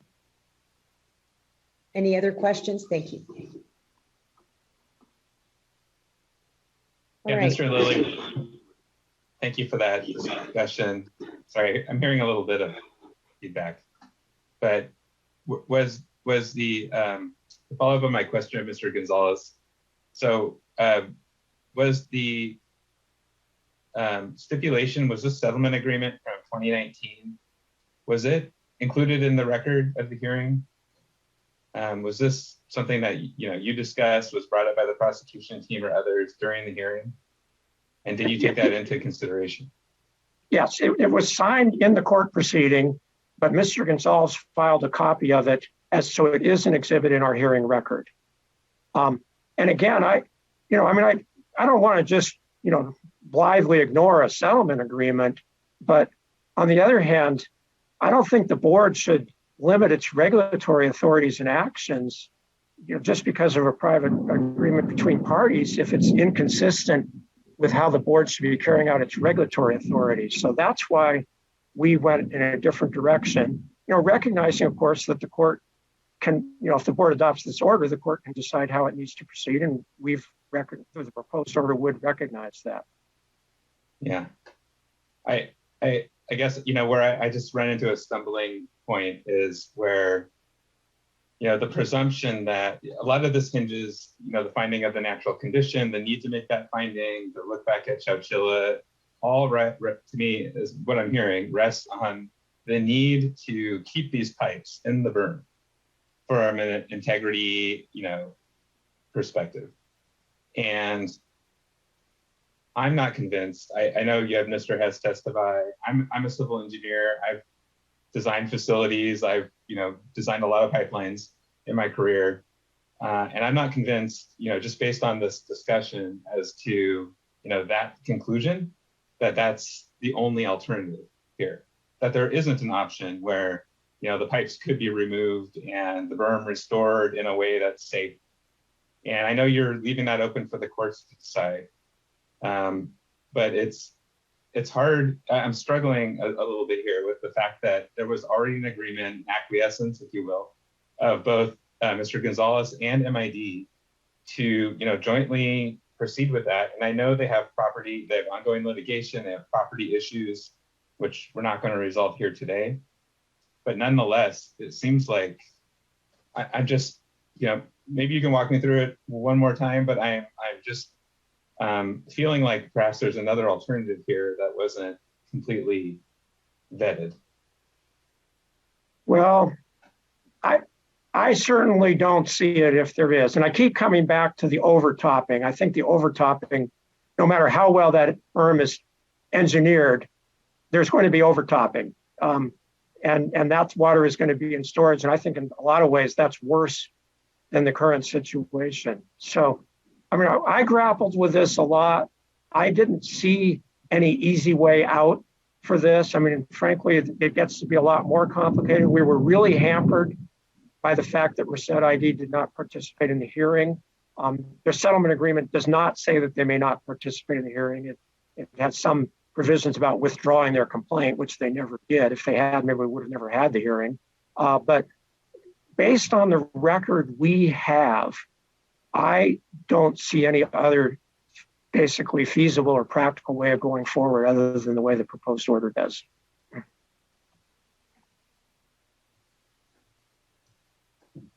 I could just chime in real quick. As the other engineer on the board, I am in agreement with Sean. Board member McGuire, I am also struggling here. I also believe that, with the proper, with the full engineering analysis, with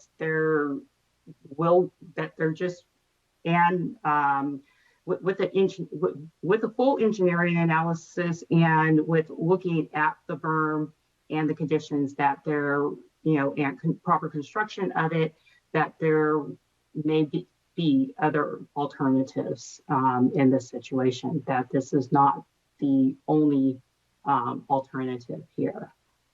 So, I'm also struggling that this is the only solution, to move forward. And I certainly respect that. I'm not going to question two engineers' lurid opinions on that, but I guess I would just say, really, even necessary or not, I think the natural condition finding is supported by the current, basically the applicable board orders and court decisions. So I think it's an appropriate way to go forward, and certainly rather than, I guess I'd say, speculating or, having to get more evidence on what other alternatives are. But of course, it's the board's decision on how to go forward. Yeah, so I'll just chime in here and say that this has been interesting. It's a complicated case, and I think that the time was warranted, the extra time for us to, I can say for me, I went back and read through the order again, and then I found the memo to be very helpful. And my challenge was just really drawing the distinction between the diversion and the pond. And on this issue of, acquiescence, the acquiescence of the diversion versus acquiescence of the pond. And so going back through and reading through that again, I had the opportunity, I think, to gain comfort in the decision. And then also because I just feel that it's important for us to move forward on this and not overly complicate it, where we need to, I think, stay in our lane. And I appreciate the change sheet. I think it's change sheet number 4 that recognizes not just the role of the Corps of Engineers and the flood control of the Central Valley Flood Protection Board, but also a court order. And so I think that places it, more in the aspect of this, overstepping on a property rights violation and something that was done or shouldn't have been done and how it could be corrected. And I suspect, but I'm going to ask this question, in the event that there is that removal proceeds, that there would be potentially there would be an opportunity for this to be brought before the board in some way. And so I don't want to assume that. So I guess, and I don't know, Mr. Lilly, if you have the answer to that, but mainly I think, it's important for us to let the lead agencies on flood protection undertake their role, have the courts undertake its role, which, as Mr. Lilly said, that's their area of expertise on these, property disputes. And then as far as the method of correction, giving it the opportunity to address these issues rather than us speculating. And I think we've done the best we can on that, which is pretty darn good, I'll just say. The proposed order has provisions where if there's an order from the Flood Protection Board or the Corps or a court that require changes to the compliance plan, then Mr. Gonzalez must meet with Division of Water Rights Enforcement section, try to work out an amendment to the compliance plan that addresses the changed circumstances of those orders. It provides for the Deputy Director, now Mr. Ekdahl, to finally decide those if the parties can't reach agreement. And of course, then any decision by Mr. Ekdahl would be subject to a petition for reconsideration by the board. So I think we have exactly the process you're talking about. Let them do the technical work as necessary to address court orders, board orders, and so forth. If they can work it out, great. If they can't, send it to Mr. Ekdahl. And if there still is an unresolved issue, then it comes back to the board. So I think that's exactly what you're contemplating here. Yeah, thank you for that. And then, so then the remaining issue, really is the issue of the diversion. And so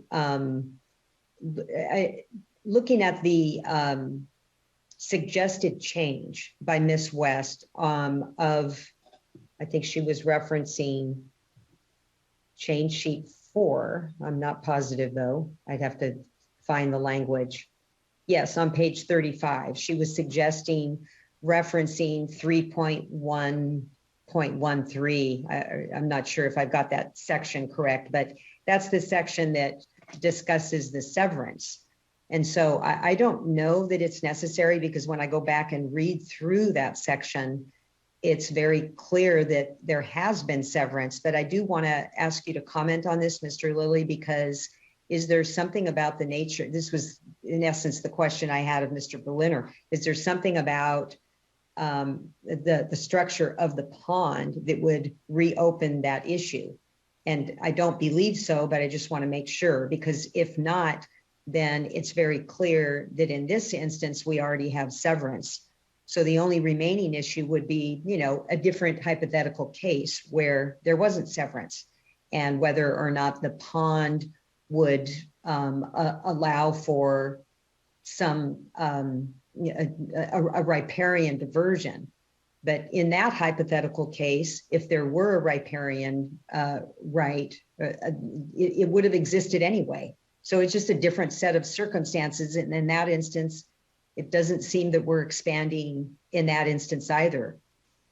You know, going through the hypothetical where there wasn't severance. Well, it's certainly there's severance here of the water right, regardless of the conveyance of the different parcels and so forth. So you're absolutely right. It's hard to speculate about what's going to come up in future cases before the board, probably impossible. So I guess my feeling is it's best to leave those for future decisions.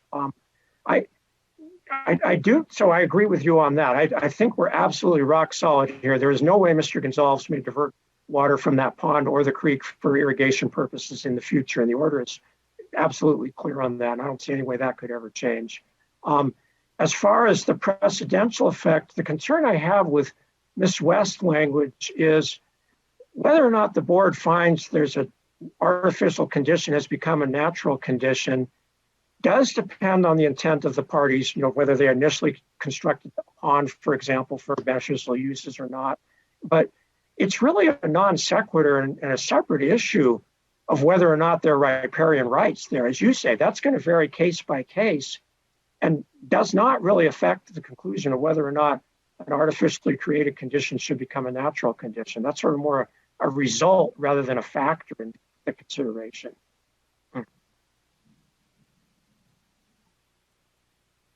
Can I ask a follow-up question just on your two questions, Vice Chair? Is so in your first question, just so I'm making sure I'm following this, is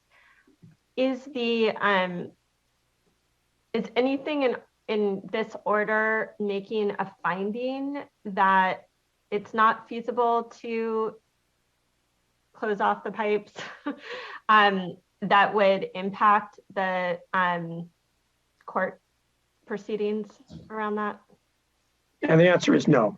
I mean, this whole issue of what's necessary or not is not really addressed in the order. It's not addressed in the order because it's not, I'll say, necessary to the order. I mean, the order makes an analysis based on applying the facts, you know, the legal rules to the facts, not on what result the board should obtain or should not obtain. But to answer your question, we've very clearly written it so we do not in any way limit a court or the Flood Protection Board's future actions. And the board, as you know, as I said a few minutes ago in response to Mr. Adamo's questions, the board will follow up as necessary to address those orders if they're made. So I think we've handled that pretty well.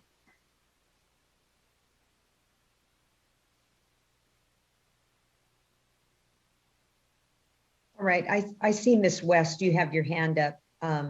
Unless Board Member Firestone, did you have anything further on that thread? Okay, Ms. West.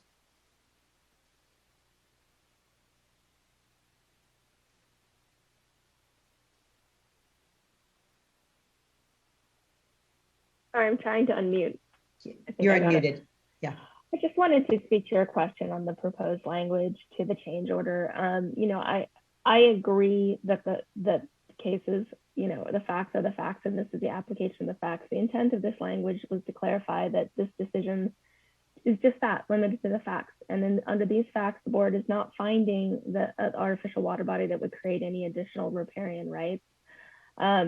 This is again, I feel like a expansion of the Chowchilla case, and again, trying to make it clear that the board is, in considering and adopting this case and applying the natural water body finding to this particular case, one of the unique facts is that there are no riparian rights at issue, and the concept, you know, that you could preclude public rights to water based on an initial intent not to beneficially use the water, but then to subsequently transition to a beneficial use, that you would preclude the state from exercising its enforcement authority from, someone who is diverting from a riparian, diverting from an artificial water body that previously had never done so, based on a period where there was no use to acquiesce to.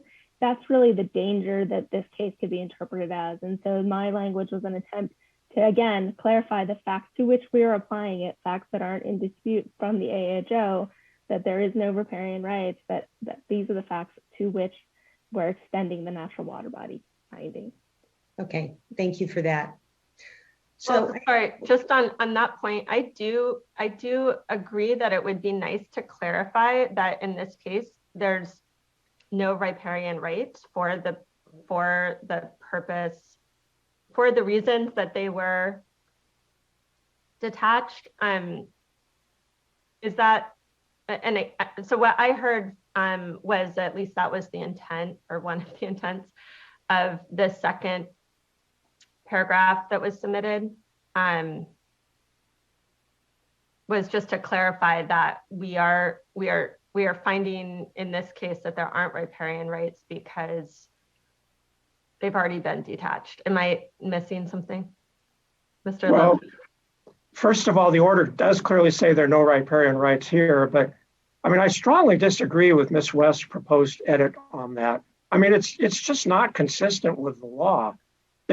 In the Chowchilla Farms case, there was an artificially created channel that became a natural channel, and riparian rights did attach to that. That was the whole point of that holding.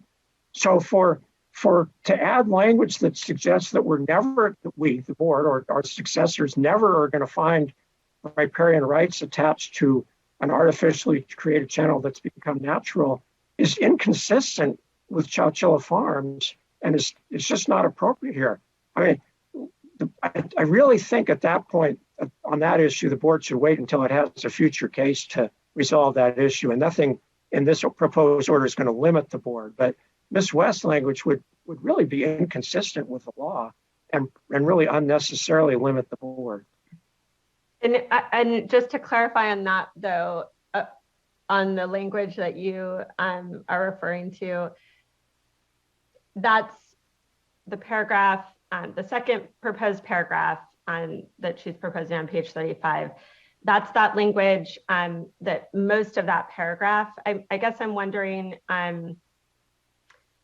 the last portion of that at least in my copy is in red, that I'm understanding that no riparian rights can attach to the pond for reasons discussed in section 3.1.1.3, which I think is the separation of rights. So that point though is already captured in the order? Is that what you're saying? Or do you have concerns with that language? My argument, or my point is, the order says that there are no riparian rights in this case. But I think Ms. West is trying to add language that would limit a finding of riparian rights in all future cases whenever an artificial channel is turned into a natural channel. And that is what is inconsistent with the law. That's just flat. It's directly inconsistent with exactly what happened in Chowchilla Farms. So okay. I don't think the board should add that text. Yeah, that's helpful. Mr. Lawfer.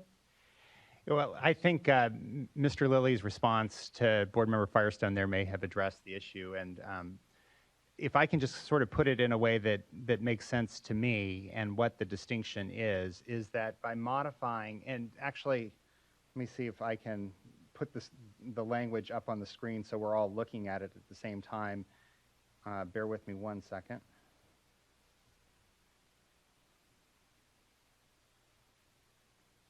And actually, I guess we're going to have Ms. Tyler go ahead and put up the language that we're discussing. And Ms. Tyler, it's the second page of the document that had been distributed to the board members after Ms. West read it into the record or showed it during her presentation.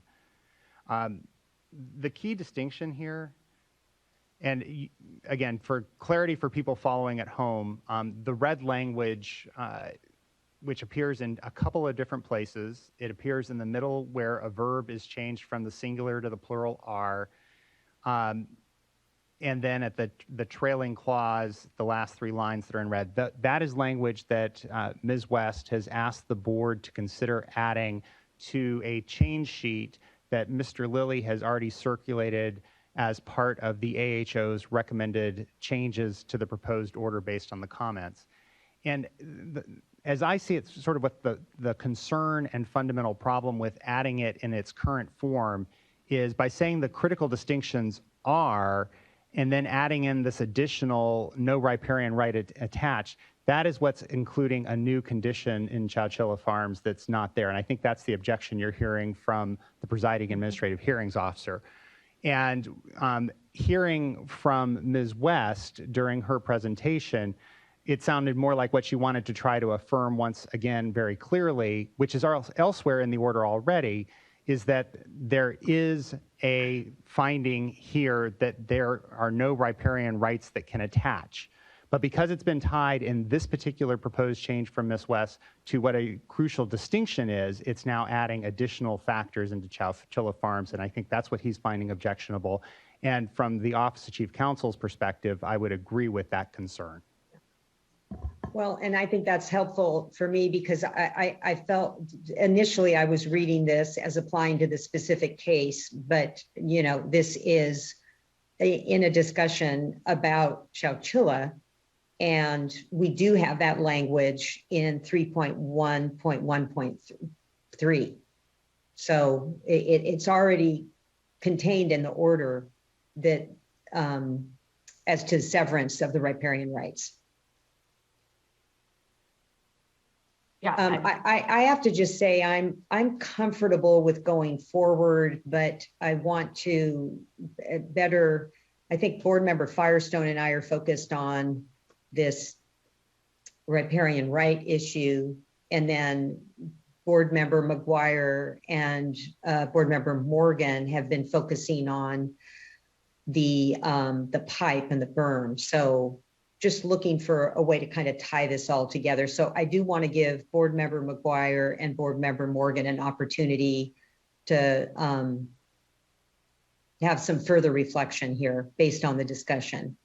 And I'll just clarify that I'm also comfortable going forward. So, thank you. Thank you. Yeah, thank you, Vice Chair. And yeah, I appreciate that. What I was getting at was in fact the same issues that you've been pondering over the establishment of the riparian right. And so for me, it was thinking of it from a layperson's, engineering perspective, the presumption that if those pipes have to remain, then therefore there needs to be this conclusion about a natural water body condition. If they can be removed, in my mind, that argument's almost moot, notwithstanding the overtopping of the berm, right? So it's going forward whether there even needs to be this argument is, whether this discussion is even necessary in the order at all. But I think from Mr. Lilly's description and Mr. Loffer's clarification, given that this is a fact-specific case and precedent or not, I mean, we have Chowchilla, we have other decisions in the record already that establish this test. That was really my biggest concern from the last time we had this discussion 2 weeks ago, was whether or not this should be precedential. And I'm given the discussion today, I'm comfortable moving forward as well, although slightly unsatisfied. Understood. Anything to add, Board Member Morgan? And thank you, Vice Chair. I don't have anything to add at this time. Okay. All right. Well, I would invite a motion if anyone is so inclined. I can go ahead and move for adoption of the order with all 4 change sheets. Am I getting that right? Yes. I'll second. All right. We have a motion and a second. Ms. Townsend, would you please call the roll? Certainly. Board Member Firestone? Aye. Board Member McGuire? Aye. Board Member Morgan? Aye. Vice Chair Diadamo? Aye. Thank you all. All right, thank you. And with that, the order and change sheets are approved. And I just want to take this opportunity to really thank everyone. My brain has been stretched on this. And so the extra time was useful, and today's discussion enlightening, and just want to thank all of the commenters for continuing to participate. And thank you, Mr. Lilly. You're welcome, and thank you for your comments.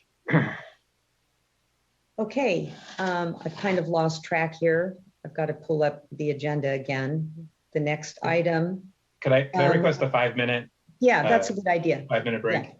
Yeah. Why don't we take a 10-minute break, and then we'll barrel on through. So we'll see you at 2:25. Thank you. We'll start with item 7. That's what the item is, Vice Chair.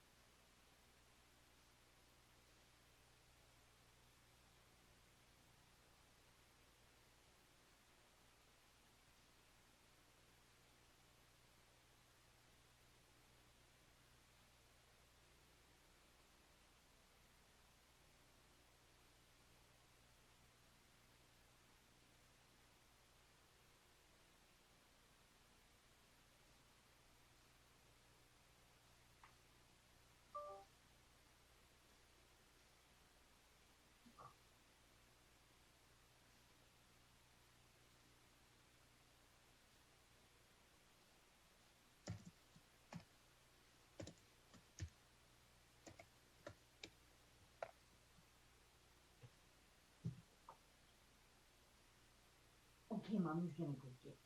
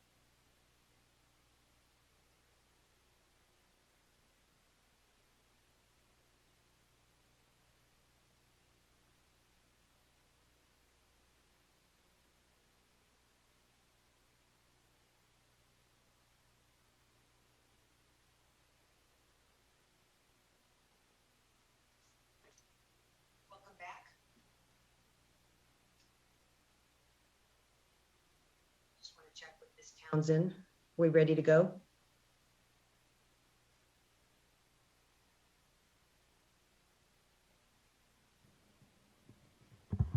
We should be ready to go, Vice Chair Diadamo, and I think we can have the staff for item 7, the toxicity item, go ahead and take the lead. And Ms. Tyler, if you can go ahead and bring up the PowerPoint presentation. And I've got an opening statement that I need to read into the record, so I'll go ahead and get started on that. Item number 7 is a public hearing and consideration of a resolution rescinding the December 1st, 2020 establishment of water quality control plan for inland surface waters, enclosed bays and estuaries of California, and confirmation that the toxicity provisions were adopted as state policy for water quality control for all waters of the state. Welcome to this public hearing to receive oral comments on the proposed resolution to rescind the December 1 establishment of the toxicity provisions adopted as state policy for water quality control for all waters of the state. This hearing is being held in accordance with the public notice dated June 25th, 2021. Following the hearing, the State Water Board will consider adopting the resolution. We now have a presentation by Elizabeth Barrett with the Office of Chief Counsel, followed by public comments. All right, good afternoon. Thank you, Vice Chair. My name is Elizabeth Barrett. We also have Bill Wells of the Office of Chief Counsel, and we have Karen Mogus, Rebecca Fitzgerald, Sadin Polson, Rich Brewer with the Division of Water Quality. They will be available to answer any questions you may have after my presentation. This is a hearing for item number 7, consideration of a proposed resolution related to the toxicity provisions. Next slide, please. First, some very brief background. On December 1st, 2020, the State Water Board adopted resolution number 2020-0044, which established the water quality control plan for inland surface waters, enclosed bays, and estuaries of California. I will refer to this as the SWRCB plan in this presentation. It also adopted the toxicity provisions and approved and adopted the substitute environmental documentations. The toxicity provisions and the SWRCB plan have not yet been sent to OAL for approval and are not yet in effect. A month and a half after the December adoption, we received a decision on another case, the San Joaquin Tributaries Authority Control Board. Today's item is to address that decision as it relates to the toxicity provisions. I will be discussing the case in more detail. Next slide, please. The 2020 resolution referred to 2 sources of authority for the action. Water Code Section 13140, which authorizes the State Water Board to adopt state policy for water quality control for waters of the state, and Section 13170, which authorizes the State Water Board to adopt water quality control plans for waters of the United States. Next slide, please. After the adoption of the 2020 resolution, the Superior Court issued a decision associated with the state wetlands decision and procedures.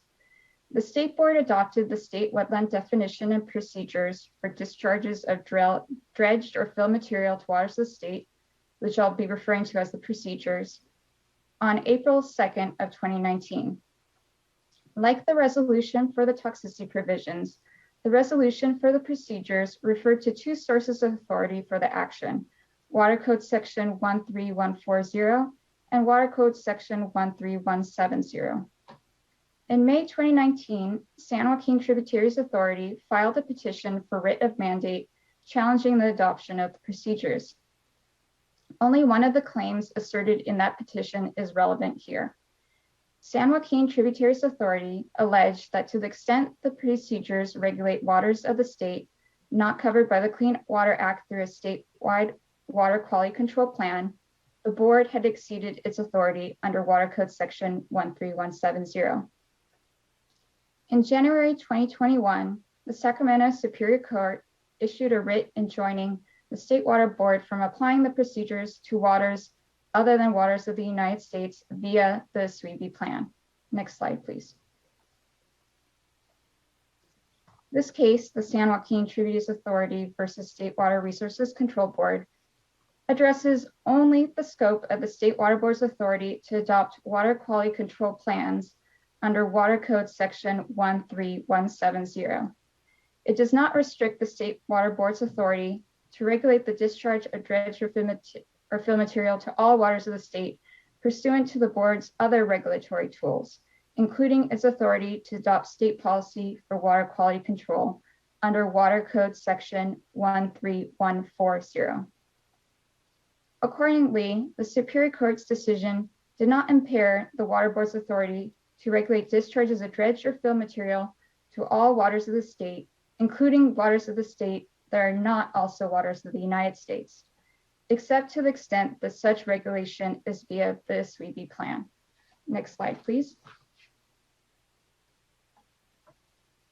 As I mentioned earlier, the proposed resolution under consideration today is in response to the Superior Court's decision on the San Joaquin Tributaries Authority case. Just as the resolution in April 2021 did with the procedures, the proposed resolution under consideration today also addresses the court's decision. The State Water Board adopted the toxicity provisions as both a state policy for water quality control and as a component of the newly established SWRCB plan. The purpose of this proposed resolution is for the State Water Board to confirm that it adopted the toxicity provisions for all inland surface waters, enclosed bays, and estuaries and coastal lagoons of the state, regardless of their status as waters of the United States, as a state policy for water quality control pursuant to resolution number 2020-0044. The resolution also includes a determination that it is appropriate for the toxicity provisions as a state policy for water quality control to supersede any conflicting provisions in regional water quality control plans. The resolution also includes a determination that, consistent with the Superior Court's decision described earlier in this presentation, the toxicity provisions will not apply to waters that are not waters of the United States via the SWRCB plan. The resolution also confirms, because State Board's adoption of the toxicity provisions relied in part on Water Code Section 13170, the portions of the toxicity provisions that apply to waters of the United States will continue to apply to waters of the United States and will be incorporated into the SWRCB plan coincident with or subsequent to the State Water Board's establishment of the SWRCB plan in the future. The resolution rescinds the establishment of the SWRCB plan until further action by the State Water Board. I would like to emphasize that the proposed resolution does not change the substantive portions of the toxicity provisions as adopted by the board in December of 2020. Next slide. The State Water Board received 7 comment letters regarding the proposed resolution. The response to comments were released and posted on the State Board's website on September 21st, 2021. On September 30th, 2021, revisions to the September 21st response to comments were made to add a response to the comment letter submitted by the Los Angeles Department of Water and Power, which was inadvertently omitted in the September 21st version. Both documents are available on the Toxicity Provisions Program webpage.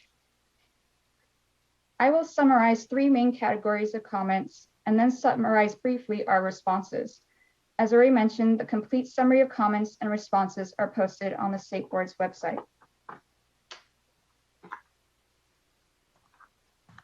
Comments address the plan and policy authority of the State Water Board. Some commenters stated that the use of a state policy for water quality control to adopt water quality objectives and programs of implementation for waters of the state that are not also waters of the United States is inconsistent with the intent and purposes of Port of Cologne. Other commenters stated that delaying or preventing the implementation of the toxicity provisions due to the Superior Court's decision is not necessary, given that the State Water Board relied on, in part, Water Code Section 13140, and it was widely understood that the provisions were adopted as a state policy. The second category of comments stated that state policies cannot supersede conflicting provisions in regional water board basin plans. And the third category of comments concerned CEQA and contended that a statewide policy is not within the scope of the exemptions provided under CEQA for adoption of water quality control plans, and the State Water Board cannot rely on the existing substitute environmental documentation in the staff report. Complete responses are posted to the State Water Board's website, but to summarize our response briefly, the Water Code does not limit the State Water Board's discretion to rely on both its policy and plan authority. The toxicity provisions, including water quality objectives and the program of implementation, are within the scope of actions contemplated in Port of Cologne for state policy for water quality control under the authority of Water Code Section 13140. The State Water Board was created with and given the broad authority and responsibility to protect water quality in all waters of the state. The intent and purposes of Port of Cologne did not include limiting the State Water Board's authority over waters of the state that are not also waters of the United States. The State Water Board can determine and recognize that a state policy supersedes basin plan provisions on a case-by-case basis. Furthermore, the Water Quality Control 208 planning program of state and regional boards have been certified as an exempt regulatory program by the Secretary for Resources. The proposed resolution would not create significant impacts to the environment, requiring major revisions to the substitute environmental documentation, and State Water Board is not required to conduct further CEQA documentation. Only minor changes were made to the proposed resolution in response to comments. Those revisions were posted and distributed on September 14, 2021. Next slide. This slide contains the URL for the Toxicity Provisions Program webpage. I'll pause for a moment in case anyone in the public would like to screenshot or write this URL down.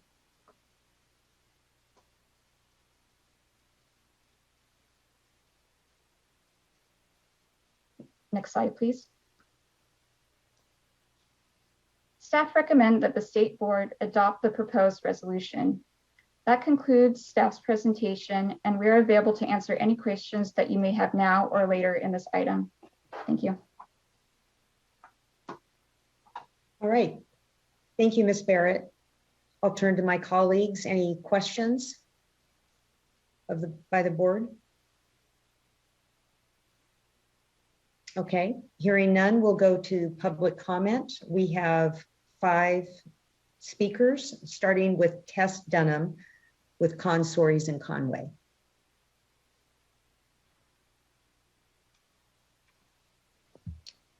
Hello, good afternoon. I'm looking at you this way here on this screen, Dee Dee, and my volume is on this way, so I apologize for being a little sideways here. You know, that multitasking with dual screens. Yeah, it's all good. Yeah. Okay, thank you very much. Tess Dunham with Consors in Conway. And I do want to make a couple of comments. We did submit comments on behalf of a couple of the irrigated lands coalitions based upon our concerns when we're dealing with waters of the state that are not also waters of the United States. The big issue here is, you know, clearly the State Board has the independent authority to adopt water quality control plans and water quality objectives for those waters that are waters of the United States. We disagree with the characterization put forward by your staff that Section 13140 of the Water Code provides this very broad policy authority to the State Water Board to circumvent regional boards and adopt water quality objectives and related water quality control plan components for waters of the state. I think it's important to note that the language in 13140 gives the state policy for water quality control. In comparison, when we look at the regional board language under 13240 at SEC, it talks about water quality control plans. Both of those are defined independently within Port of Cologne. They do not mean one and the same things. Water quality control is defined as any regulation or factor which may affect the quality of waters of the state. Water quality control plans are defined to consist of beneficial uses, water quality objectives, and program of implementation. There is a distinct difference between the wetlands policy, and I think the arguments made there, and the state's board authority under 13140, as compared to here for the toxicity policy. The toxicity policy includes water quality objectives and a program of implementation, and basically really is consistent with what one would find in a water quality control plan versus a policy for water quality control as otherwise defined by the water code and as set forth in 13140. My primary concern here is that the way that Port Cologne has been set up, the regional boards are set up to be the primary authority for adopting water quality control plans for waters within their region, and in particular waters of the state, whether they're surface waters of the state or groundwaters of the state. Otherwise, why would the process have been set up that way that then the state board has the authority to review and approve? If all of that authority was granted directly to the state water board, then why was there bifurcation, and why was this original authority for water quality control plans set forth with the regional boards? So we continue to be concerned that the staff interpretation is reading the authority provided to the state water board under 13140 too broadly as it applies to waters of the state.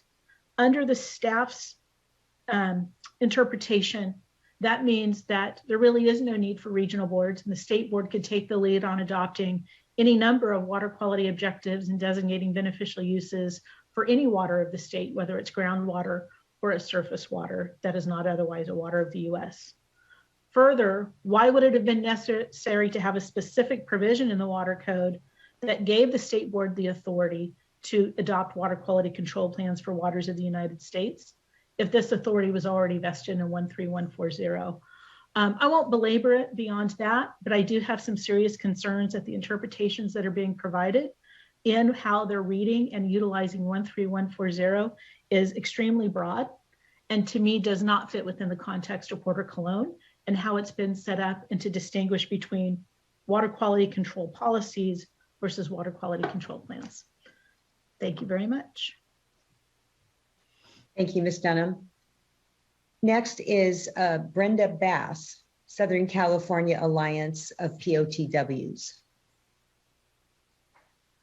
Hi, good afternoon, Vice Chair and members of the board. I am Brenda Bass with Downey Brand, speaking on behalf of the Southern California Alliance of POTWs, also known as SCAP.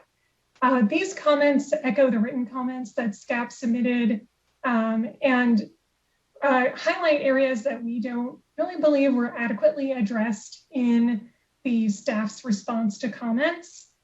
So when the board originally adopted the toxicity provisions in 2020, the provisions were considered and analyzed as a water quality control plan or a basin plan under Water Code Section 13170.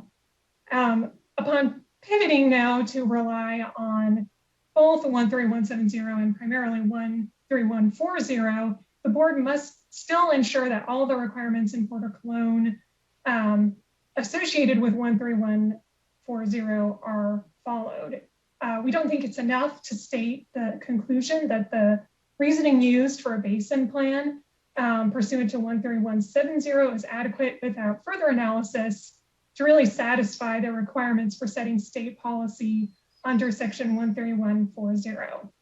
And again, we would refer the board to the recent decision in San Joaquin Tributaries Authority, which really highlights the key differences between the purposes and scopes of sections 13140 and 13170.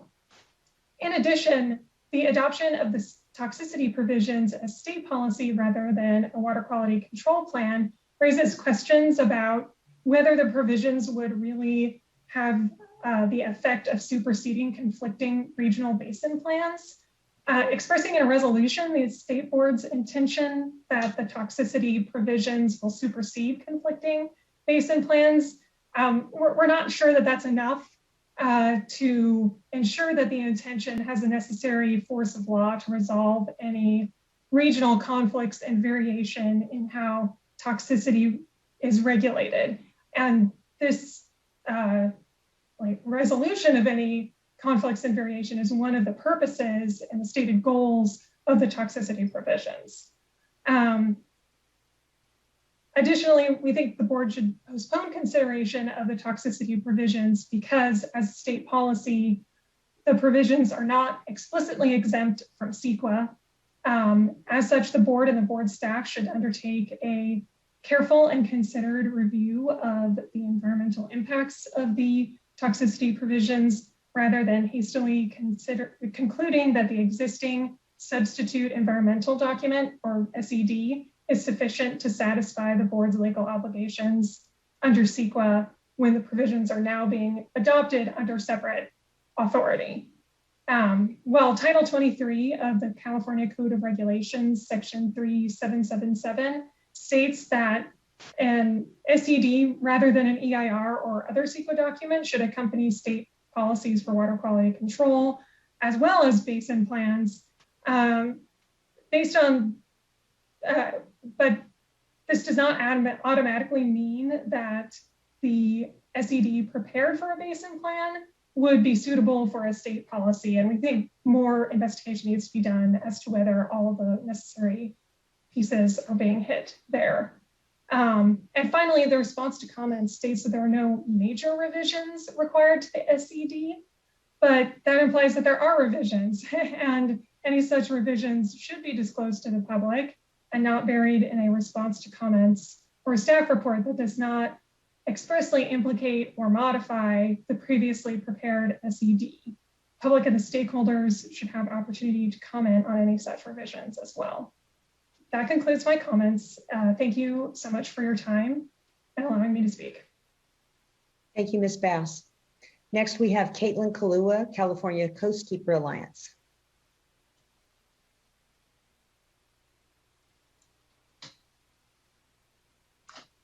Fix the camera there. Good afternoon, Vice Chair D'Adamo, members of the board. Great to see you. I know it's a long day. My name is Caitlin Kalua. I'm the policy manager for the California Coastkeeper Alliance, which represents watershed-based waterkeeper organizations fighting for swimmable, fishable, swimmable, drinkable water for all. Our organization was deeply involved in the development of the toxicity provisions and remain committed to its full and timely implementation.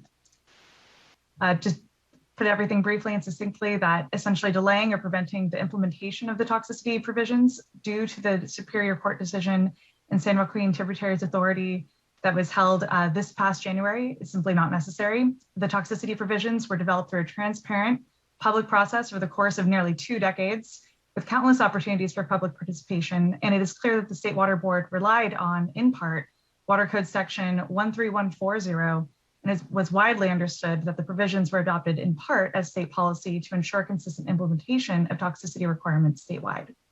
We support the adoption of this resolution to ensure consistency with the Superior Court order issued this past January, and ultimately to prevent any undue delay in the implementation of these provisions. That concludes my comment. Thank you. Thank you, Ms. Kalua. Next, we have Regina Chichizola with Save California Salmon. Hi, thank you for having me here today. I would like to say that we just agree with Caitlin on this issue. I didn't realize she can make it to this meeting, and thank you very much. I actually signed up to comment if necessary, so I don't feel it's necessary. Thanks for hanging in with us today. Long day for you too. Okay, next we have Jared Voskel, California Association of Sanitation Agencies.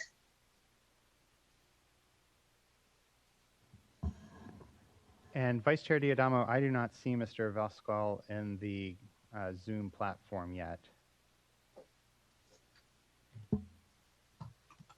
Okay, I don't believe we have other speakers, so we will move on to discussion amongst the board. And I see Mr. Wiles, you've joined us. Would you like to provide some additional comment or respond to some of the questions posed? Thanks, Vice Chair D'Adamo. Actually, I'm just here if the board has any questions. Most of what we heard is already in the written response to comments. I will just add really briefly, I think there was a little bit of confusion from the speaker from Downey Brand. It's the board is considering both a resolution and a couple of attachments to that resolution. And so those attachments include the changes to the supplemental environmental document that we referred to in the resolution. And they also include the toxicity provisions themselves, which have very detailed provisions regarding which portions of the toxicity provisions supersede what types of provisions in the existing regional board basin plans. So just to clear up that confusion, we're not relying entirely on the resolution itself, but rather on the attachments to the resolution for those two issues. That's helpful, thank you. And just to clarify then, the revisions to the SED are posted and included. They're posted, they're included as attachments to the resolutions before the board today. Yes. Okay. Any questions of either Mr. Wiles or Ms. Barrett? Okay, discussion? If none, then I would entertain a motion.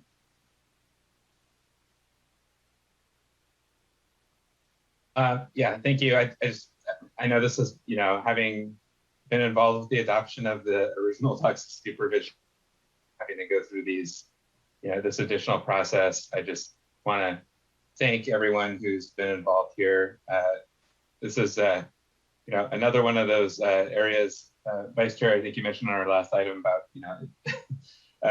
getting the brain kind of a workout in terms of understanding the implications of a water quality control plan versus policy for water quality control. And, here I'm convinced that this is the appropriate step to take in light of the court decision and what we need to do. So I'll be happy to make a motion.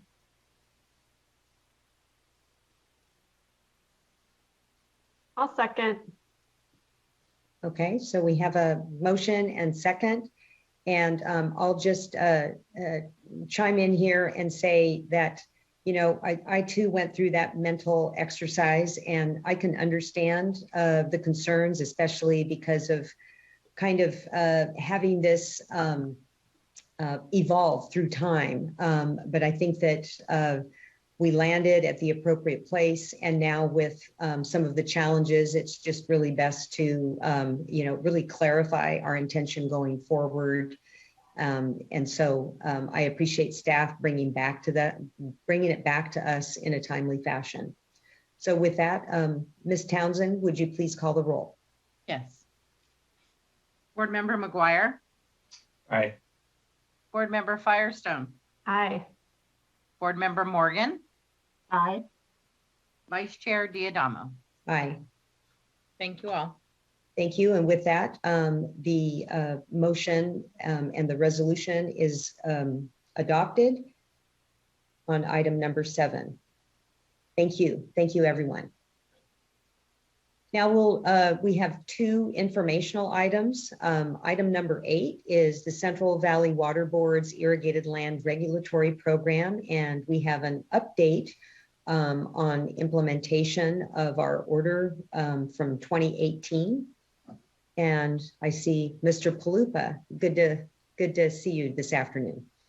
Good to see you virtually. Sue McConnell will be doing a lot of the heavy lifting for this presentation, but I think, we've been missing seeing you in person, but I think the takeaway from this presentation that I hope you have at the end is that the Irrigated Lands Regulatory Program has not been idle in terms of what it has been doing to comply with the East San Joaquin. And I'll also note, as kind of a personal pride on behalf of the board, Irrigated Lands Regulatory Program, not necessarily covered in this presentation, has adopted a number of highly innovative strategies to use tools like GIS to do enrollment enforcement for those folks who are not participating in the regulatory program and who should be. So our inspections and our desk audits are actually off the charts and have been for almost the entire duration of the COVID-19 pandemic. A lot of what the growers do in their interaction with the board and the interaction with each other and the GSAs and CV salts is best done in person. but I think we've been developing a number of very, very effective crutches to make our way through this program in the interim. And again, I'll turn it over to Sue, who is the program manager for this particular water quality program, one of 19 at the Central Valley Water Board, one of the largest, certainly covering the largest acreage and addressing some of the most critical issues in the valley. But good to see you virtually. With that, I will hand it over to Sue to let you folks know how we've been diligently working to comply with the requirements of the East San Joaquin. Good afternoon, Vice Chair Diadamo and members of the board. I am Sue McConnell. I'm manager of the Central Valley Water Board's Irrigated Lands Program, here with Patrick Palupa and Adam Lapitz to provide the update on the implementation of the State Water Board Order WQ 2018-02, which I will also be referring to as the petition order since it was issued in response to the East San Joaquin, the petition of the East San Joaquin General Waste Discharge Requirements. Next slide, please. So here's an outline of the presentation. We'll start with a little background on the Central Valley Irrigated Lands Program before moving to the petition order milestones. Those include the status of the on-farm drinking water well monitoring effort, completion of the East San Joaquin surface water monitoring framework, external review, development of additional groundwater protection measures, and the anonymous field level reporting. Next slide, please. So the goal of our program is to ensure that discharges from commercial irrigated lands do not impact beneficial uses. The Central Valley contains about 75% of the state's agricultural lands, which translates to over 6 million acres. And activities on those lands are regulated using 9 general waste discharge requirements, or WDRs. And growers are assisted by 14 agricultural coalitions. Next slide, please. General WDRs are mostly geographically based. There are 7 geographic and 1 commodity specific general WDRs for growers participating in coalitions. The California Rice Commission is the commodity specific coalition. And they are shown in red on the map. It was exempted from the petition order's nitrogen groundwater protection requirements because rice operations have unique practices that minimize the potential to discharge nitrogen. There is 1 coalition, there's also a general WDR for growers who are regulated individually, but no grower is currently choosing that option. There is 1 coalition per coalition-based WDR, except for the Tulare Lake Basin, which is shown in light blue, which has 7 coalitions. Coalition-based WDRs contain requirements for the coalitions and their grower members. Next slide, please. The growers are ultimately responsible for compliance, first by obtaining coverage, and then by complying with the WDRs, by implementing management practices that are protective of water quality, and by preparing plans and reports on their practices. Plans are stay on the farm while others are to the coalition and compile the information. Water Board. Next slide, please. The coalitions represent the growers and assist their members by informing them of the requirements and letting them know what they need to do to comply. They act as intermediaries between the growers and the water board. The coalitions do not enforce the WDRs or monitor individual member discharges. Instead, coalitions have other responsibilities. Next slide, please.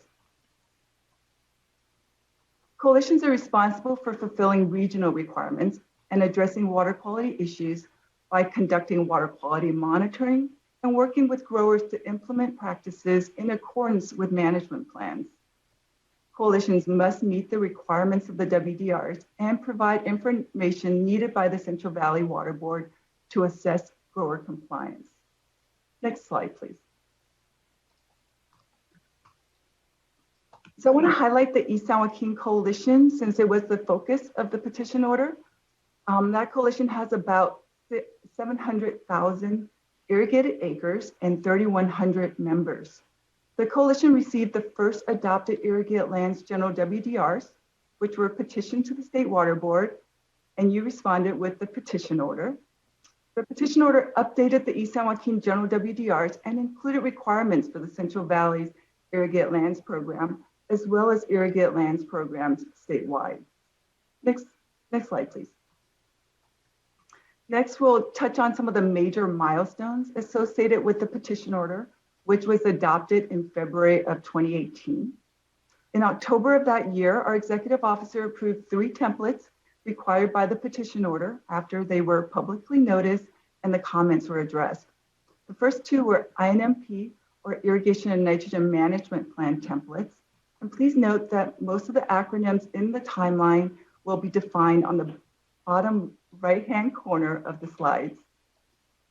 The third template was for drinking water notification, which will be covered in the next slide.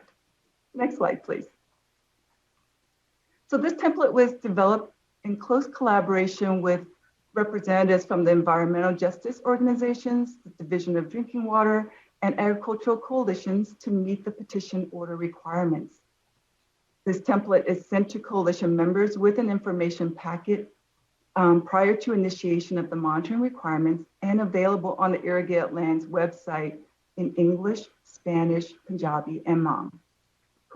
Coalition members with drinking water wells that exceed the nitrate drinking water standard must provide the template to users to inform them of the nitrate concentration and the dangers of consuming that water. They also have to provide a copy of it to the Central Valley Water Board to document that users were informed. Notification compliance is a very high priority for the program, and I will touch on our successful compliance rate later in the presentation. Next slide, please. In 2019, the East San Joaquin Coalition members began monitoring their drinking water wells. Next slide, please. The petition order required the East San Joaquin Coalition members to start monitoring on-farm drinking water wells annually in 2019. The Central Valley Water Board then prioritized the monitoring timelines for other coalitions based on groundwater nitrate concentrations. Last year, members of the 7 Tulare Lake Basin coalitions started monitoring their drinking water wells annually.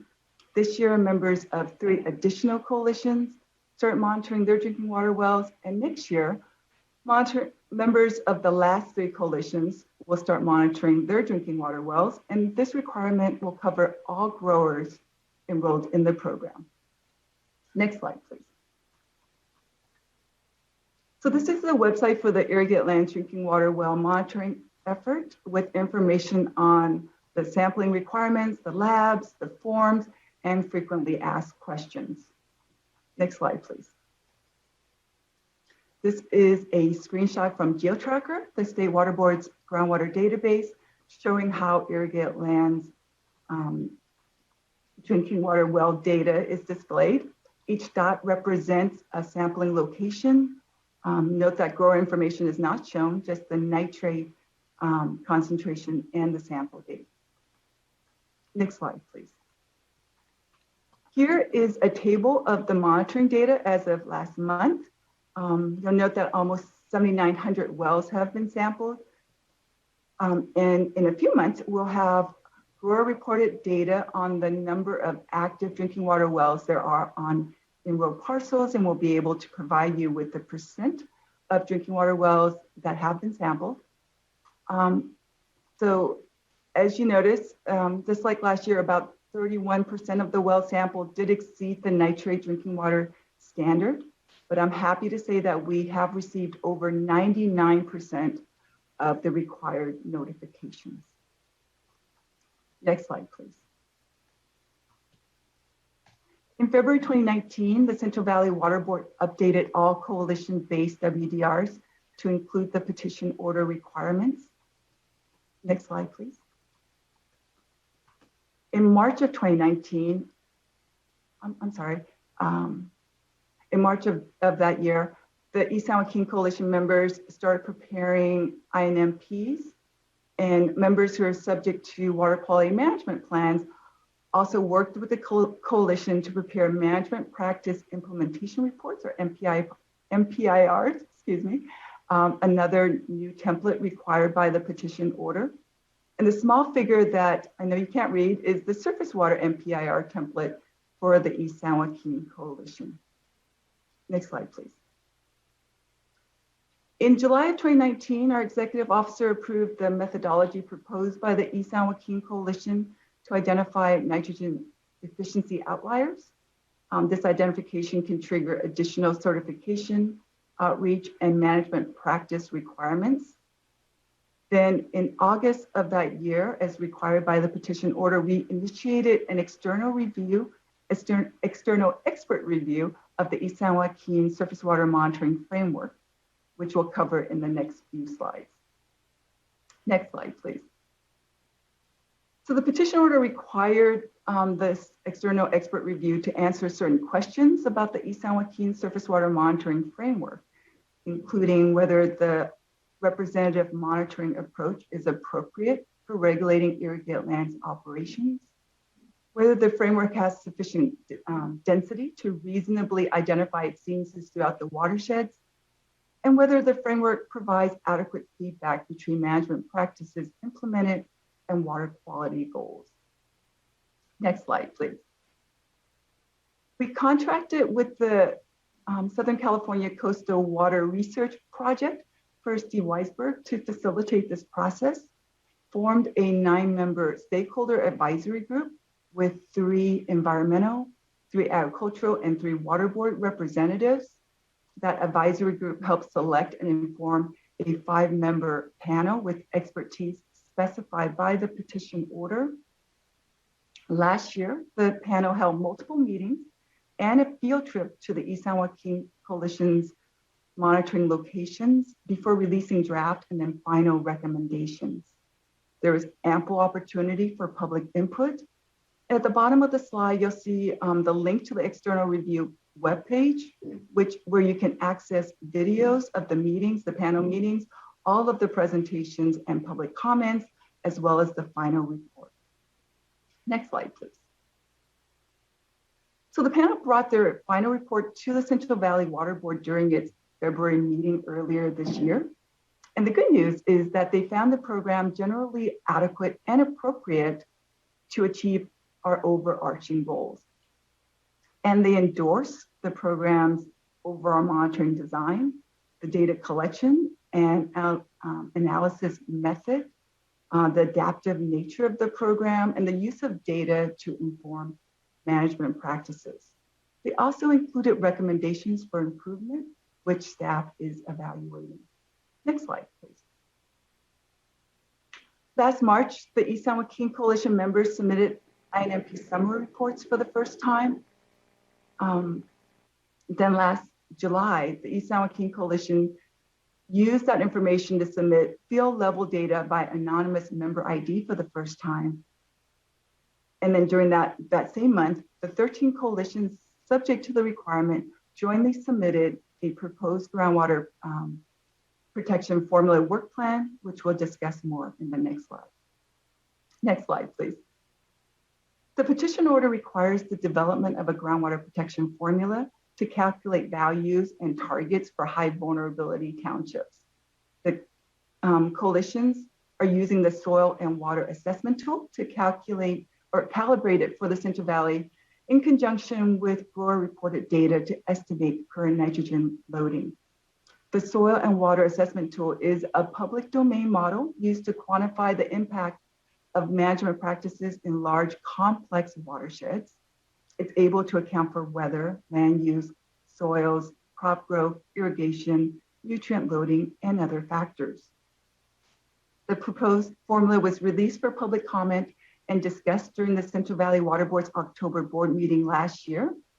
Staff met with the coalitions and environmental justice representatives to discuss the comments, and the executive officer conditionally approved the formula in January of this year. Next slide, please. So last September, we provided the first annual report on implementation of the petition order, and we will be reporting every fall as required by that order. Starting next year, we'll discuss whether anonymous field level reporting is sufficient for program oversight and determining progress. Next slide, please. This spring, farm evaluations were due for all coalition members with a reporting frequency of every 5 years. Nitrogen removal coefficients required for crops covering 95% of irrigated land's acreage. INMP summary reports were due for all coalition members for the first time. And all coalition-based WDRs were updated this time for CV salts to include the CV salts requirements and to make them enforceable. And since coalitions have been actively involved in the development of the CV salts basin plan amendments, they knew this was coming, and they've been working very hard to keep their members in compliance.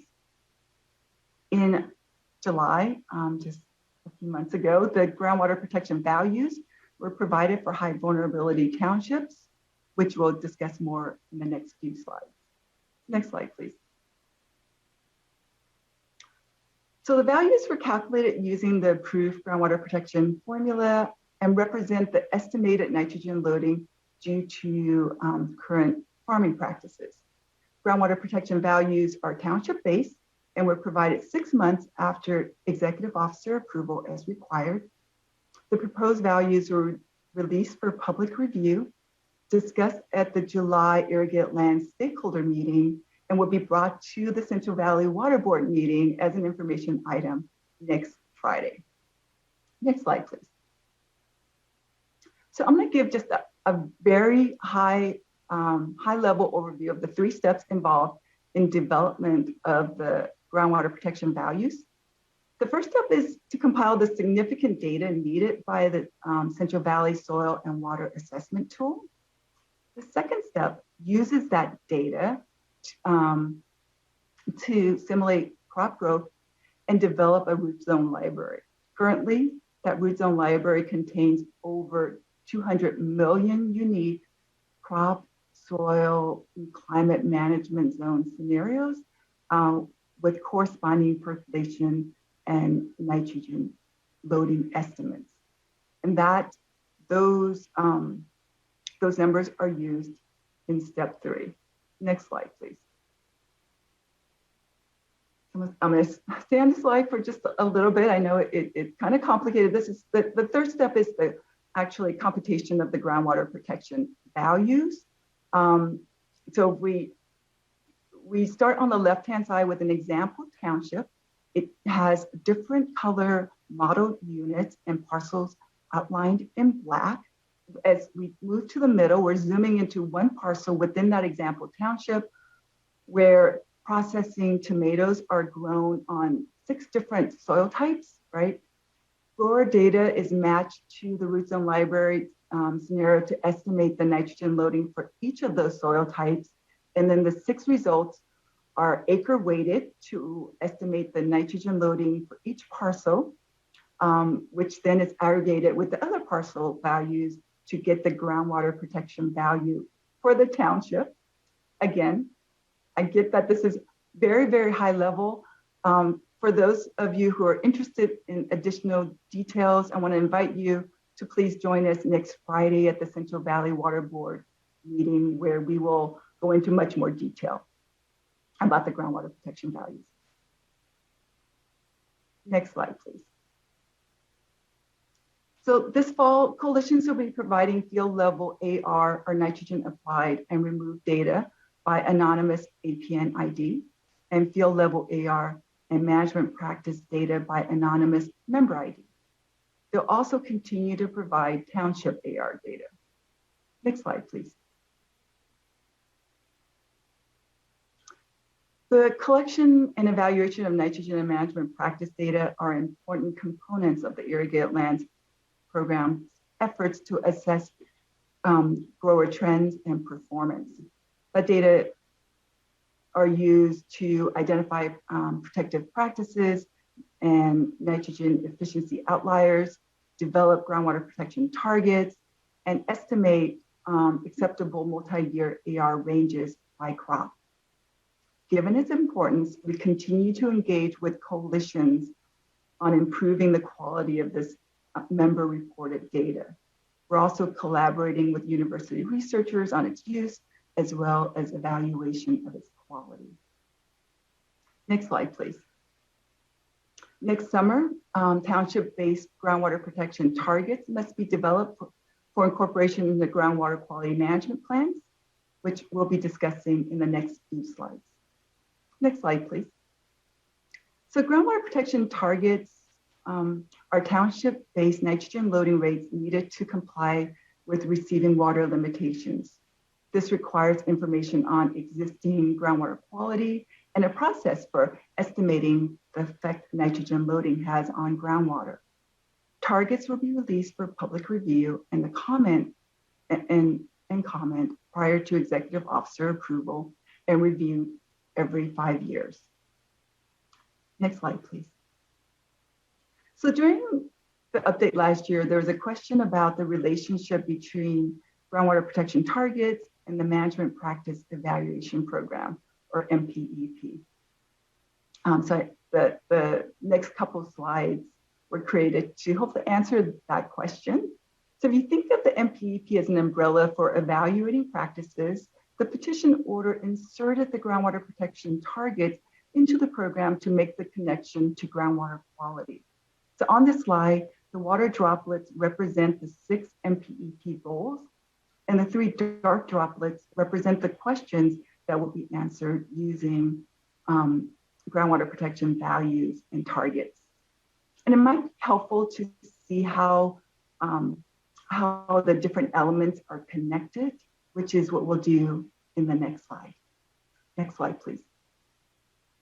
So there's 3 MPEP elements that are interconnected that are shown here: the management practice assessment, the groundwater protection values and targets, and then implementation of those management practices in the via the groundwater quality management plans. The assessment looks at both existing and new practices, right? And, and evaluating whether they're protective or improving groundwater quality. But it's really the values and the targets that get at that connection to groundwater quality, getting at the loadings to groundwater, and then what's needed for compliance and meeting the groundwater receiving water limitations. And then finally, the implementation of those protective practices will happen through the groundwater quality management plan. And the timelines and the milestones will be included in that as well. Again, I know there's a lot going on here. We'll just pause for a second so you guys get a chance to look at this, because really this is my last slide. So next slide, please. No, that was a long presentation. I want to thank you all for your kind attention. This does conclude the presentation. Be happy to answer any questions you may have.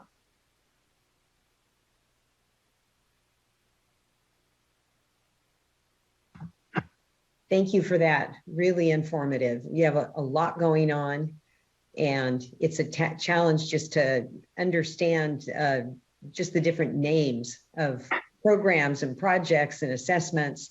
I have a few questions, but first want to go to Board Member Firestone. You're on mute. You're welcome to go first. I'm happy to follow you. Oh, no, go ahead. Okay. Go ahead. Okay. Yeah, I echo that. There's so much going on, and thank you for the overview and for these check-ins. Really appreciate it. This program was always very complex, and taking on this, huge new complex and variable industry and impacts. And so I think I know that's why a lot of this is phased in, and there's so many studies and pieces to this. I have a few questions. They're really mostly questions on if you have some sense of the numbers for some of these things. So I'll go through them, but if you don't have that information now, if you can just follow up. And and maybe we could include it in the, in the next executive director's report or something where it's publicly available. But so I'll just go through them. I'm wondering, you talked about the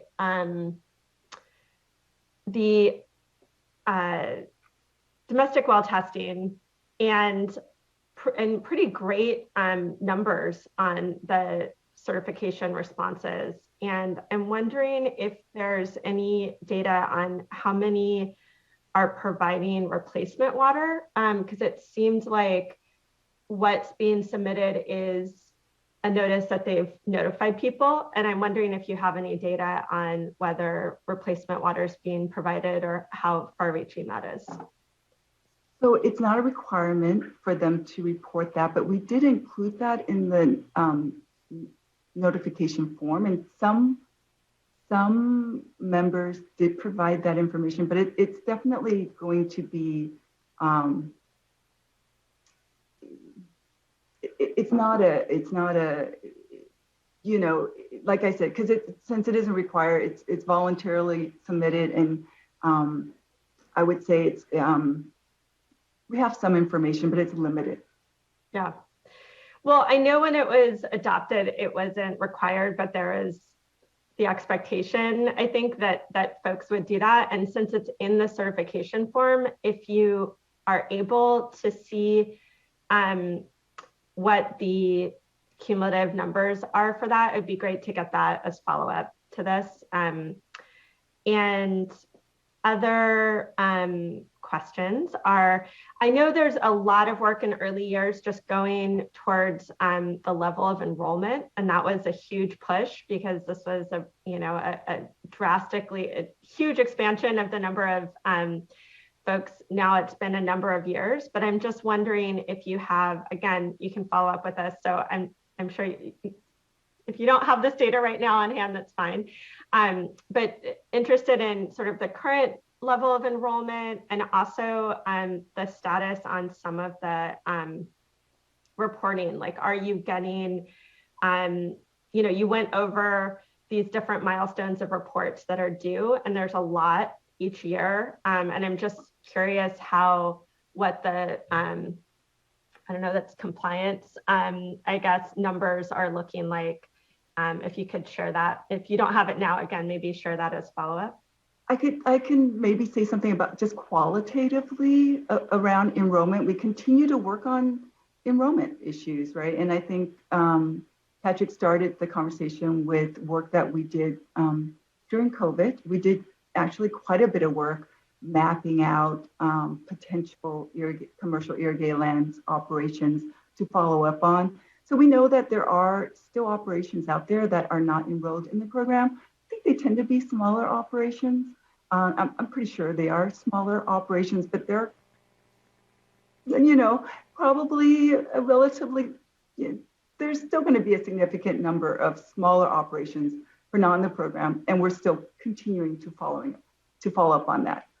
In terms of the reporting, we do actually have more compliance work to do with reporting, because now we're reaching out to low vulnerability areas who never submitted summary reports in the past. So we recognize there's going to be more work for both the coalitions and us moving forward because of the requirements from the petition order, right? So I can't, really give you any numbers, but I know there's quite a bit of work for us. Yeah, great. Well, maybe just again, as you're updating us and just sharing what those rates are as periodically would just be helpful to sort of track how this is going. And yeah, it's so many new requirements. So I understand there's been, it's not all overnight. There is, now a number of years and different pieces that have been going into effect. And I'm interested, I couldn't remember, and I was looking at your figure on this. So I know that if I could get, I've got a slide that lends some kind of concept that does have some of the numbers, if I could share for just 1 second here. Let me see. I think this is really useful to kind of look at some of the numbers for non-enrollment. And you're seeing the path forward slide. Okay, so these are some of the just the percentage breakdown of some of the unenrolled acres, and in terms of where we are for the breakdown. This is just overall some of the acres and the parcels. So we're talking about a very significant amount of acreage that is still not enrolled in the program, and that's kind of colored in the purple in that map. So it's not a huge number, but it's a lot of little tiny parcels. We're talking about thousands and thousands of parcels. And if you look at where the lion's share of these parcels are, they are less than 10 acres. So 1 to 10 acres, 45%, less than 1 acre, 28%. So really, we've been able to kind of knock out all of the big guys. I think it's just about everybody over 100 acres is in the program. I think you'd be really loath to find somebody who's outside of the program who's over 100 acres. So all the big guys are in. But it's these numbers in those kind of top two numbers, 28%, 45% of the percentage of the 35,000 potentially unenrolled parcels that are really, we're trying to figure out what's the strategy going to be. I mean, we could use up all of Bob Ditto works for Sue, and he's the enforcement guy. He's been using a lot of his resources over the past couple of years on the drinking water program, making sure that the drinking water issues are followed up with, that we're getting the testing. Again, this is one program that, if you recall, I think Sue tossed it out there, that we implement directly. We do not implement it through the coalitions. So it's a huge workload to get that drinking water program or the drinking water sampling up and running. It is only on ag parcels. So a lot of the answers that I get when I hear from growers are like, yeah, we never drink from it anyhow. It's a drinking water well, but we only drink bottled water here. It's a grower's household or an affiliated family's household. And then the ugly part is right across the way is a community whose wells are gradually getting tested under CV salts, but they're not there yet. So the testing is really happening on the on-farm parcels. And many of the anecdotes are, hey, we don't drink from the well anyhow. We just don't do that here. We drink bottled water, even if the well is good. That's just kind of the sense that we get. So that's where the enforcement efforts are going, making sure that those drinking water monitoring is being conducted on the on-farm parcels.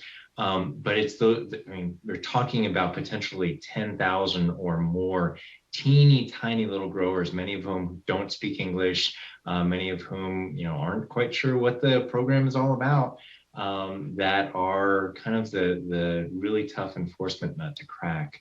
We're strategizing with a subgroup of our board who is particularly interested in communities of color and growers from those communities, Latinx, Hmong, Punjabi, et cetera, growers who are in that cohort and may not understand the requirements. But yeah, it's a tough one. It's a tough one because I think we're interested, and our board is interested in kind of letting the enrollment, so we're still going to maintain a presence there, but getting to the meat of it, and kind of ferreting out those people who are non-responsive to CV salts issues and other folks who are potentially, polluting above average, and going after other types of enforcement there.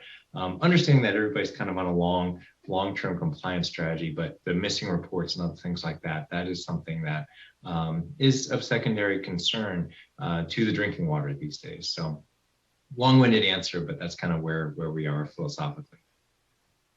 Yeah, I appreciate that. And I certainly don't think that chasing down, a couple acre parcel is the highest priority.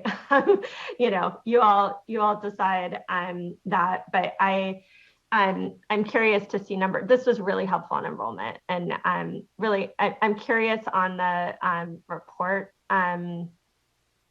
submissions and again bottled water or replacement water provisions. Just if you can share that too, that would be great. And like Sue said, we don't have those numbers really. I mean, it's a kind of a flag in the letter. So the main compliance point is whether the letter got out there.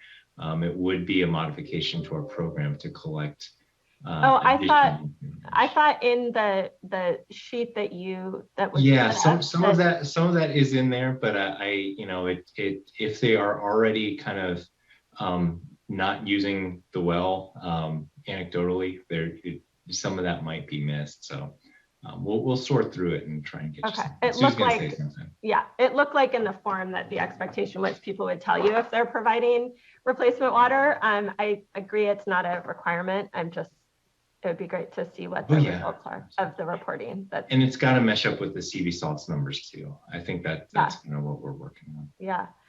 I'm always a little mixed up. There's the INMP preparation, and it seems like that is already, so they have to do those, and then the summary reports are submitted. That was really last year, it seems like, and then it's only this year that there's field level AR data reported. Is that right? And I'm just looking at your graphic, and really what I'm trying to get at is, I know it's still early and there's all these phasing in, and like you said, these bigger evaluation programs are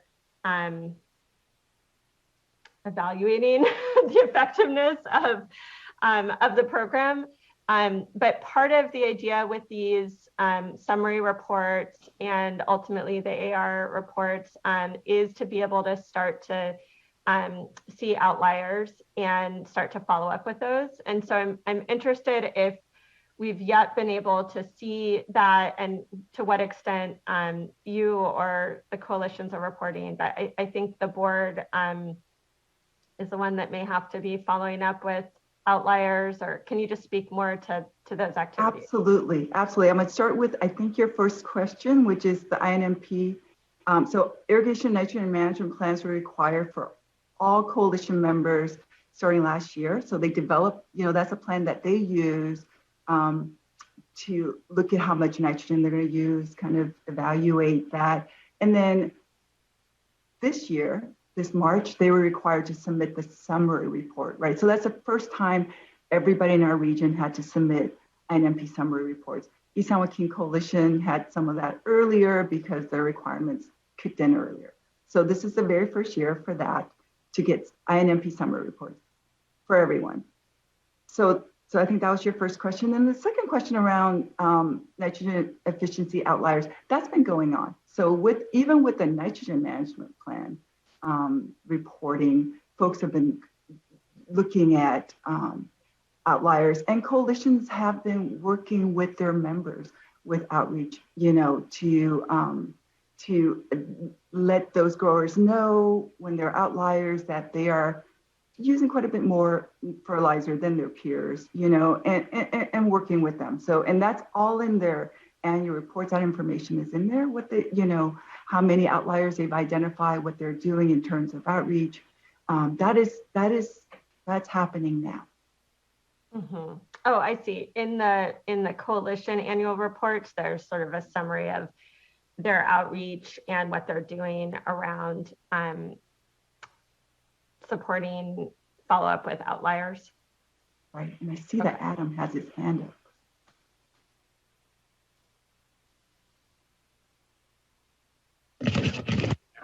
Okay? Yes. Can you hear me? Okay, just one thing on the nitrogen efficiency that Sue mentioned, that's the A over R. We've been collecting that data for some time now. I know you made a remark early, Board Member Firestone, that we're just getting the data in the INMPs, but we started the A over R at our region before the requirement for INMPs was set in motion by the State Water Board. So we've been working on that for some time now. Okay, that's right. Thank you.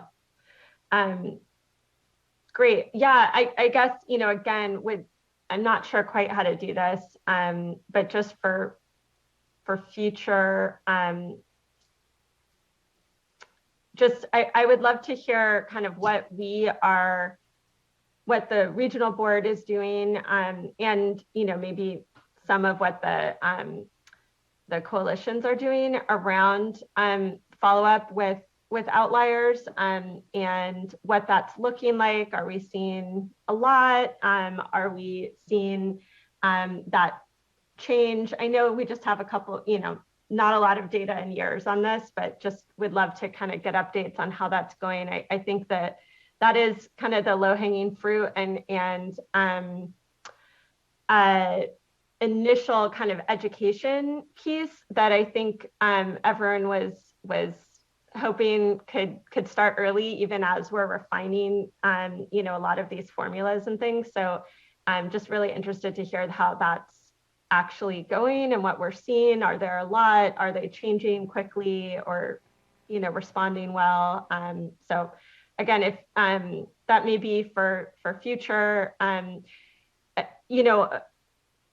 to the extent we can include that in the easiest place may be the executive officer's report that you all do every, I don't know, it's every couple months or something, on updates on this program. That would just be great to see. So those are all my questions. Thanks. Thank you, Board Member Firestone. Anyone else? Other questions?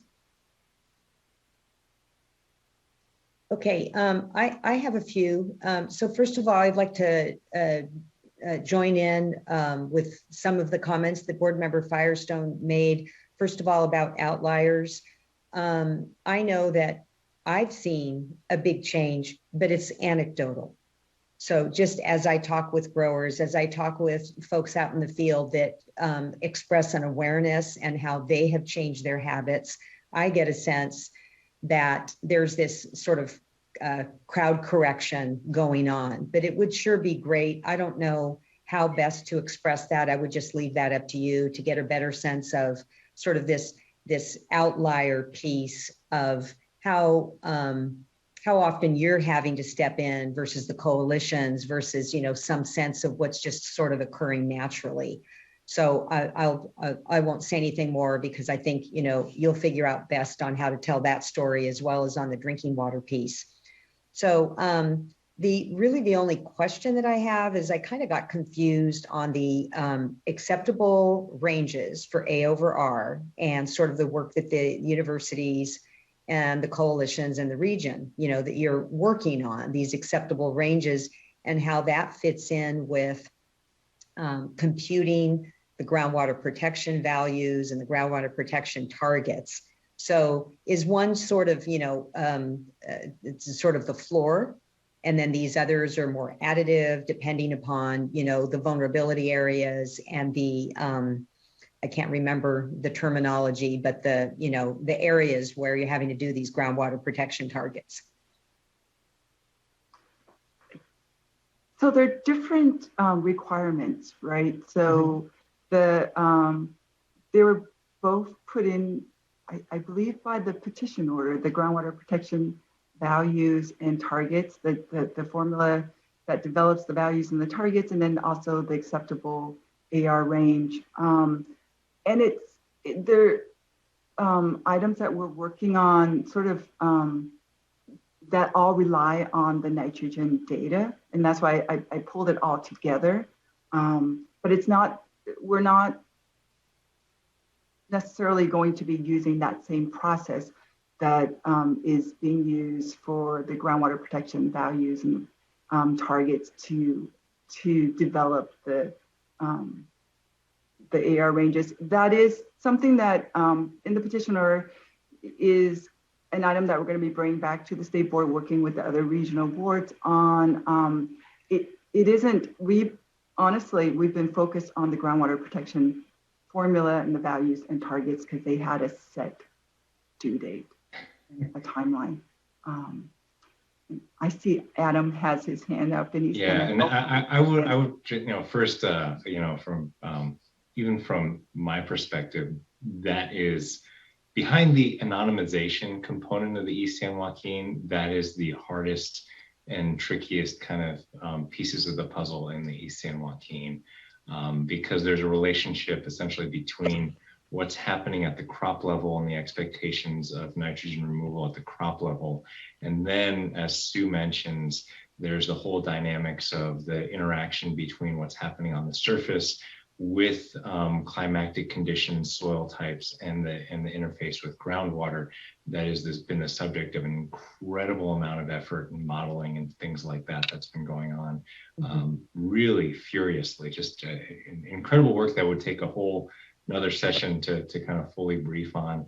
We've probably got a clip from, if you're curious or following up, we've got we had a briefing to our board recently on those type of efforts that are ongoing.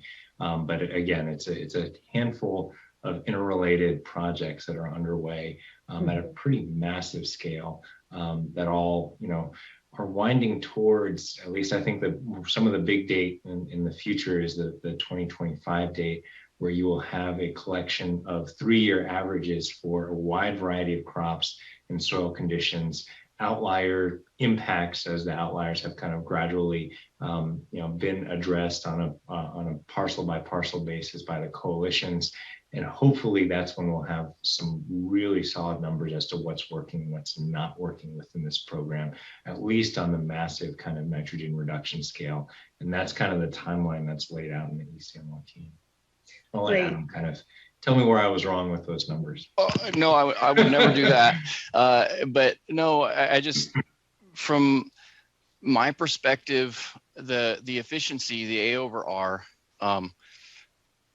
is a number, and really it's I guess the first thing I can say is the irrigated lands program, it grows and evolves over time. So I don't know how those efficiency targets are going to ultimately be developed. I think it's going to be something way sharper and smarter than I can articulate right now, because we'll have a lot of really bright people working on it. But I look at that as our individual, you asked the question of, what is floor or ceiling? And the way I see it is the efficiency targets are how the individual grower is going to be able to look at that once they're developed and be able to easily tell, kind of like a speedometer on your car, right? Hey, it's easy for me to tell how fast I'm going in relation to the speed limit if I've got a speedometer. And so I look at that as kind of how the individual grower is able to see where they fit and really in real time kind of manage their operations as best they can, given weather and all the things, the drought and all the crazy things that's bearing down on them all the time.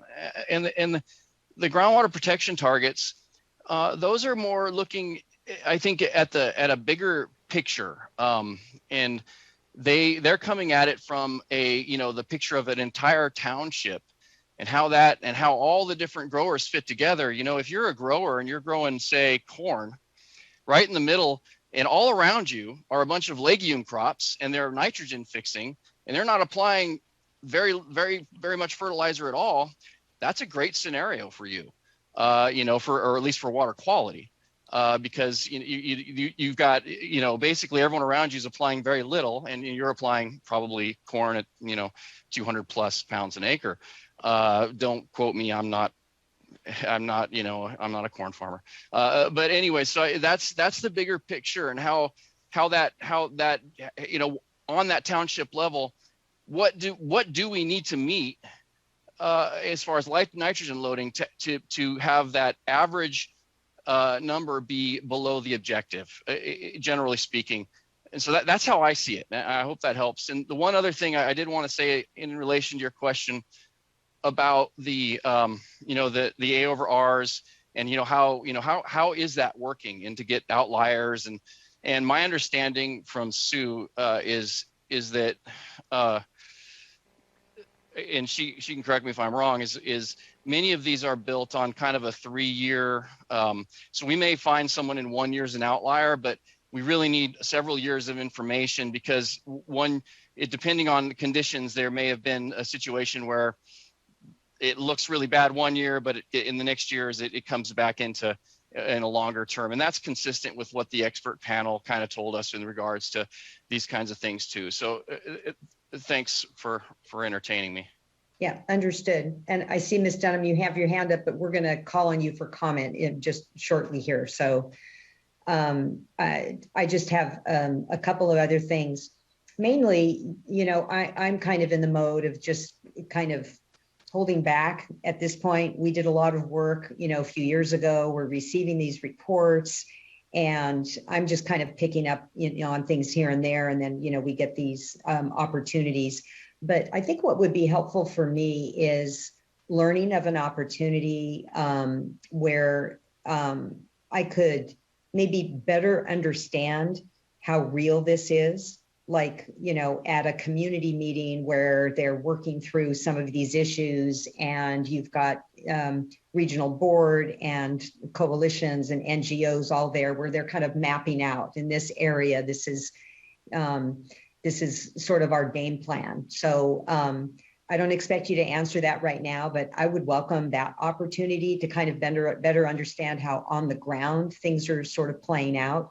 And then the other piece for me is just kind of better understanding there's so many partnerships going on here. There's, of course, the regional boards, there's the CV Salts program, the coalitions, the NGOs, the universities, and kind of, maybe on the next report, giving us a better sense of, where those partnerships are on certain aspects, and, kind of who's on first on, a certain aspect of, these milestones, who's kind of leading the work on that versus playing more of a supporting role. And then also, I can't help but think about the conversation from our last board meeting about fees, and how, we are interested as a board to kind of look at this fee issue. Of course, it's a determination by the legislature, but, how much can a certain sector handle, especially when we're looking at all these value-added opportunities. We started off with, water quality, looking at water quality and adding, adding to the fees, having these coalitions, and now we've got CV Salts, and a good part of CV Salts is we expect communities to be drinking clean water. And so just all these additive roles, and, kind of better understanding, again, how all these different partners fit in and what their responsibilities are, and starting to look at this issue, and better understand cost, because of course we'll hear about it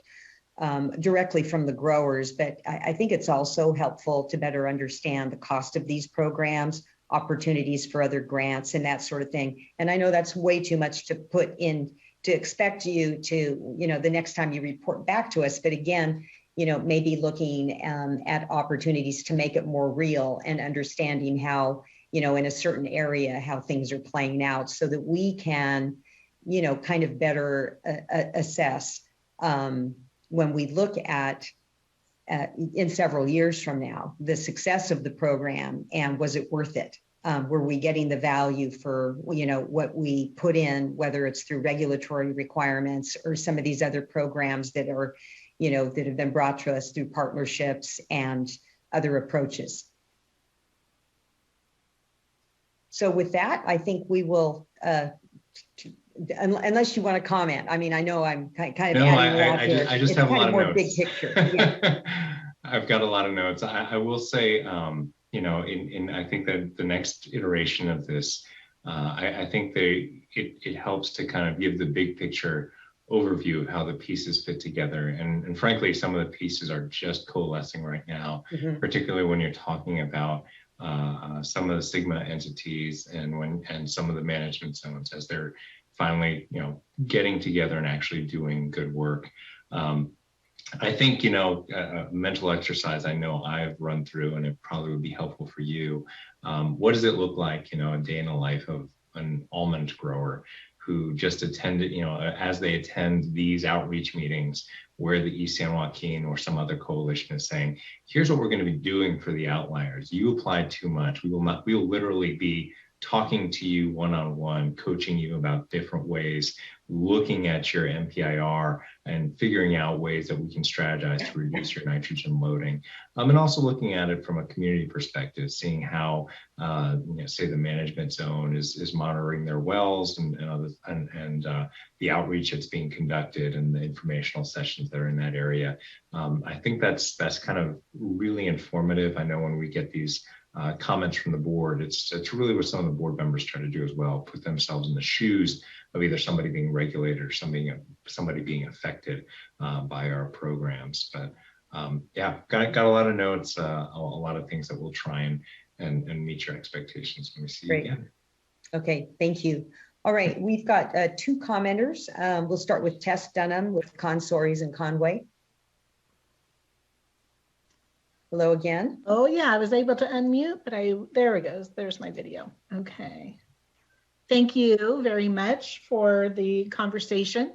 I was anxious to weigh in just because, you know, on behalf of the coalitions, I can tell you we have been giving a lot of thought and conversation with respect to the interplay between groundwater protection and A/R and management practice effectiveness programs.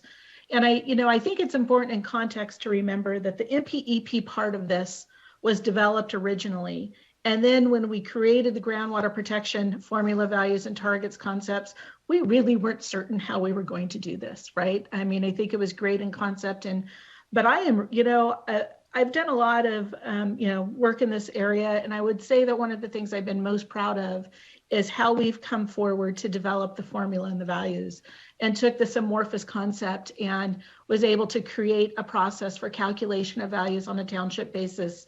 And I really encourage you to come and join via Zoom. It's a Zoom platform, so easy for all of you to watch the October 15th regional board meeting. We'll be able to dig in further and explain the values, because it's a piece of work that I think the coalitions should be very proud of. We took this amorphous concept and we have actually calculated groundwater protection values for all of those identified priority townships. And it tells you in detail all of the different information and components that went into the calculation of those values on a township basis using the CV SWAT model and using actual NMP/INMP data. We used actual reported data from the growers starting for the 2019 data set, and we're able to use that to calculate values. We often have conversations with UC Davis and Dr. Harder, and I will share that I think Dr. Harder understands and believes that what we've been able to put together with the groundwater protection values is probably one of the most informative, accurate sets of loading from irrigated agriculture that's ever existed. And so I really do hope that you come and join us in that conversation. We are now embarking on that next step, is figuring out, okay, so the values is telling us what we're doing on the landscape. Now, right below the root zone, now we're at the root zone. What happens between the root zone and the well? And how do we factor in what is the potential impact to protect groundwater quality? And we are working closely with Dr. Harder and his folks and looking to see how we can utilize our groundwater protection value process and his groundwater model that has been supported by the State Water Board, known as NPSAT, and how those two come together, and are looking forward to entering into conversations in the very near future with the regional board and the NGOs about our thoughts and ideas of how these would come together for us to submit the groundwater protection targets, which are due on July 19th of 2022. So we just keep rolling from one issue to the next. I do think that we will need to have some further conversations as this thought has evolved between MPEP and the groundwater protection. As what does this look like?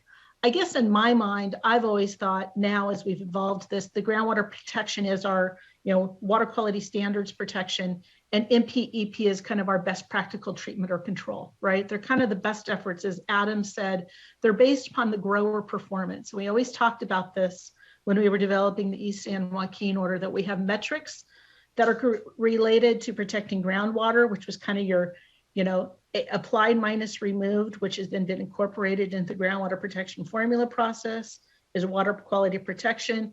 The A/R is more of the grower performance, which I see in my mind in a regional board vernacular is best practical treatment or control or best efforts. So I don't know if that helps to kind of give you some context, but that's how I envision them. And I do think we need to think about, now that it's evolved and we know more, do we need to maybe tweak some of the language so it's clear for everybody how they fit in with each other? Not that anybody wants to open it up, but I think if we all had a common understanding as to what it meant, it would probably be helpful for all as we've developed this information over time. The only other comment I would say is, on the replacement water issue, I think it's important to also keep in context that these areas, many of these areas are subject to management zones. And if replacement water isn't being provided by growers, it may be being provided by the management zone, right? So we have that happening as well. So I don't want us to lose sight that replacement water is happening out there in full force right now through the management zones. Clearly our plate is full and we are working a lot on all of these different programs with the regional board and, folks, and trying to keep everybody, the communication going. Would love to be able to sit in a room with people sometime in the near future, but we've been able to do it via Zoom. Some ways it's easier. In some ways we just have lost, the ability to have some of these brainstorming sessions to kind of figure some of this out. But I'm open for any questions that folks have, but just wanted to impart some of my thoughts with respect to the conversation that was occurring. Great. Well, thank you for your continued work in this area. We really appreciate it, and for your leadership. Any questions? All right. Thank you, Ms. Dunham. And I believe our last speaker is Jennifer Clary with Clean Water Action. Hello. Good to see you. Hi, everyone. Thanks. Nice to see you too. Good afternoon. I know it's late in the day and we're almost done, so I'll keep it short. I'm speaking on behalf of my colleagues at Community Water Center and Leadership Council. I'm Jennifer Clary, California Director for Clean Water Action. And I just want to point out, I appreciate all the great questions and all the great presentations and the regular meetings with Sue McConnell and with the coalitions. I just want to point out that this order was adopted on December 6th or 7th, like kind of getting fuzzy, 2012. So while we're talking about bringing the program up to speed, I kind of want to see some results. So I think something we really need to discuss is how to incorporate some numbers, some actual water quality benefits into these regular reports. Because, it's always been a difficulty when you work so hard to create something and then you go back to the community and say, why is my well still polluted? So I think we really need to incorporate those benefits. I think particularly not having a little less transparency in the data reporting is something that we were willing to trade in exchange for a more rigorous program. But I think we still want to understand where things are happening and how that's occurring. And I think another piece of that is the enforcement. So if we're going in and talking to folks, are we doing any on-farm enforcement? And if not because of COVID, when does it resume and what does it look like? Because I don't know how often you look at someone's on-farm nutrient management plan. I don't know how frequently you look at their well and say, are you really not drinking from that well when you see something on the house? So I think that's most of what I have to say. On the domestic well testing, a big concern that we continue to have is how we're integrating all these programs and all this information.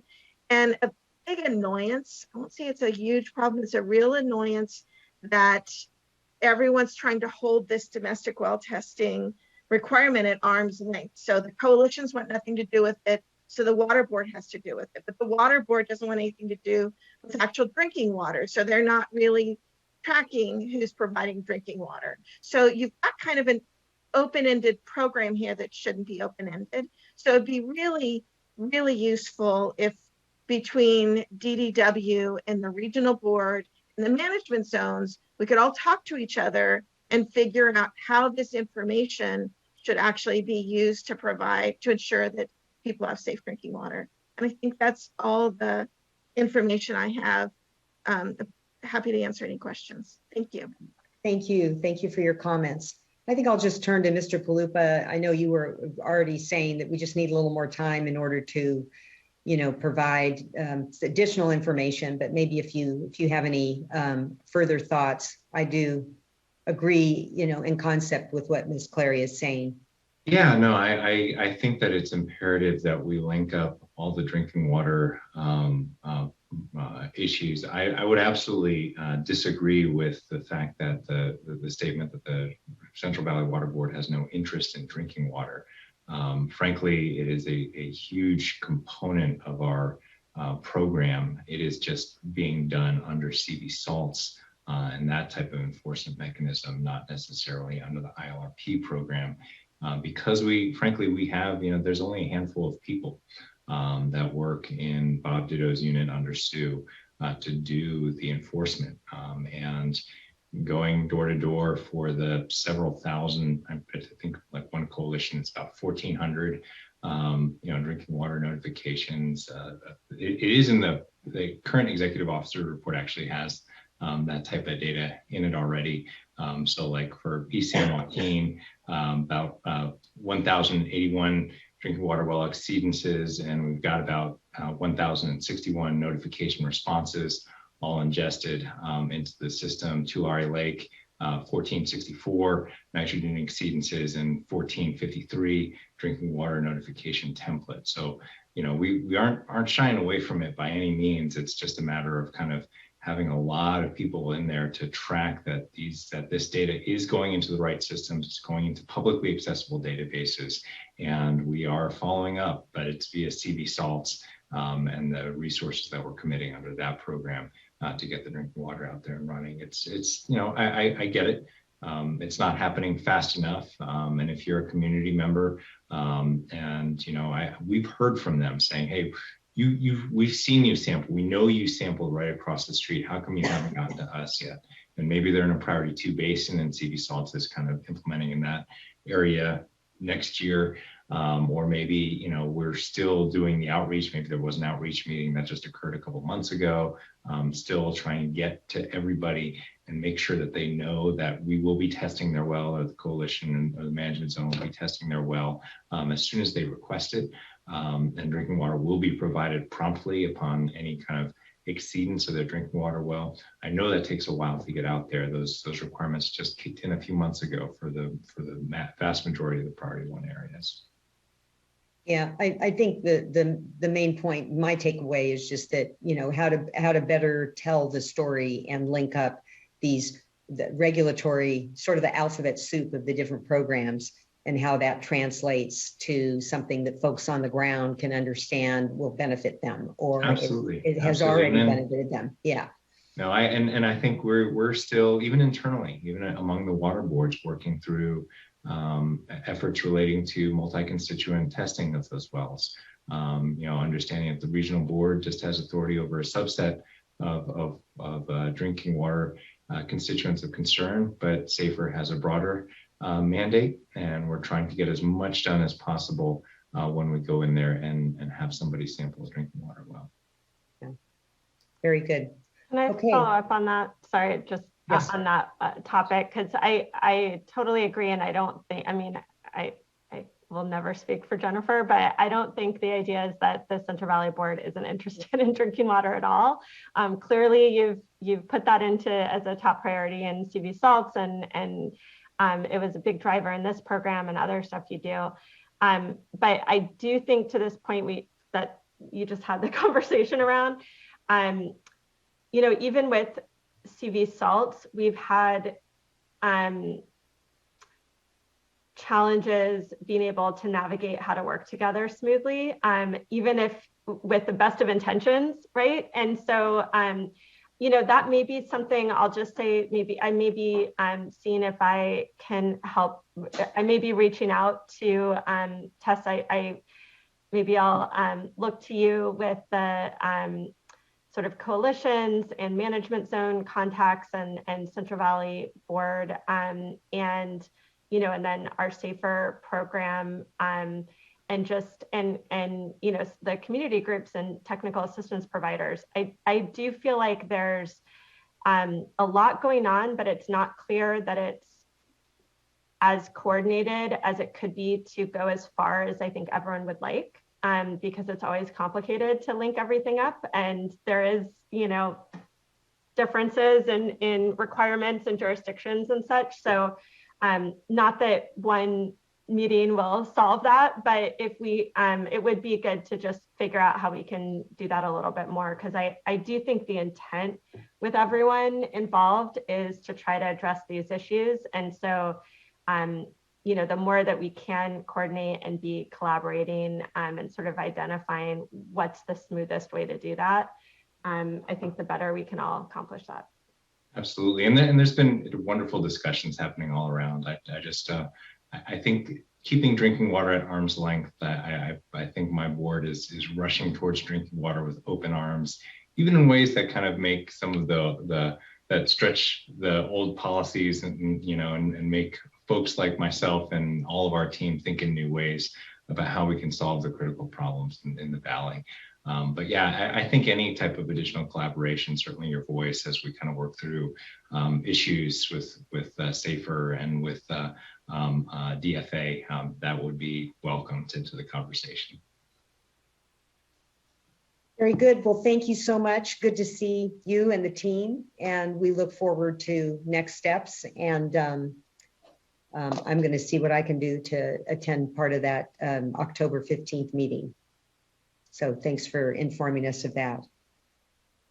All right, our last item before we go on to closed session is item number 9, information item, Office of the Delta Water Master Periodic Report. Mr. George, hello, good to see you. Thank you, good afternoon, and it's nice to see all of you.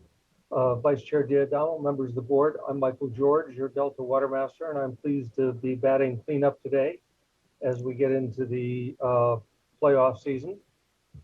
Go Giants. Next slide, please. I really want to talk today about 5 specific things about the activities that our office is working on. So you heard earlier today from my colleague Eric Ekdahl and his team about drought orders and what's going on throughout the watershed, and specifically in the Delta watershed. And so one of the things I want to talk about is specific to the legal Delta and how some of the drought actions are unfolding and proceeding. Secondly, of course, I want to talk about how we manage the risk that this drought will continue into the new water year and what that means for and in the Delta and what kind of responses are coming out of the Delta to deal with that unfolding risk. Third, I'd like to describe to you the status of an ongoing investigation that is being handled jointly by the Division of Water Rights and our office to determine the validity and the nature of the complaint by exporters from the Delta about unlawful diversions of water within the Delta.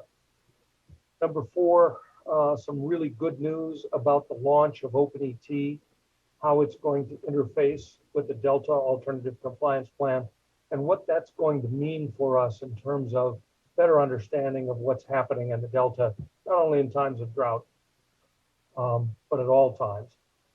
And finally, another piece of good news is, as I've reported in the past, the deterioration of the Southern Delta and the acceleration of that deterioration has been a matter of concern for some time. And I want to describe some really important progress that's happening now. So let me start with those specific things about drought in the legal Delta. So if I could have the next slide, please. I always think it's important to keep in mind, just conceptually, that the Delta is a tidal estuary with critical riverine influence. But it's impossible to think about the Delta as just an extension of the rivers that feed into it and drain through it.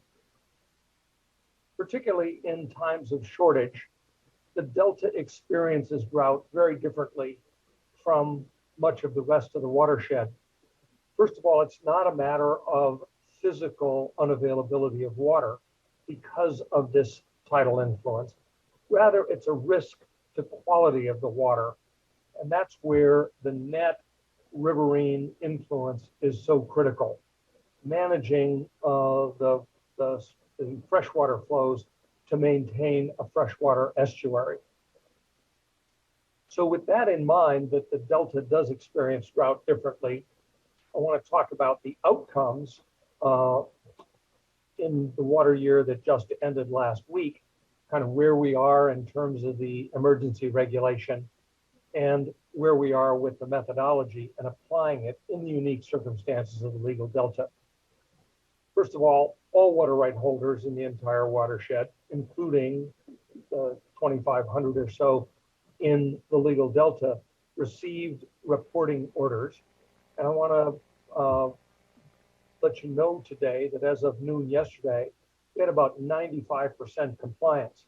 And as Eric mentioned, throughout the entire Delta watershed, the compliance is about 75%. So there is a very high level of compliance with the required responses.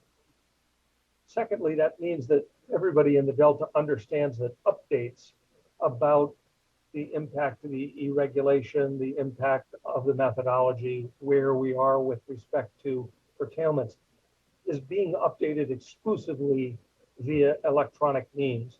So either people are checking the drought website, they're subscribed to LIRIS lists, or they are otherwise getting that information electronically so that they can respond properly and quickly.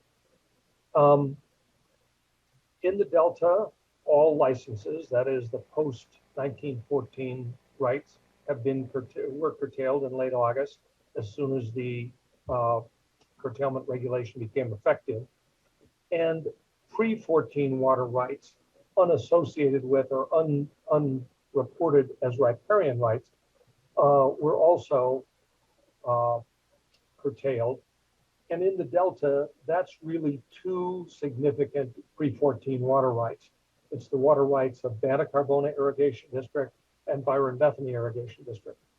And because we worked closely with them, saw what was coming, informed them, worked with them, they were prepared for the order as it came. They complied with the order by ceasing diversions under their pre-14 water rights. And basically those water rights came off of curtailment in September, and they're also not curtailed in October. And finally, and probably most importantly in the Delta, as you know, riparian rights have not yet been curtailed at all in the Delta through the application of the methodology. So that's kind of where things are unique about the Delta in terms of response to the E-reg, the application methodology, and the reporting and curtailment regulations.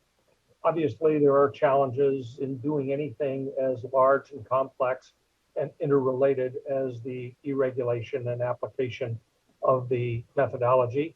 So, of course, in terms of that engagement, you've got requests for reconsideration and already petitions for writs of mandate to try and influence the direction that we'll take. So if I could have the next slide, please. Really, I think that's where the energy in the Delta is, focusing on the new water year and the risk of a continued drought into that new water year. This is a picture of Folsom Reservoir, but it's kind of a stand-in for where we are in terms of very low carryover storage because of depletion of that storage during the last two dry years. It points out the fact that there is a systemic imbalance between relatively fixed demands and the highly variable supply, and that risk of continued drought now into a third dry year is a threat not only to the ecosystem, but also to the water supply.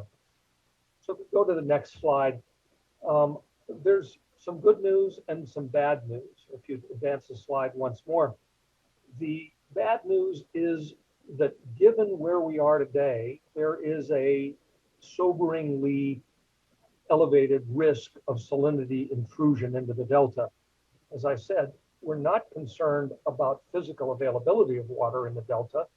It is the risk that that water carries salinity with it. The salinity intrudes into delta and reduces the use of delta water for freshwater purposes. So that's the bad news. If you could advance again, there is some good news here, and that is that there is, in this extreme circumstance, a real and growing sense of shared response to the common risk, because it is the risk of salinity intrusion that unites all the parties to recognize that we're all at risk if we lose the freshwater estuary. That is, if the salinity intrudes particularly into the central delta. Let's say we lose Frank's Tract, it becomes saline.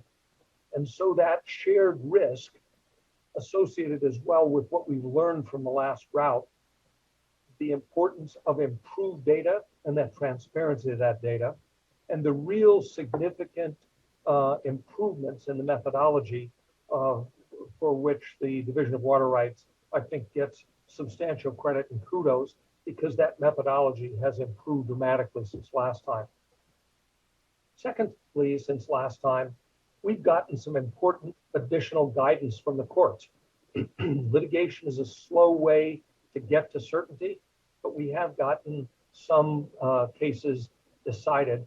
Most importantly for the Delta, that's the Tanaka decision, which gives us a great deal more direction on how to determine the validity or the colorable nature of riparian rights in the Delta. And of course, we've got the experience from the year that has just passed to take us into the current year that's just beginning, and to figure out how, facing those risks, we can do a better job of planning so that we increase the predictability of response. So if I go to the next slide, I want to talk about some of the progress that we've made in creating and proposing a dry year response plan in the Delta. That is to substitute collaborative planning, so predictability if and when we have trigger events that raise the risk of a subsequent dry year, and to substitute that for emergency responses, which in an emergency, in a drought, very often, particularly with respect to agricultural water use, by the time the drought is upon us, it's almost too late to respond. So focusing on planning is what has brought together a lot of Delta interests.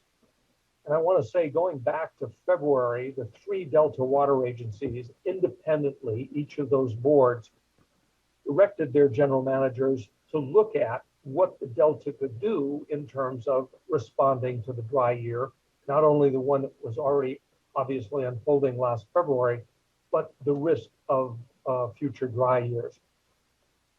And so those 3 boards directed their general managers, along with a few of their trusted advisors, to work in a collaborative process that was convened by the Office of the Delta Water Master to develop a dry year response plan. And this was an iterative process where the general managers and their advisors met, developed ideas about dry year response, took it back to their boards to check in every month. And through that process, the boards developed a program that was aimed at presenting a unified voice for the Delta, but recognizing the Delta is not a monolith. It's different regions, and there are different things that can be done in response in different areas of the Delta. These developing of the unified voice and so forth, and looking at what this dry year response plan might be, was facilitated primarily by the agencies, but then ultimately collaboration by various agencies of the state. But it's important to recognize that these response plans have to be implemented at the water user level. The water agencies in the Delta are not water rights owners. They are agencies created by the state to protect Delta water rights, and they have helped to coalesce the water users and to help them to figure out ways to implement dry year responses. Ultimately, that group developed 3 components to this dry year response plan, each with a lot of sub-elements. One is what actions can be taken to conserve water during dry years, to take some pressure off the system, and to use those conservation actions to protect and improve water quality when it's most threatened during drought conditions. And finally, and importantly, to recognize that we've got to have dramatic improvements to data, which these water agencies, in collaboration with the state and with our office, have been working very hard to improve not only the quality of the water data, but its transparency and its availability for lots of uses. Currently, we're working in a, I won't even say it's a negotiating environment, it's more of a collaborative environment between a subset that we've started to call the Delta team, representative of the water agencies and the Delta water right owners, water users, and a state team, which is includes the Cali PA, Water Board, the Office of Delta Water Master, but also DWR, that is the Department of Water Resources, and the Department of Fish and Wildlife. And those 2 groups, after a lot of work by the water agencies, have now come together in this collaborative process. And we're currently working in that collaborative process to implement a pilot program to work out these strategies in the risk year of 2022. So through that, if I could go to the next slide, I want to say that we've kind of developed a Delta mantra, which is not to be flippant about it, to pray for rain while we plan for drought, and at the same time keep a weather eye on the potential for floods, to reverse the subsidence that is one of the problems both for flood and drought in the Delta, to restore the ecosystem functions for which we rely on the Delta. Importantly, that means tending to the levees, acknowledging that we've got a highly engineered system and that we need to tend those levees and to manage those water courses in the Delta, to recognize the risk of increased impacts from climate change, and finally to protect water rights. So I think that is kind of the consistent Delta mantra. I want to move from that though to the next slide and begin to talk about the issue of an investigation that we have ongoing right now, a collaborative investigation between our office and the Division of Water Rights to look at a complaint that was filed by the Plein Water Authority in June and was later joined by additional export representatives. And to briefly summarize that complaint, it started from an estimate, a mass balance estimate of what water is depleted in the Delta. So take a look at what's coming in, take a look at what's going to Delta outflow, what's being exported, and look at that difference on a mass balance basis as depletions in the Delta. Obviously, this complaint is aimed at protecting the water project's release of previously stored water as it enters the Delta watershed and then moves through the Delta. Although it is not explicit in saying so, this complaint clearly targets riparian diversions in the Delta, which are alleged to be in excess of the natural flow in the Delta, and claims injury based on the need for increased releases from storage in order to satisfy those allegedly unlawful deletions, or pardon me, depletions. And I think importantly, and as a matter of responsibility, this complaint does not claim additional export to be served by stopping unlawful diversions. They recognize that if there are unlawful diversions in the Delta, it will go in these very dry times, not to increasing exports, but to retaining water and storage. And obviously that's important as we think about managing the risk for water year 2022. So to the next slide, the design of our investigation is explicitly to engage the complainants in the process, both to get their insights, to make sure that we understand their concerns and the basis of those concerns, and also to help them to better understand the complexity that's going on in the Delta and to be able to engage productively in solutions that we need for improved management over time of what happens in the various regions of the Delta. So the first thing that we've decided to do is to try and work with them for them to revise and refine and make more acute their mass balance analysis. So instead of just looking at water in at the Freeport Bridge and at Mosdale, to look as well at the minor streams and return flows from within the Delta, and to recognize that the Delta starts at the I Street Bridge, and there are things that happen between the I Street Bridge and the Freeport gauging station, including what happens at the Fremont Weir, at the Sacramento Weir, et cetera. While those are more important in wet years than dry years, it is important to recognize that there's water that moves through the Delta that doesn't necessarily get gauged as an inflow at the I Street Bridge. In any case, trying to refine that mass balance analysis to identify and narrow the range of uncertainty in the inputs for that mass balance analysis. But as we're working on that, we're simultaneously working on conceptually and then from a measurement and monitoring basis, disaggregate those mass balance depletions to figure out what are the nature of those depletions.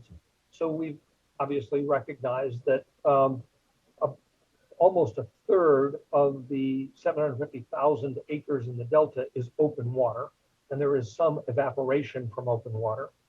It's also clear that there is evapotranspiration from riparian vegetation and from aquatic vegetation, principally hyacinths. We've talked about that in prior reports to the board. In any case, trying to get a better handle on how much of the water that is depleted within the Delta is evapotranspiration of riparian and aquatic vegetation. It is not subject to a regulatory cease and desist order, for instance, and then to focus on what are the diversions that are being made in the Delta to support crop evapotranspiration. It's also important, and our colleagues from the Division of Water Rights, in terms of evaluating the alternative supplies that are coming into the Delta, to look at water supply contracts and look at the different flavors of that water, because at its base, this complaint seeks to discipline riparian right holders who are alleged to be taking water that is in excess of natural flow. In order to get at that, obviously, you have to be able to come to some understanding of the inflow to the Delta, how much of it is natural flow, how much of it is released from stored water, how much of it is return flows or other flows that are mingled in the Delta, and then what to do about that. As we are going through that process, we're also trying to figure out how we can quantify what the potential savings are and what those potential savings might be applied to if and when they're quantified, identified as being unlawful and stopped. But as we're going through this investigation, we're also recognizing, as we have all along, that there are a whole host of embedded legal issues that we need to resolve in one way or another. Now, as I've already mentioned, just through the EREG process, the application of the methodologies, we've already started to see some of those legal issues teed up again, as they haven't really been teed up since the 2015, the end of the 2015 drought. And obviously, only, I think last Friday, the Office of the Attorney General actually filed on behalf of the Water Board the Water Board's response brief in the Court of Appeal with respect to the consolidated curtailment cases from the last drought. So those wheels are grinding slowly, but they continue to grind. And those embedded legal issues are going to be important to the ultimate outcome of the investigation of the client water user's complaint. So from there, I'd like to have the next slide and go to the fourth item of the 5 that I wanted to update you on today. And that is the launch, the public rollout of OpenET. That rollout was scheduled for last Friday, incidentally, the first day of the new water year. But we had a little trip on the way to that because 2 days before, it became apparent that there was a possibility that the federal government would shut down as of October 1st. And therefore, the NASA administrator, who was involved in the launch not only of the Landsat 9 satellite, which I'm pleased to say got off on Monday before there was a risk of the government shutting down, but basically said because of the risk of shutdown, we have to defer federal government involvement in the rollout. So that rollout is now scheduled for October 21st.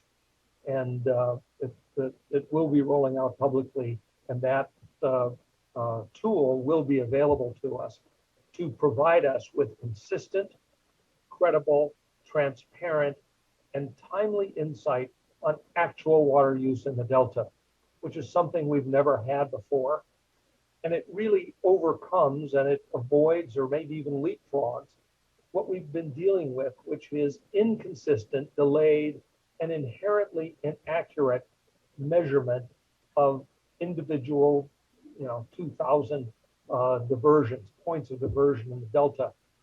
And so this new tool is going to be extremely important. And even though he's not in attendance today, Board Chair Esquivel has been one of the proponents and assistants in getting OpenET developed as a useful, machine-readable, interoperable, consistent, and timely source of information about the actual water use of crops in the Delta. So the application of that in the Delta is going to be the Delta Alternative Compliance Plan. And importantly, one of the bases for getting coverage under this Alternative Compliance Plan is that each individual water right holder will bring to the Alternative Compliance Plan a geo-referenced polygon that shows the place of use that goes with that point of diversion. That's a huge breakthrough for the Water Board because remember, because so many of the water rights in the Delta were perfected prior to 1914, in fact, prior to the turn of the 20th century. The information that we have on places of use is often pretty rudimentary. Sometimes a hand-drawn map. Sometimes, if it's been updated, it may be a picture from Google Earth with a circle around it. It may be an assessor's parcel map that is outlined with a yellow magic marker. For the first time, we're going to have machine-readable GIS, geo-referenced information on what the place of use is that goes with the point of diversion.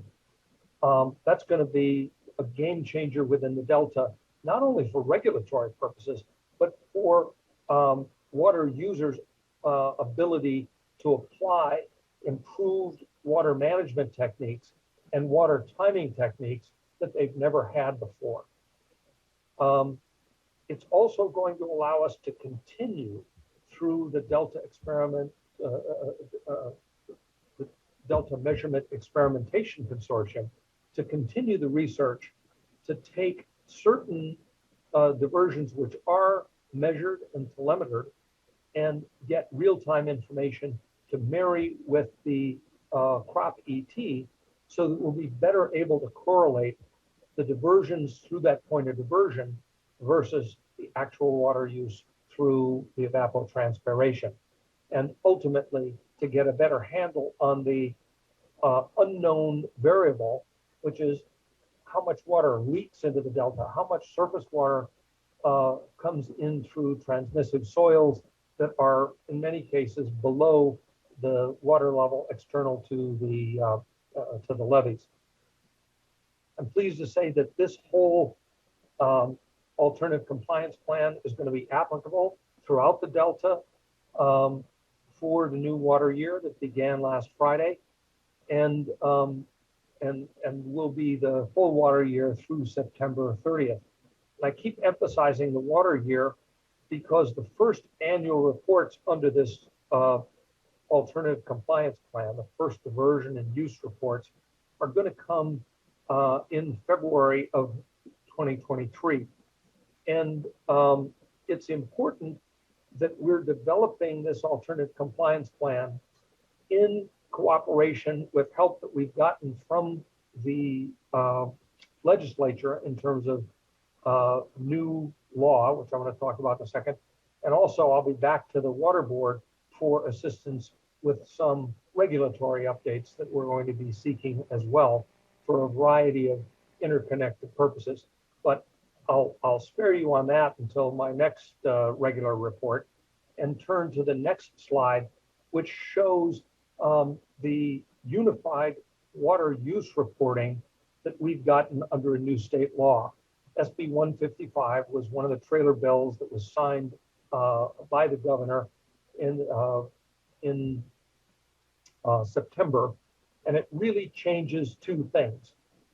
It makes all the reporting periods be on a water year basis, and it makes all those water rights ultimately due on February 1st, and gives us a transition to get from where we've been, which is water use reports that are some on a water year basis, some on a calendar year basis, some on an irrigation year basis, and some on other bases. They're now to be consolidated. So we'll get information on all types of water use at the same time for the same reporting period. But we need to transition, and the legislation provides a mechanism for that transition. So in the kind of pink here for year 2020, that's the old way. The calendar year 2020 ended December 31st, 2020, and people reported to us on the right side of this slide in the Delta. Annual reports of licensee came in April, but we didn't get statements of diversion and use for pre-14 and riparian rights until July 1st.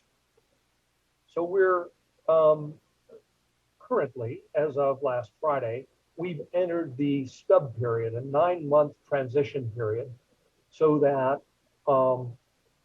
I should say we started that transition period in January of 2021, and it ended last Thursday at the end of the water year. That's the stub period, that 9-month stub period for water use that's already happened. Based on the transition, if you look to the right slide in 2022, the first unified reports for that 9-month stub period will be due April 1st. So we're getting all of them together. We're getting them on April 1st, transitioning toward the February 1st date. And that's because of this transition. And next year, and by that I mean the water year that started last Friday, October of 2021, and going through September 30th of 2022, those reports will all be due on February 1st, the first full year of reporting under this unified reporting in the Delta, and that'll be the first time we get water use reports on under the Delta ACP, Alternative Compliance Plan, And then in gray here, starting a year from now, October 1st, 2022, will be fully transitioned to the new reporting process. So the last thing I want to report on, if we could switch to the next slide, is the developments toward addressing the accelerated deterioration in the South Delta. Next slide, please. This is the development of a master planning process in the South Delta, which is taking the place of a lot of, frankly, disorganization, which allowed that accelerating deterioration in the Southern Delta. So again, if I could have the slides advance, that'd be great. There we go.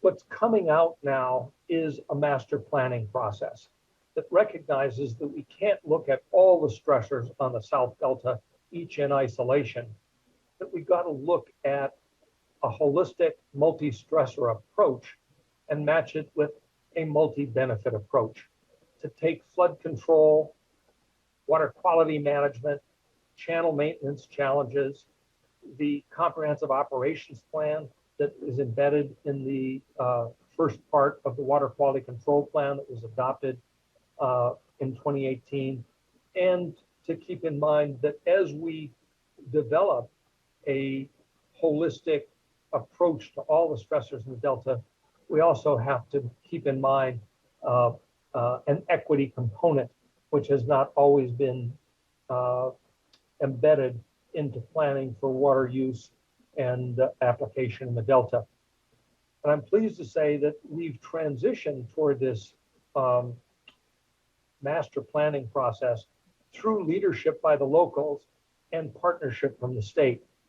So recently, the master planning group has come together behind the San Joaquin County Flood Control Agency, but including Central and South Delta water agencies, reclamation districts throughout the area, a variety of environmental organizations, both traditional environmental NGOs and environmental justice organizations, coming together to find a path for a multi-benefit master planning process that puts in sequence the steps that need to be taken in order to arrest and ultimately reverse the deterioration of the South Delta for all purposes, whether flood control or water quality management, agricultural diversions, or export conveyance. And I really want to call out leadership from both the Department of Water Resources and our own Division of Water Rights, and particularly Aaron Forsman, for taking that comprehensive operations planning process and not just requiring another set of plans that would come to us and go on a shelf and wouldn't look at this, that is the impact of the projects on the Delta in a holistic process.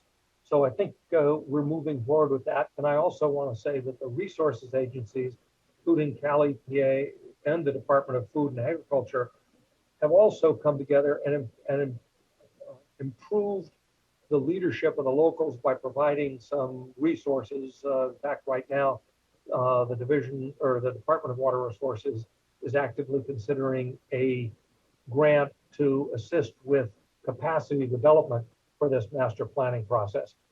So that's the last thing I want to say in my report, ending on two positive notes about Open ET and about and how a lot of the things that we're working on are actually converging, whether it's the development of the methodology, the application in the unique circumstances of the Delta, the unification of the Delta around protecting water quality in times of drought, the recognition that we have to bring the export interests in through the investigation of their complaint of unlawful diversions, the tools that we're developing for and have developed over the last several years, Open ET, its application through the Delta Alternative Compliance Plan, and the data and information that has empowered the development of this master planning process to improve conditions in the South Delta. So that's my story. I'm sticking to it. And if you skip to the next slide, if there are any questions, I'm happy to answer them, but fully recognizing that you've all been sitting for a long time, listening to a lot of important things. So Vice Chair D'Adamo, I'm at your service. Thank you, Mr. George. There's a lot going on, and as always, you've got you've given us a complete report with a lot of thought-provoking ideas here, and I agree. There's a lot of things converging. It's really exciting that we've got this new state law, GIS mapping, but then. Yeah, I'll just kind of tee up. I don't have any question, but I'm really excited about, I mean, it's challenging going into another dry year, but I'm heartened by the fact that you're looking at the, continuing the good collaboration on dry year response, but then looking at the complaint and developing sort of a process and bringing in others to have those discussions. I know you'll be following or involved in the workshop on the 20th. I think some of these issues you've teed up for discussion on, those embedded legal issues and other important issues. Things are kind of converging. And so, I know you're already committed to this, but just collaborating and coordinating with the Division of Water Rights on some of the things that they're kind of doing in parallel. So thank you for the good report, and I'll turn it over to my colleagues. Any questions or comments?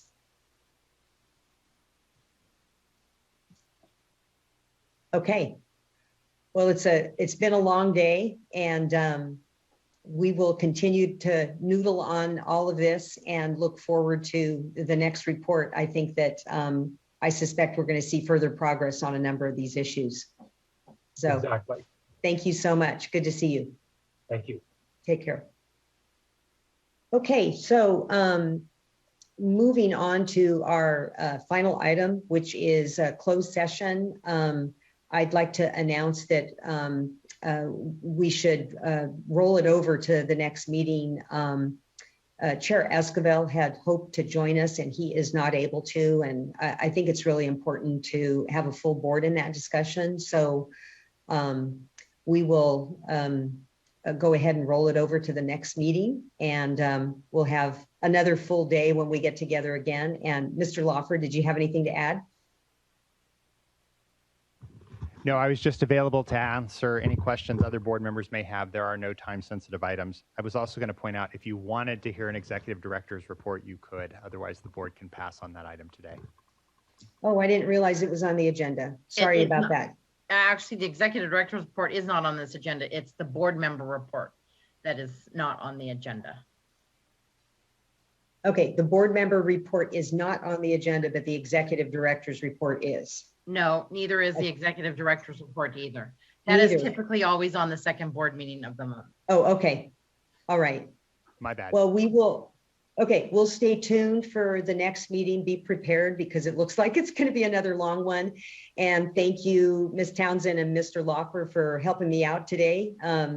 It was, you made it easier. So I really appreciate the help, and good to see you all. Have a good evening. Nice job, Vice Chair. Thank you. Thanks. Have a good evening.